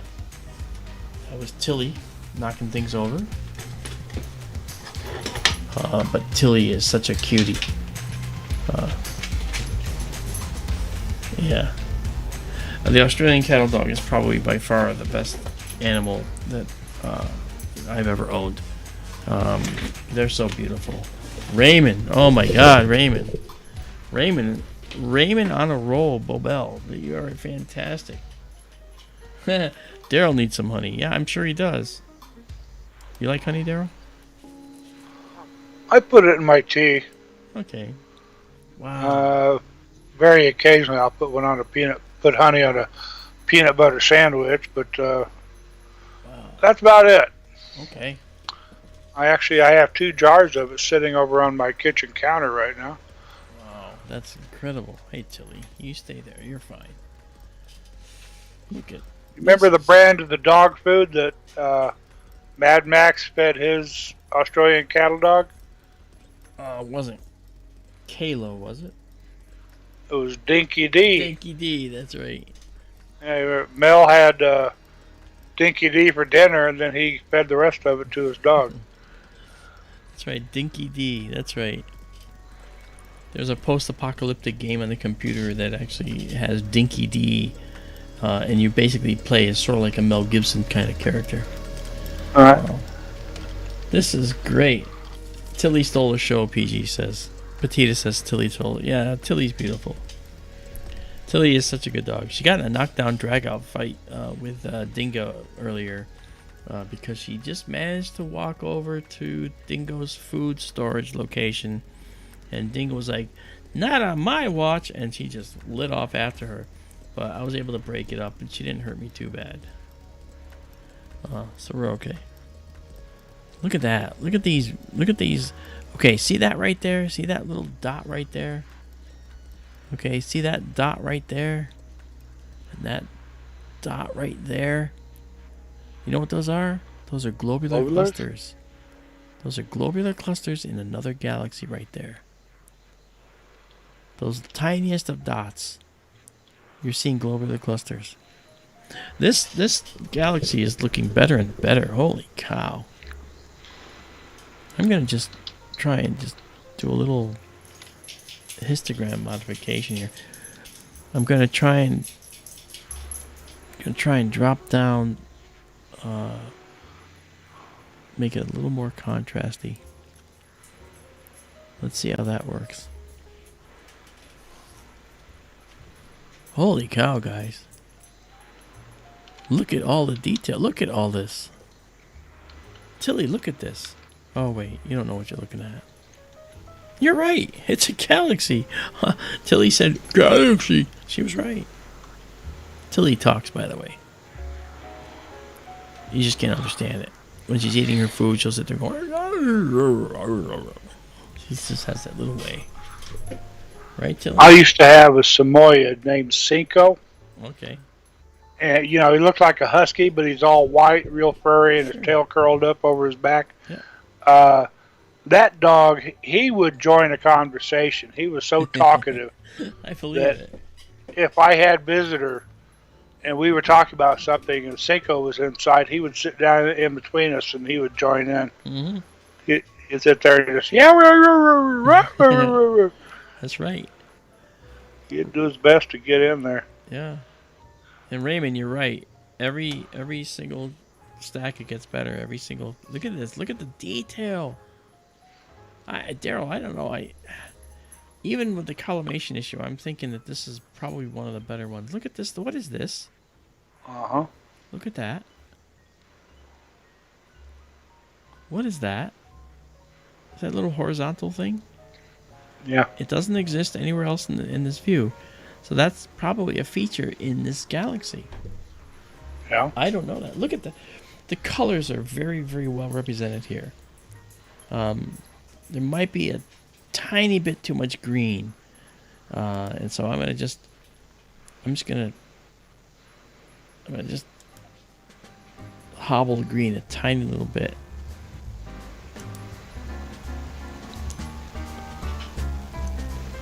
Okay.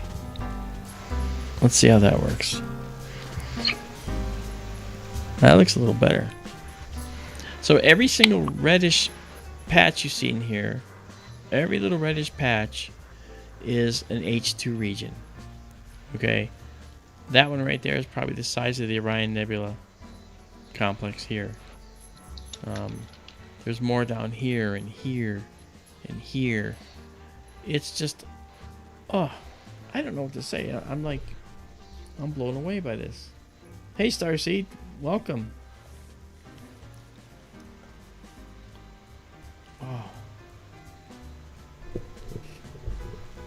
I really am kind of blown away by this. This is really pretty.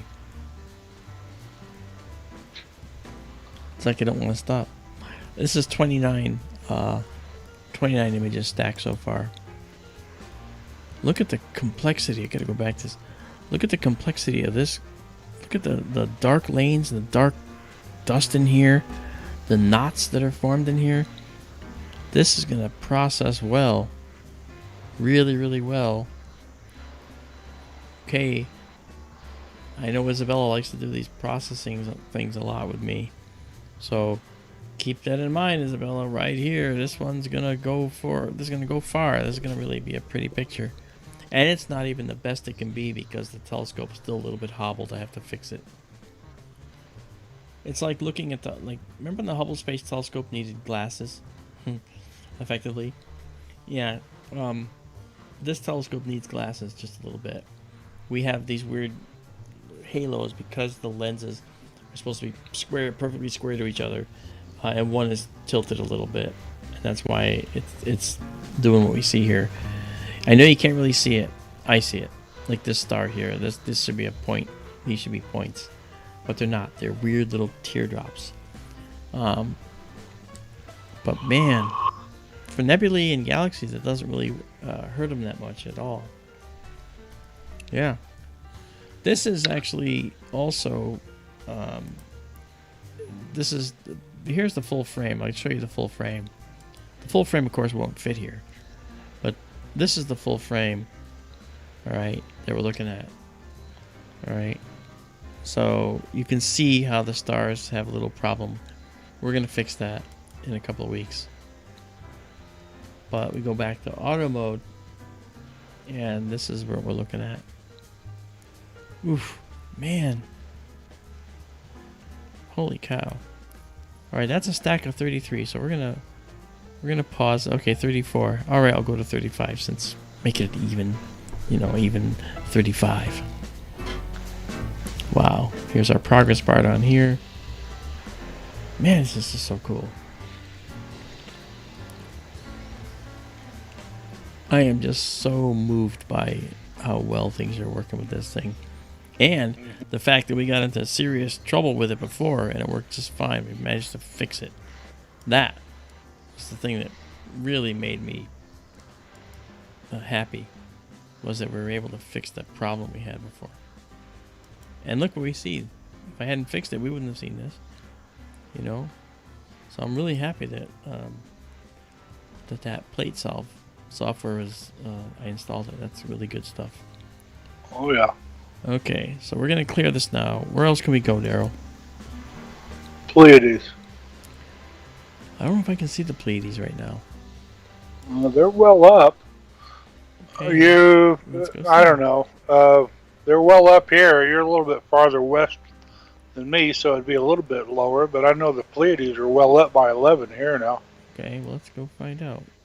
There they are. All right. All right, let's go here. Let's just select them.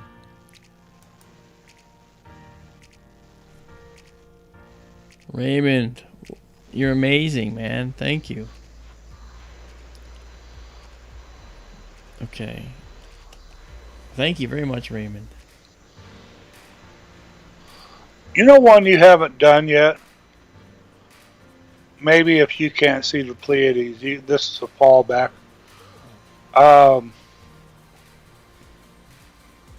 Double cluster. Oh, I've done I bet that. Huh? Oh yeah. Well, I can. The Pleiades are at 40 degrees, so I think I can do that. Here's the thing. They're actually toward the eastern. They're northeastern, and so we'll check it out. Let's see if we can do that. Okay. If we can't make it, we can't make it. Okay. Well. All right. I forgot to change. I was reading something about the double cluster the other day, and I thought at the time it would fit your frame size now. Okay. Really well. Yeah. See where the telescope's going. It looks like it might not be perfect, but we'll see. I gotta get rid of this. I don't want to get rid of that. Oh, shit.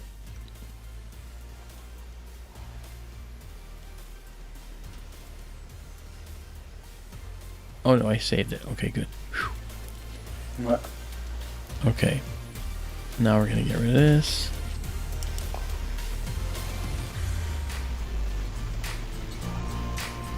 Okay. Let's go see. Here we go. That's the Pleiades. Can't miss them. Look at that. Ta-da! Pleiades in here. And you can fit the whole thing in your field of view now, where No. with the F8 scope you couldn't. Oh, we even see the nebulous detail. Look at that, guys. That's beautiful. Yeah. Oh, I'm nervous. This is, and if you look in this image over here, right over my head, you can see that the telescope is somewhat obstructed by the roof just a tiny bit. So we're not getting the full benefit of all the 10-inch aperture. So we're taking this probably more like with a 6 right now. When it gets higher in the sky, it'll be even better. But let's just check out the Seven Sisters, shall we? Alright, so let's go and do this. I feel like this is cheating because, you know, we basically haven't been able to see the Pleiades yet, and we shouldn't technically be seeing the Pleiades yet. But okay, here we go, and we'll jump into a live stack. And now, let me just clear because that's not a real one.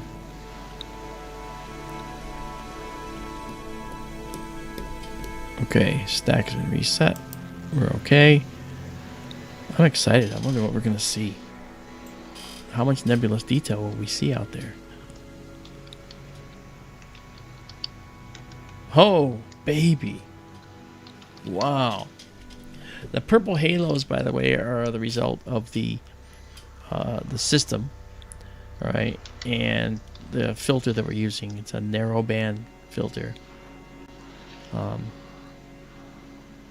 I had a feeling we were going to see halos. Yes. But that's okay. Tons of nebulosity. Oh, yeah. It's only going to get better.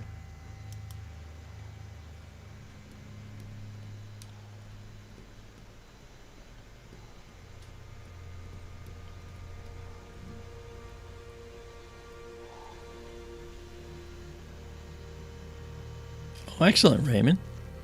That's very cool.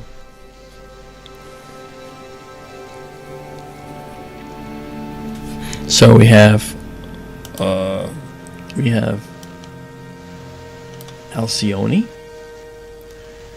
We have Merope. We have Maya right there. Is that Tegeta? Tegeta? I never can keep the name straight. Okay, or is this Atlas? There's Atlas and Pleione. I can't see what you're pointing at. Okay, it's this guy right here. There you are. Well, they're all there and then some, so. Yeah.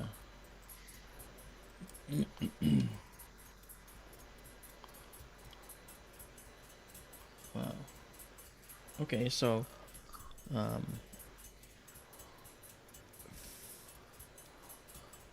I got into it with a guy at work once, who swore up and down that the Pleiades were the Little Dipper, and he could not be convinced otherwise. D-Man, what's going on? Very hard-headed guy. I'm using the Botter UHCS filter. I also have that quad band pass filter as well. Wow, Raymond. All right, I'm so glad we're seeing it now, man.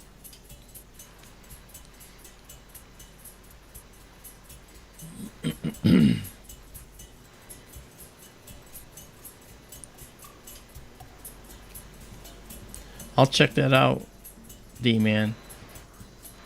I'll check it out. I mean, I can put one filter in, and the halos, I know some of the halos are coming from the filter assembly, but you're also seeing the main mirror as well. So this white haze you see, that's because we have the edge of the observatory in there, and as dark as it is out there, we do have lights that are on for like indicator lights in the observatory, and those subtle tiny LED indicator lights are more than enough to be picked up by the sensitivity of this camera. So that's what we're seeing here. So I'm sorry about that, but once it's higher in the sky, we won't have that problem anymore. But look at how beautiful this nebula is. Look at how beautiful that is. Wow.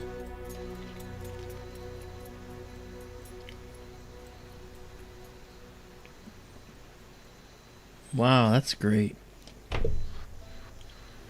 Thank you, Mark. What's that? Thank you What are you thanking me for? for showing us the Pleiades. Oh, well.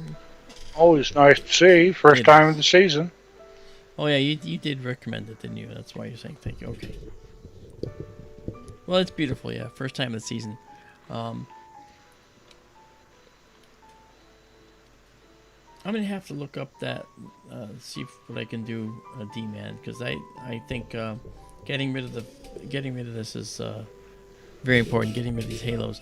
I'm actually just working on a algorithm in Photoshop, an action that would actually procedurally remove halos of all kinds, and reconstruct the site around the star, and that's really something that I was very excited about doing. You know, so I'm working on that too, but I think that's probably a better option, is to just try see if it's the filter, because I've only got one filter in there. There's just one filter. I mean, it has two surfaces on it, the top and the bottom, right? And the top side and the bottom side. And we got the hyperstar lens. We have the corrector plate. We have the main mirror. So with really, really bright stars, I get successive halos like Antares. I can't take a picture of Antares, it's just an orange blob. It's successive halos every time. But I would like to see, I'd like to see what happens here.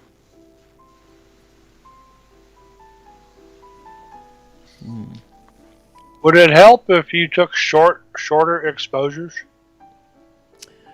We could try that. It would help, yes. You don't have to do it now. I was just thinking as a general thing. Well, I don't think that's a bad if you idea. still stack them, though, would it come back? Not sure. We can try that, because this stack is nice. It's 16 already. So I'll pause it. I'll save it. I'll save everything as it is. Okay? Because again, we have the building in the way too. That's why we get that. Like I said, the indicator lights illuminate a little bit of the building, no matter how subtle. Yeah. And that causes that haze you see in there. So once it gets higher in the sky, it'll be better. But here, let me do that. Let's do this. Let's go back to here. And instead of 25 seconds, let's do 10 seconds. All right? Do 10 seconds and see what we get. First of all, let me see what this gives us. Do a little extra processing here and just see if there's more in there. Yeah, there's some more in there. Okay. You can look at all this extra stuff in there. Okay. Nice. Oh, so nice. Okay, undo that processing for a minute. Okay, so now we'll come back here and we're going to clear the stack and then resume, but only 10 seconds.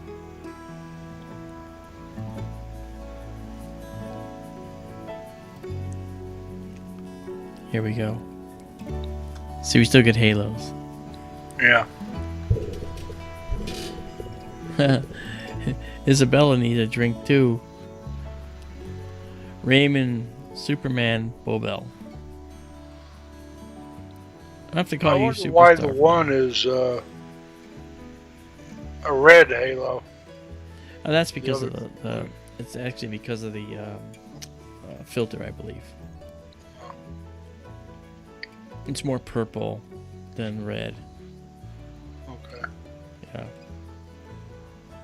That's pretty though. I mean, it does show little differences, but these are bright stars. I would like to get rid of the halos entirely, though. Oh, of course. This makes me wonder if you were to take a look at the double cluster, if you're going to suffer from halos there also. No, I won't. I won't. I've done it before, and I haven't seen halos. It's a certain brightness of star. All the naked eye stars that you can see with your eye will give me a halo of some kind. But you'll notice that Merope doesn't give me that now, and we still see quite a lot of nebulous detail. Yeah. You know? And if I go into the stack, okay, it'll hide Merope for a minute, but if I go into the stack and I just give us a little more processing, okay, you see the halos are still there. They've just been hidden by the other nature of the processing, and I want to get rid of it entirely. I want to get rid of the halos in their entirety. I thought in your conversations with Star Arizona, and I forget where else I saw that. Maybe it was that Dylan O'Donnell guy, that Australian astronomer. Okay. On YouTube, he was talking about it. He said that the halos are actually an artifact of the hyperstar system itself. It could be. There's a lot of lens elements in the hyperstar. Keep in mind that there's no other telescope on the planet that actually has a hyperstar like this one, and the reason is because this one was specially designed for this particular telescope, this style of telescope. Mine's an f8 10-inch telescope. There was no hyperstar for this until I came along and I talked to Dean Koenig at Star Arizona in Tucson, Arizona, and he said, I think we can make one. And it took them several weeks to get the proper adapters and stuff done and machined. But they had the Star Arizona hyperstar ready for me in a few weeks, and I came back the following month, and boom, there it was. Good night, Bobby Burgess. Thanks for coming. And Night, Bobby. John Helms, hey there, how you doing? Yeah, you know, now you'll notice that it looks, we get a little red. There's a red indicator light in there that's probably causing this. So it's changed over time because of the fact that the telescope is moving slightly as the Pleiades moves. Wow. Okay, well that's kind of interesting. I'll save this too. And I'll save it exactly as seen, so you can play with this as well. Okay. And now we're gonna get rid of this. And we bring it back, we're gonna see this again. We'll have to get rid of it. Okay, let's go to 1 second. We keep going long enough, we're gonna have the Orion Nebula. Not really. It's not up yet. Oh, wait. Oh, hold on. Hold on. I could be wrong about this, but let me see.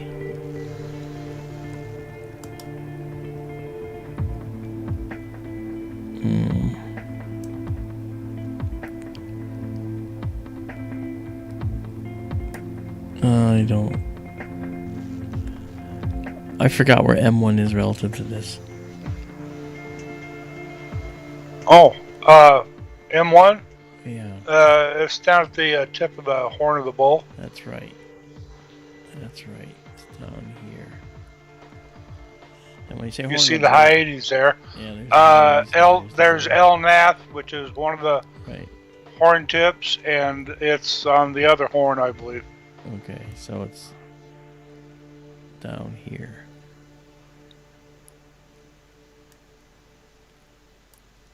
Okay. Auriga's coming up, and the Flaming Star Nebula is something that you just have to see. It's beautiful. And let's see now. Now, Capella should be well up now. Yeah. Heinz Variable Nebula. Yeah, we can't see the crab yet. Oh, I think it's down here. That's it right there. Yeah, we can't see that yet. That's, well, but it's in a direction that is toward Phoenix, Arizona. And there's a subtle light dome that you can't see with your eye, but is there with the cameras. And so I don't want to be looking in that direction typically.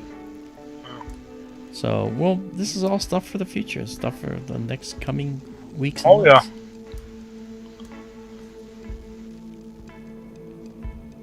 Yeah. All right, let's see. We did Orion Nebula. We did Andromeda Galaxy. We did the Triangulum Galaxy. What's this guy? Oh, Cetus A, M77. Yeah, that's a cool one. Yeah, it really is. It's a nice galaxy. And it's 45 degrees up. Let's try that. Sure. Yeah, there's Minkar right there next to it. That's Alpha City. But I gotta see which direction we're looking in here. I'm afraid it's gonna be, southeast. Okay, that's gonna work. All right, and now what we're gonna do is we're gonna move to that. We're gonna go to M70. So that's beautiful. Okay. All right, here we go. You're going to watch the telescope here. You're going to see it move quite a bit. Okay, because now it has to point directly toward us. And it's going to find a bright star. It's aiming toward us. It's going to find the star that's actually right near the star right here. It's going to find that one. Surprised that's Minkar itself. Yeah. Didn't take Minkar, did it? Well, maybe it did. This is City Alpha 5. Who said that?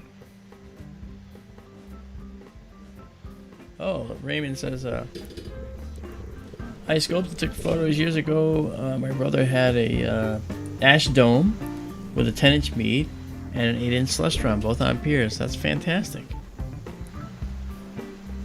Oh, there's Cetus A right there, right in the middle of the shot. Again, Cetus A may not look the best at this angle and with this kind of size, but we'll try it. Yeah, you may need more focal length for that. That's alright. We can zoom in on it. Let's do 20 seconds. It's going to overexpose it though. Alright. And let's live stack it and get rid of the Pleiades shot that's before it. The buffer. You know what? Guys, I'll tell you right now. I don't know when to quit. I really don't.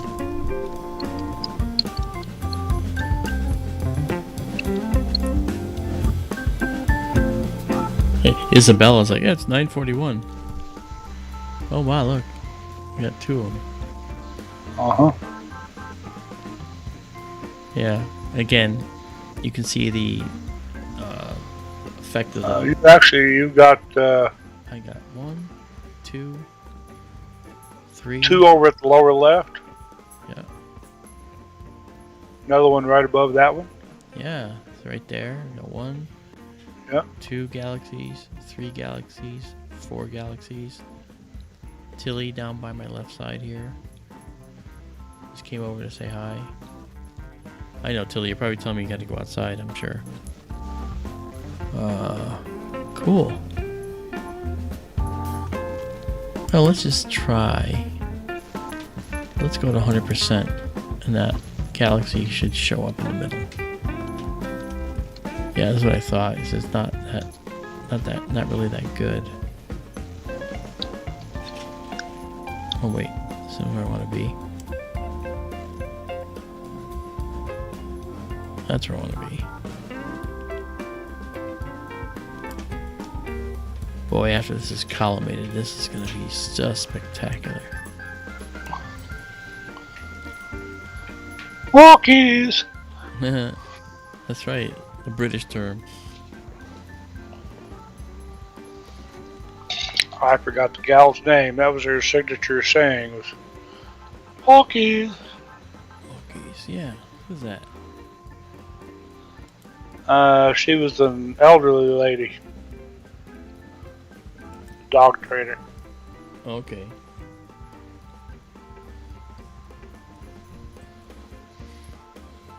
Wow. A lot of galaxies in this view. Mm-hmm. Okay, but this view is not that exciting, so I think I'm going to opt to go to a different view. Yeah. Need more focal length or something like that. Yeah. Okay. Let's see what's up here.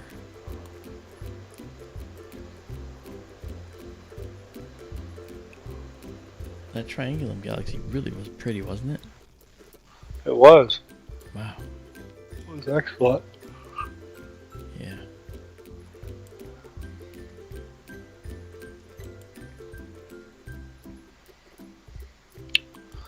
I'm going to have to call it a night here pretty soon, Mark. Well, that's your problem. No, I'm just kidding. Yeah, I know. It is. It's 2:45 for me too, and I'm getting a little fog-headed myself. Just one more. Just one more. There's Difta right there. Yeah. That's Den of Kaitos that I was talking about earlier, the tail of the whale. That's right. Also known as Difta. Yeah. That's the far end of Cetus from Minkar. Yeah. Let's see what we're gonna look at here. And Fomalhaut again. We're almost back to the Helix. Yeah, actually, the Helix is going to be lower than optimal position right now. Yeah. Because right now we're going to be in the southwest, I would think. Yeah. See, but when you get the lifting column pier, we'll be able to just raise the pier and look at Saturn, even if it's just right in the horizon. See it shimmering in the in that. Okay. By the way, we've been stacking all along with these galaxies, by the way, over here. So I will save those as a stack. But keep in mind that what we're seeing is not a very good shot because of the fact that we've been looking at this ridge on the galaxy wall, and we have some indicator lights on instruments in there. I never thought indicator lights would be such a problem because I didn't think we'd be seeing them. Once I have the pier, however, or the pier that'll raise and lower, then we'll be above all those. Man, I'm telling you, this is crazy. So you guys, I want to thank you, by the way, for coming out. If I don't mention before, and Raymond, I want to tell you, you know, it is habit forming. It is habit forming for sure. You know, once you see good, and it's Barbara Woodhouse, Carol says. Yeah, I saw that. Okay. Once you actually have the bug to see the deep sky, you just can't get it. You can't get enough. You just can't get enough. You know. Yeah. God, we've been going almost 5 hours. I haven't even noticed. If I didn't have that, if it would have ended 2 hours, 3 hours ago, if I was just accepted defeat with the telescope being messed up. But I think I figured out what went wrong, and now that gives us an answer to how to make it work. Keep it working. Oh yeah. Yeah. Raymond, you're insane. Raymond. Wow. You rolled a perfect game. Fantastic, Raymond. Thank you so much. Raymond, you're a superstar and a half. What can I say? What can I say?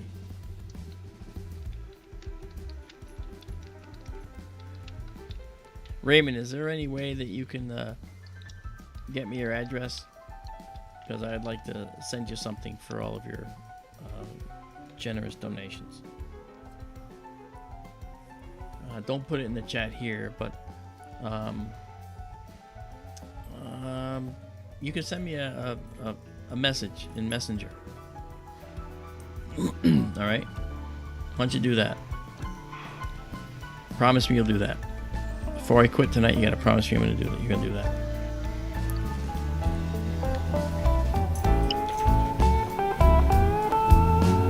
You know, for what you were saying a minute ago, Mark, about overcoming the obstacle earlier tonight, I think, you know, that's probably just a learning curve. Yeah, there could be something going on there. You know, there could be something going on there. You're right. Look at all these galaxies. Holy cow. I almost can't wait for Virgo to be up. Uh-huh. Yeah. Wow. Okay, let's I gotta go somewhere else. We gotta find something to go see right now. I'm just so excited about this. And it's almost like I kind of knew that the telescope was going to work fine after we realigned it too.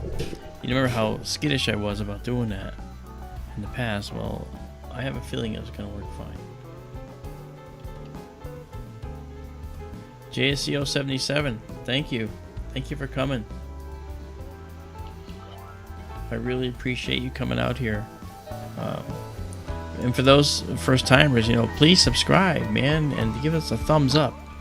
You just gotta do that, man, because this is how we keep going. This is how it keeps us going, you know. And Raymond was probably inspired, you know. He saw the Seven Sisters. We were look for the Pleiades, and I'm glad that you suggested that, Daryl. I'm glad I could help. Yeah. Okay, let's see here. One more thing. Just one more. Hey, you know what we haven't seen that we were gonna but didn't? I wonder how bad it is.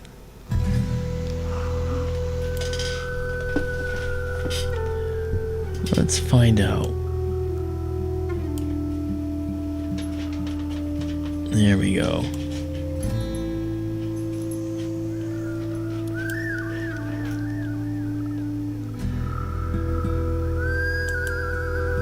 Okay, we can try this.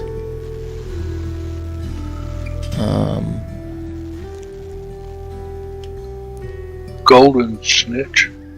Huh? What'd you say? Harry Potter and the Golden Snitch. What's That's that? what they have the Wizard Nebula labeled at in the Stellarium. Oh, okay, up there, okay. Yeah. We're gonna go to the Wizard Nebula and see what that looks like. And it's gonna be quite a flip around, as you can see.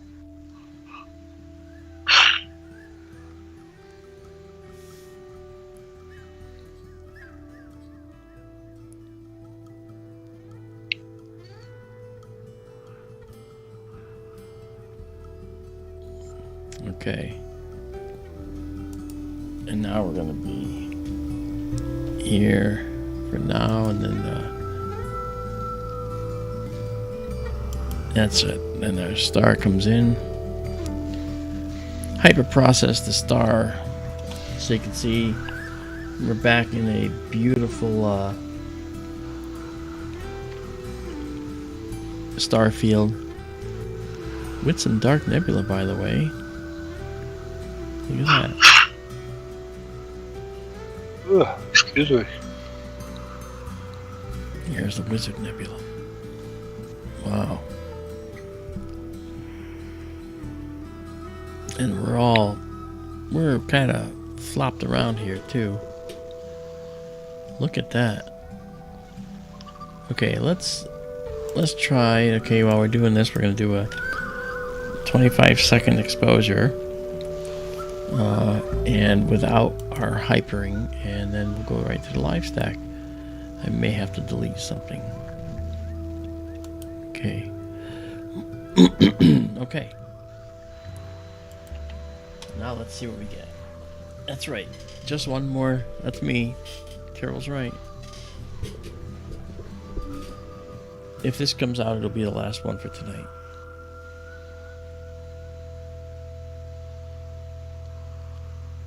Well, I say if this comes out, it's gonna come out. Oh my, look at that. Wow. Wow, that's beautiful.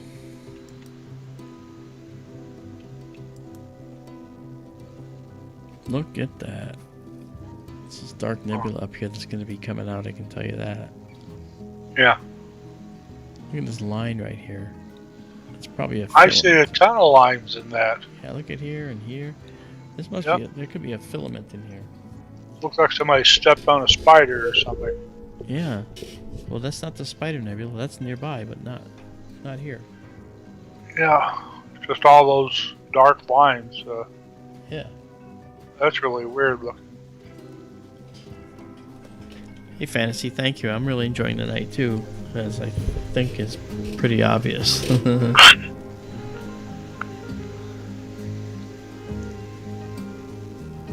Wow.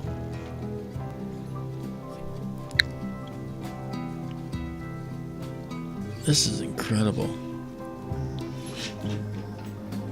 And as the time goes on, we'll see this materialize. Remember, all these are up on that site.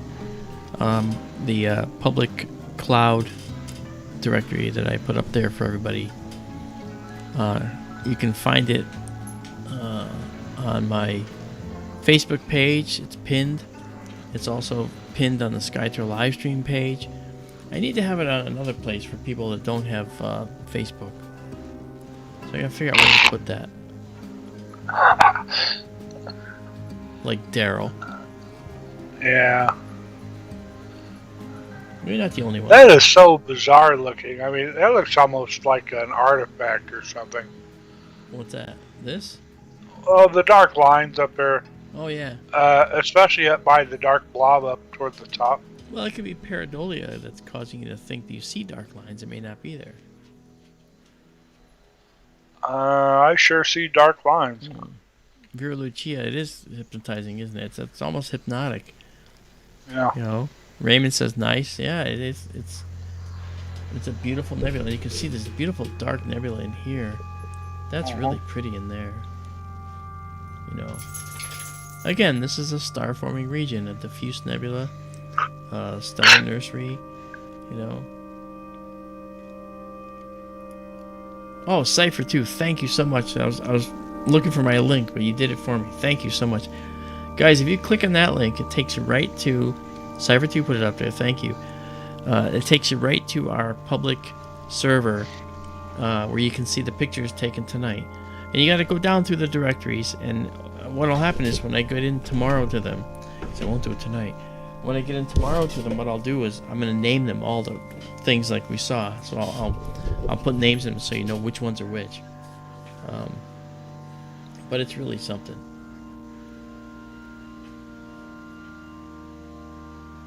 And it's got weeks and weeks worth of images up there from everything we've done. You see all the... You see there's raw files, which I actually get rid of because the raw files are not needed. And then you see the final stack and the process shots, like this is the process shot, and then the stack, which is then processed if you want on your own in Photoshop or a similar product to bring out all the other detail. Mark, while you're imaging there, can you go to Stellarium for a second? Yeah. Yeah, we've got 10 stacked images already of this. There, okay, we're in Stellarium. Okay, there's the wizard. Can you just zoom in on it I am. some? I'm doing it now.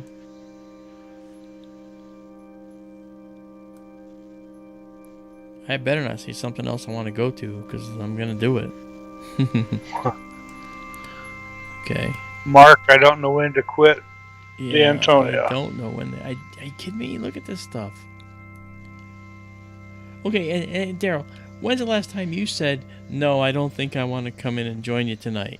When's the last time you said that? I don't know. Never. Oh, the last time I wanted Never, to, Lana. and my internet went bust, so I couldn't join you. I know, that's the only time. Every other time. I was just, I'm sorry, I was just wondering here if they might show any of that dark nebulosity we're seeing. Well, let's go see. You mentioned we're really close to the meridian here. Is the image flopped or? Yeah, the telescope's this is gonna be flopped again. Okay.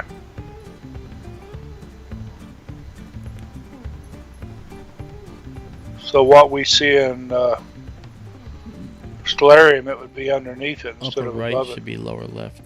Yeah, so it'd be up here. It doesn't show it.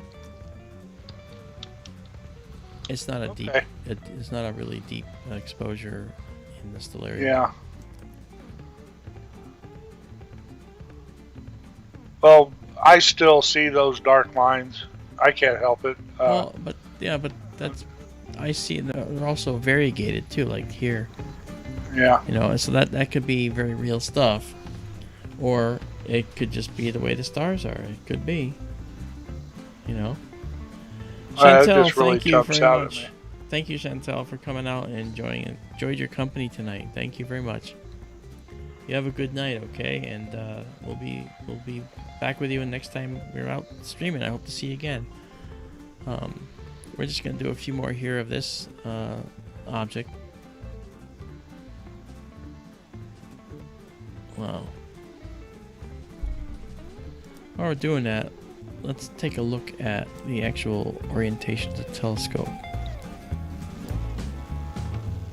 Alright, so I'm going to do this here.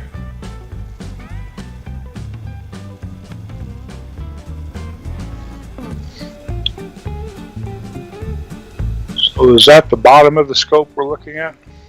Yeah, I'm about to bring that up. Even bigger.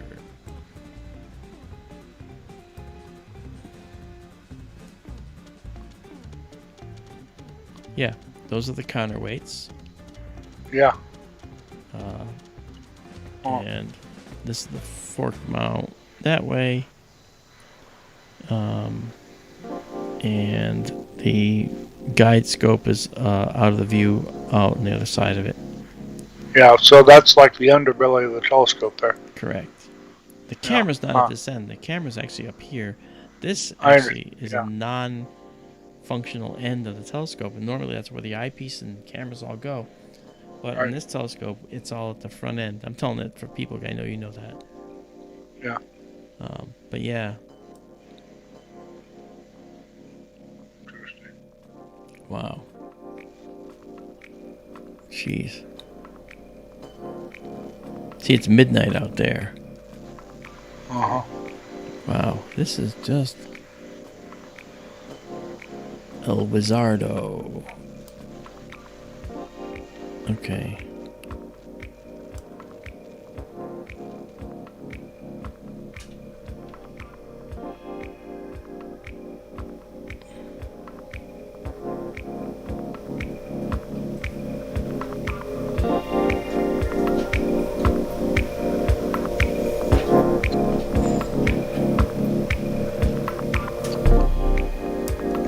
Okay.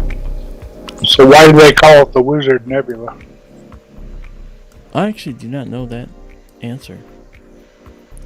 But look, you can see this separate shelves of dark dust in here. Uh-huh. Yeah.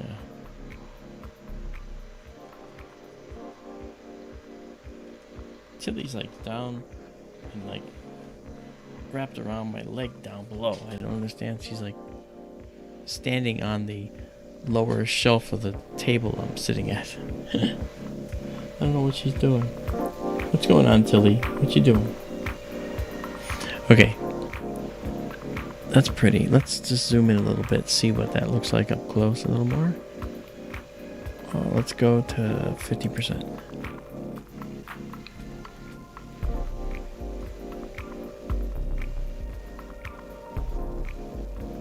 Okay, I see that.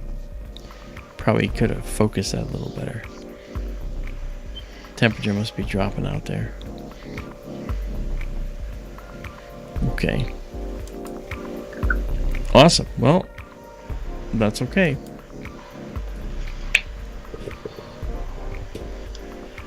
All right. So that is, and you guys can watch the shutdown too. I got a few other things to do. So I'll pause this. I'll save it even though it's not the best. And then I'll go here and save exactly as seen. All right. And then once we've got that, I can clear it. Hop out of the stack. Come back here and throw on our hyper processing.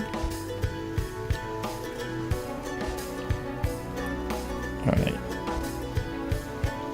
Oh, that's interesting.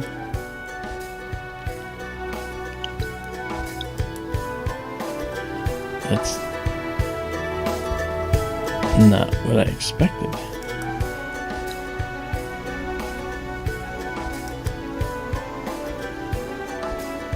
That's what I expected. Okay. So, what we're going to do is I'm going to go back to... I still see those dark lines. Yeah, I see them too. You're right. That's weird. I mean, that looks like spider legs or something. Yeah, it does.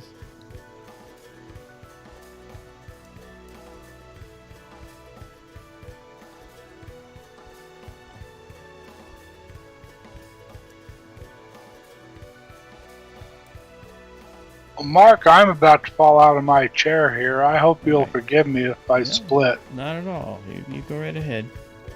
Okay. Well, thank you for having me. It's been tons of fun and saw a lot of neat stuff tonight. We sure did. And thank you, everybody, for coming. And I had fun. I hope you did too. Take care and sleep tight. You too, Mark. All right, man. Thank you, Daryl. I'll talk to you soon. All right. You take care. Good night. All right. Bye-bye. All right. Well, thank Daryl for coming out. That was wonderful. Okay.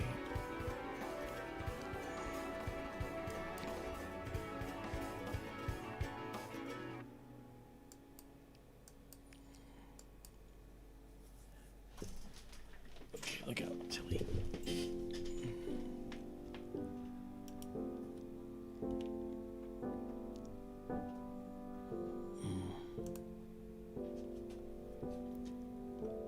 All right. Let me do this.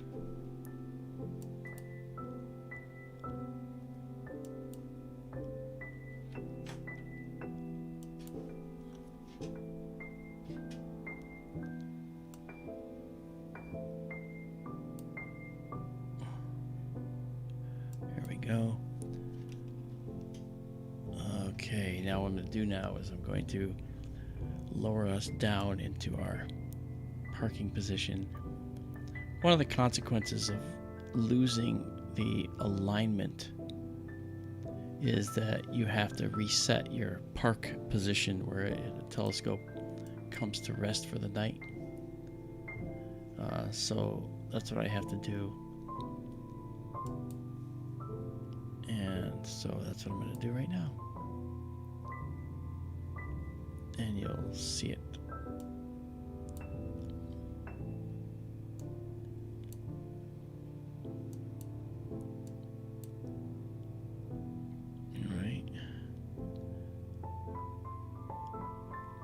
And I move it to the east as well to get it to like 180. Have it pointing directly south.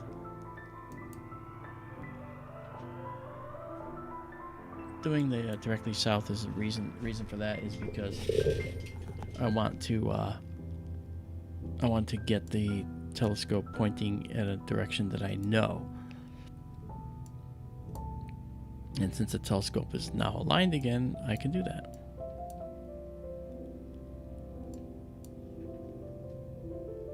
Okay, so that's 190. So did you guys have a good time? Hopefully you did. And I sure did. I really it's crazy good, you know. It's and as the winter approaches, we're gonna see so many more beautiful objects out there. The Pleiades are just a little sampler of what's to come. Okay, so let's now go to 180 for this.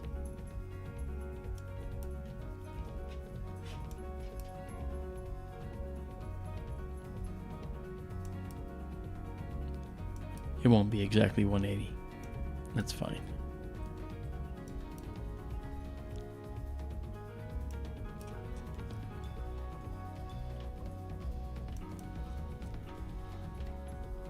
Alright, that's pretty close. Okay, and then we'll drop this down south. I'm going to change the speed that it drops just to have a little more control over it as it does so. 1.5 degrees per second. There it goes. And then it's going to reach a spot where I can then park it. Once I set the park position, I don't have to do it again. It's just, you know, it's just from not having an alignment, it loses its park position. That's the spot that it rests in, actually. So, so we're going to do that.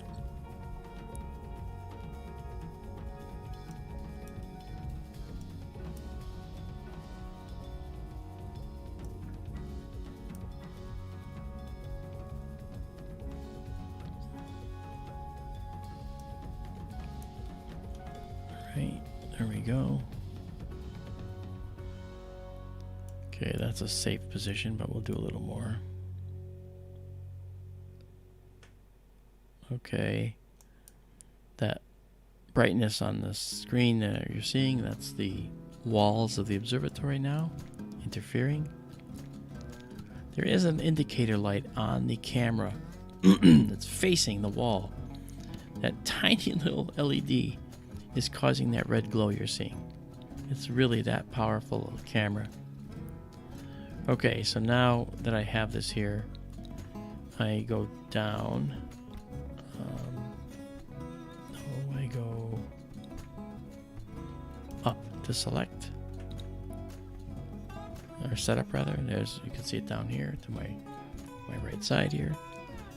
I say setup, and then I go down. It'll say align, which I'm already aligned. And then I'm going to go to telescope, enter, and then go down a few selections and get to be an upper limit, lower limit, and then park position. And that's the one we want. So park position is this. So we say park position, use the current, and there it is. Okay, it's set. So there's our park position. So basically, I always test it by going out and saying, okay, let's change our speed to max, and then go east a whole bunch,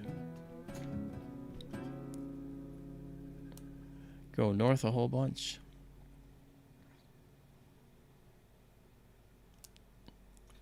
okay, and now from here, after it settles out, I can just say park. Alright, and it will go there. The first thing I'm going to do though is start shutting things down. So our planetarium system, okay, we're going to shut that down. So I'm disconnecting it.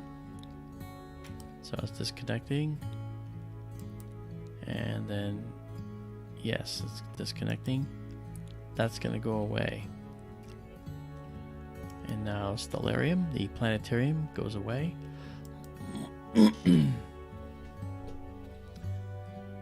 And then this guy here, I don't have to actually do anything with him right now, but I will take my focus system and disconnect that. I don't have to do any of this typically, really, but don't want anything hanging around as a loose end, you know. Okay, and now I can go to this park position here. So I say park. All right, and then yes, and you see that you should see the scope go to the park position we just determined. There it goes. Okay. Then it'll say turn the scope off once it's there. And there we are. So we're all back up and running like we should be, and then I come over here to the control system and I just throw in my power off command. You'll watch the scope go off over here. You'll see the power just go. And here we go. Gone. Okay, the scope is now off. And now if you notice, now the stars are moving again because it's not tracking anymore. So we're just seeing it move across the we're just seeing the stars move across. You're actually watching the rotation of the Earth right now. The Earth is rotating eastward and rotating out from under the stars. Very cool. Wow. So, that said, now what I can do is disconnect the scope from here.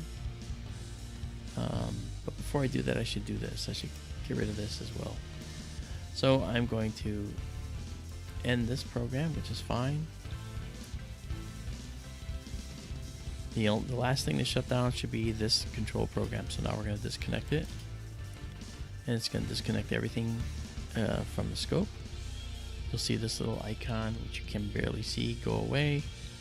Great. Everything's been disconnected. All right. I'm closing the program that controls the telescope. And now the only thing left is to shut the roof. And I can't shut the roof unless the telescope is parked and shut off. That's a fail-safe. And then I hit that key and there we go. And now the roof closes. And there you go. Kind of cool, huh? Kind of cool. It's so neat to, I have such trouble with this because I'm watching this happen from so far away, and it's like I still struggle with it. It's like this is so incredible. I can't believe I'm actually able to see this all happening. It's weird, but you know what? It's remote astronomy now, guys. Listen, you guys have a good night. I'm going to be shutting down now and getting some much needed rest. Thank you for all your contributions to those that did. I know we got several people that contributed. Raymond, of course, you were a superstar. And I just appreciate all your contributions and the other contributions that I got. Thank you. I will be reviewing everything. But like I said, Raymond, I'd really like to see you send me a message, a private message in Messenger, please. Alright? So let's talk soon. Everybody, I'll see you the next clear night, which could be as soon as tomorrow. So you guys have a good night. And I will see you later.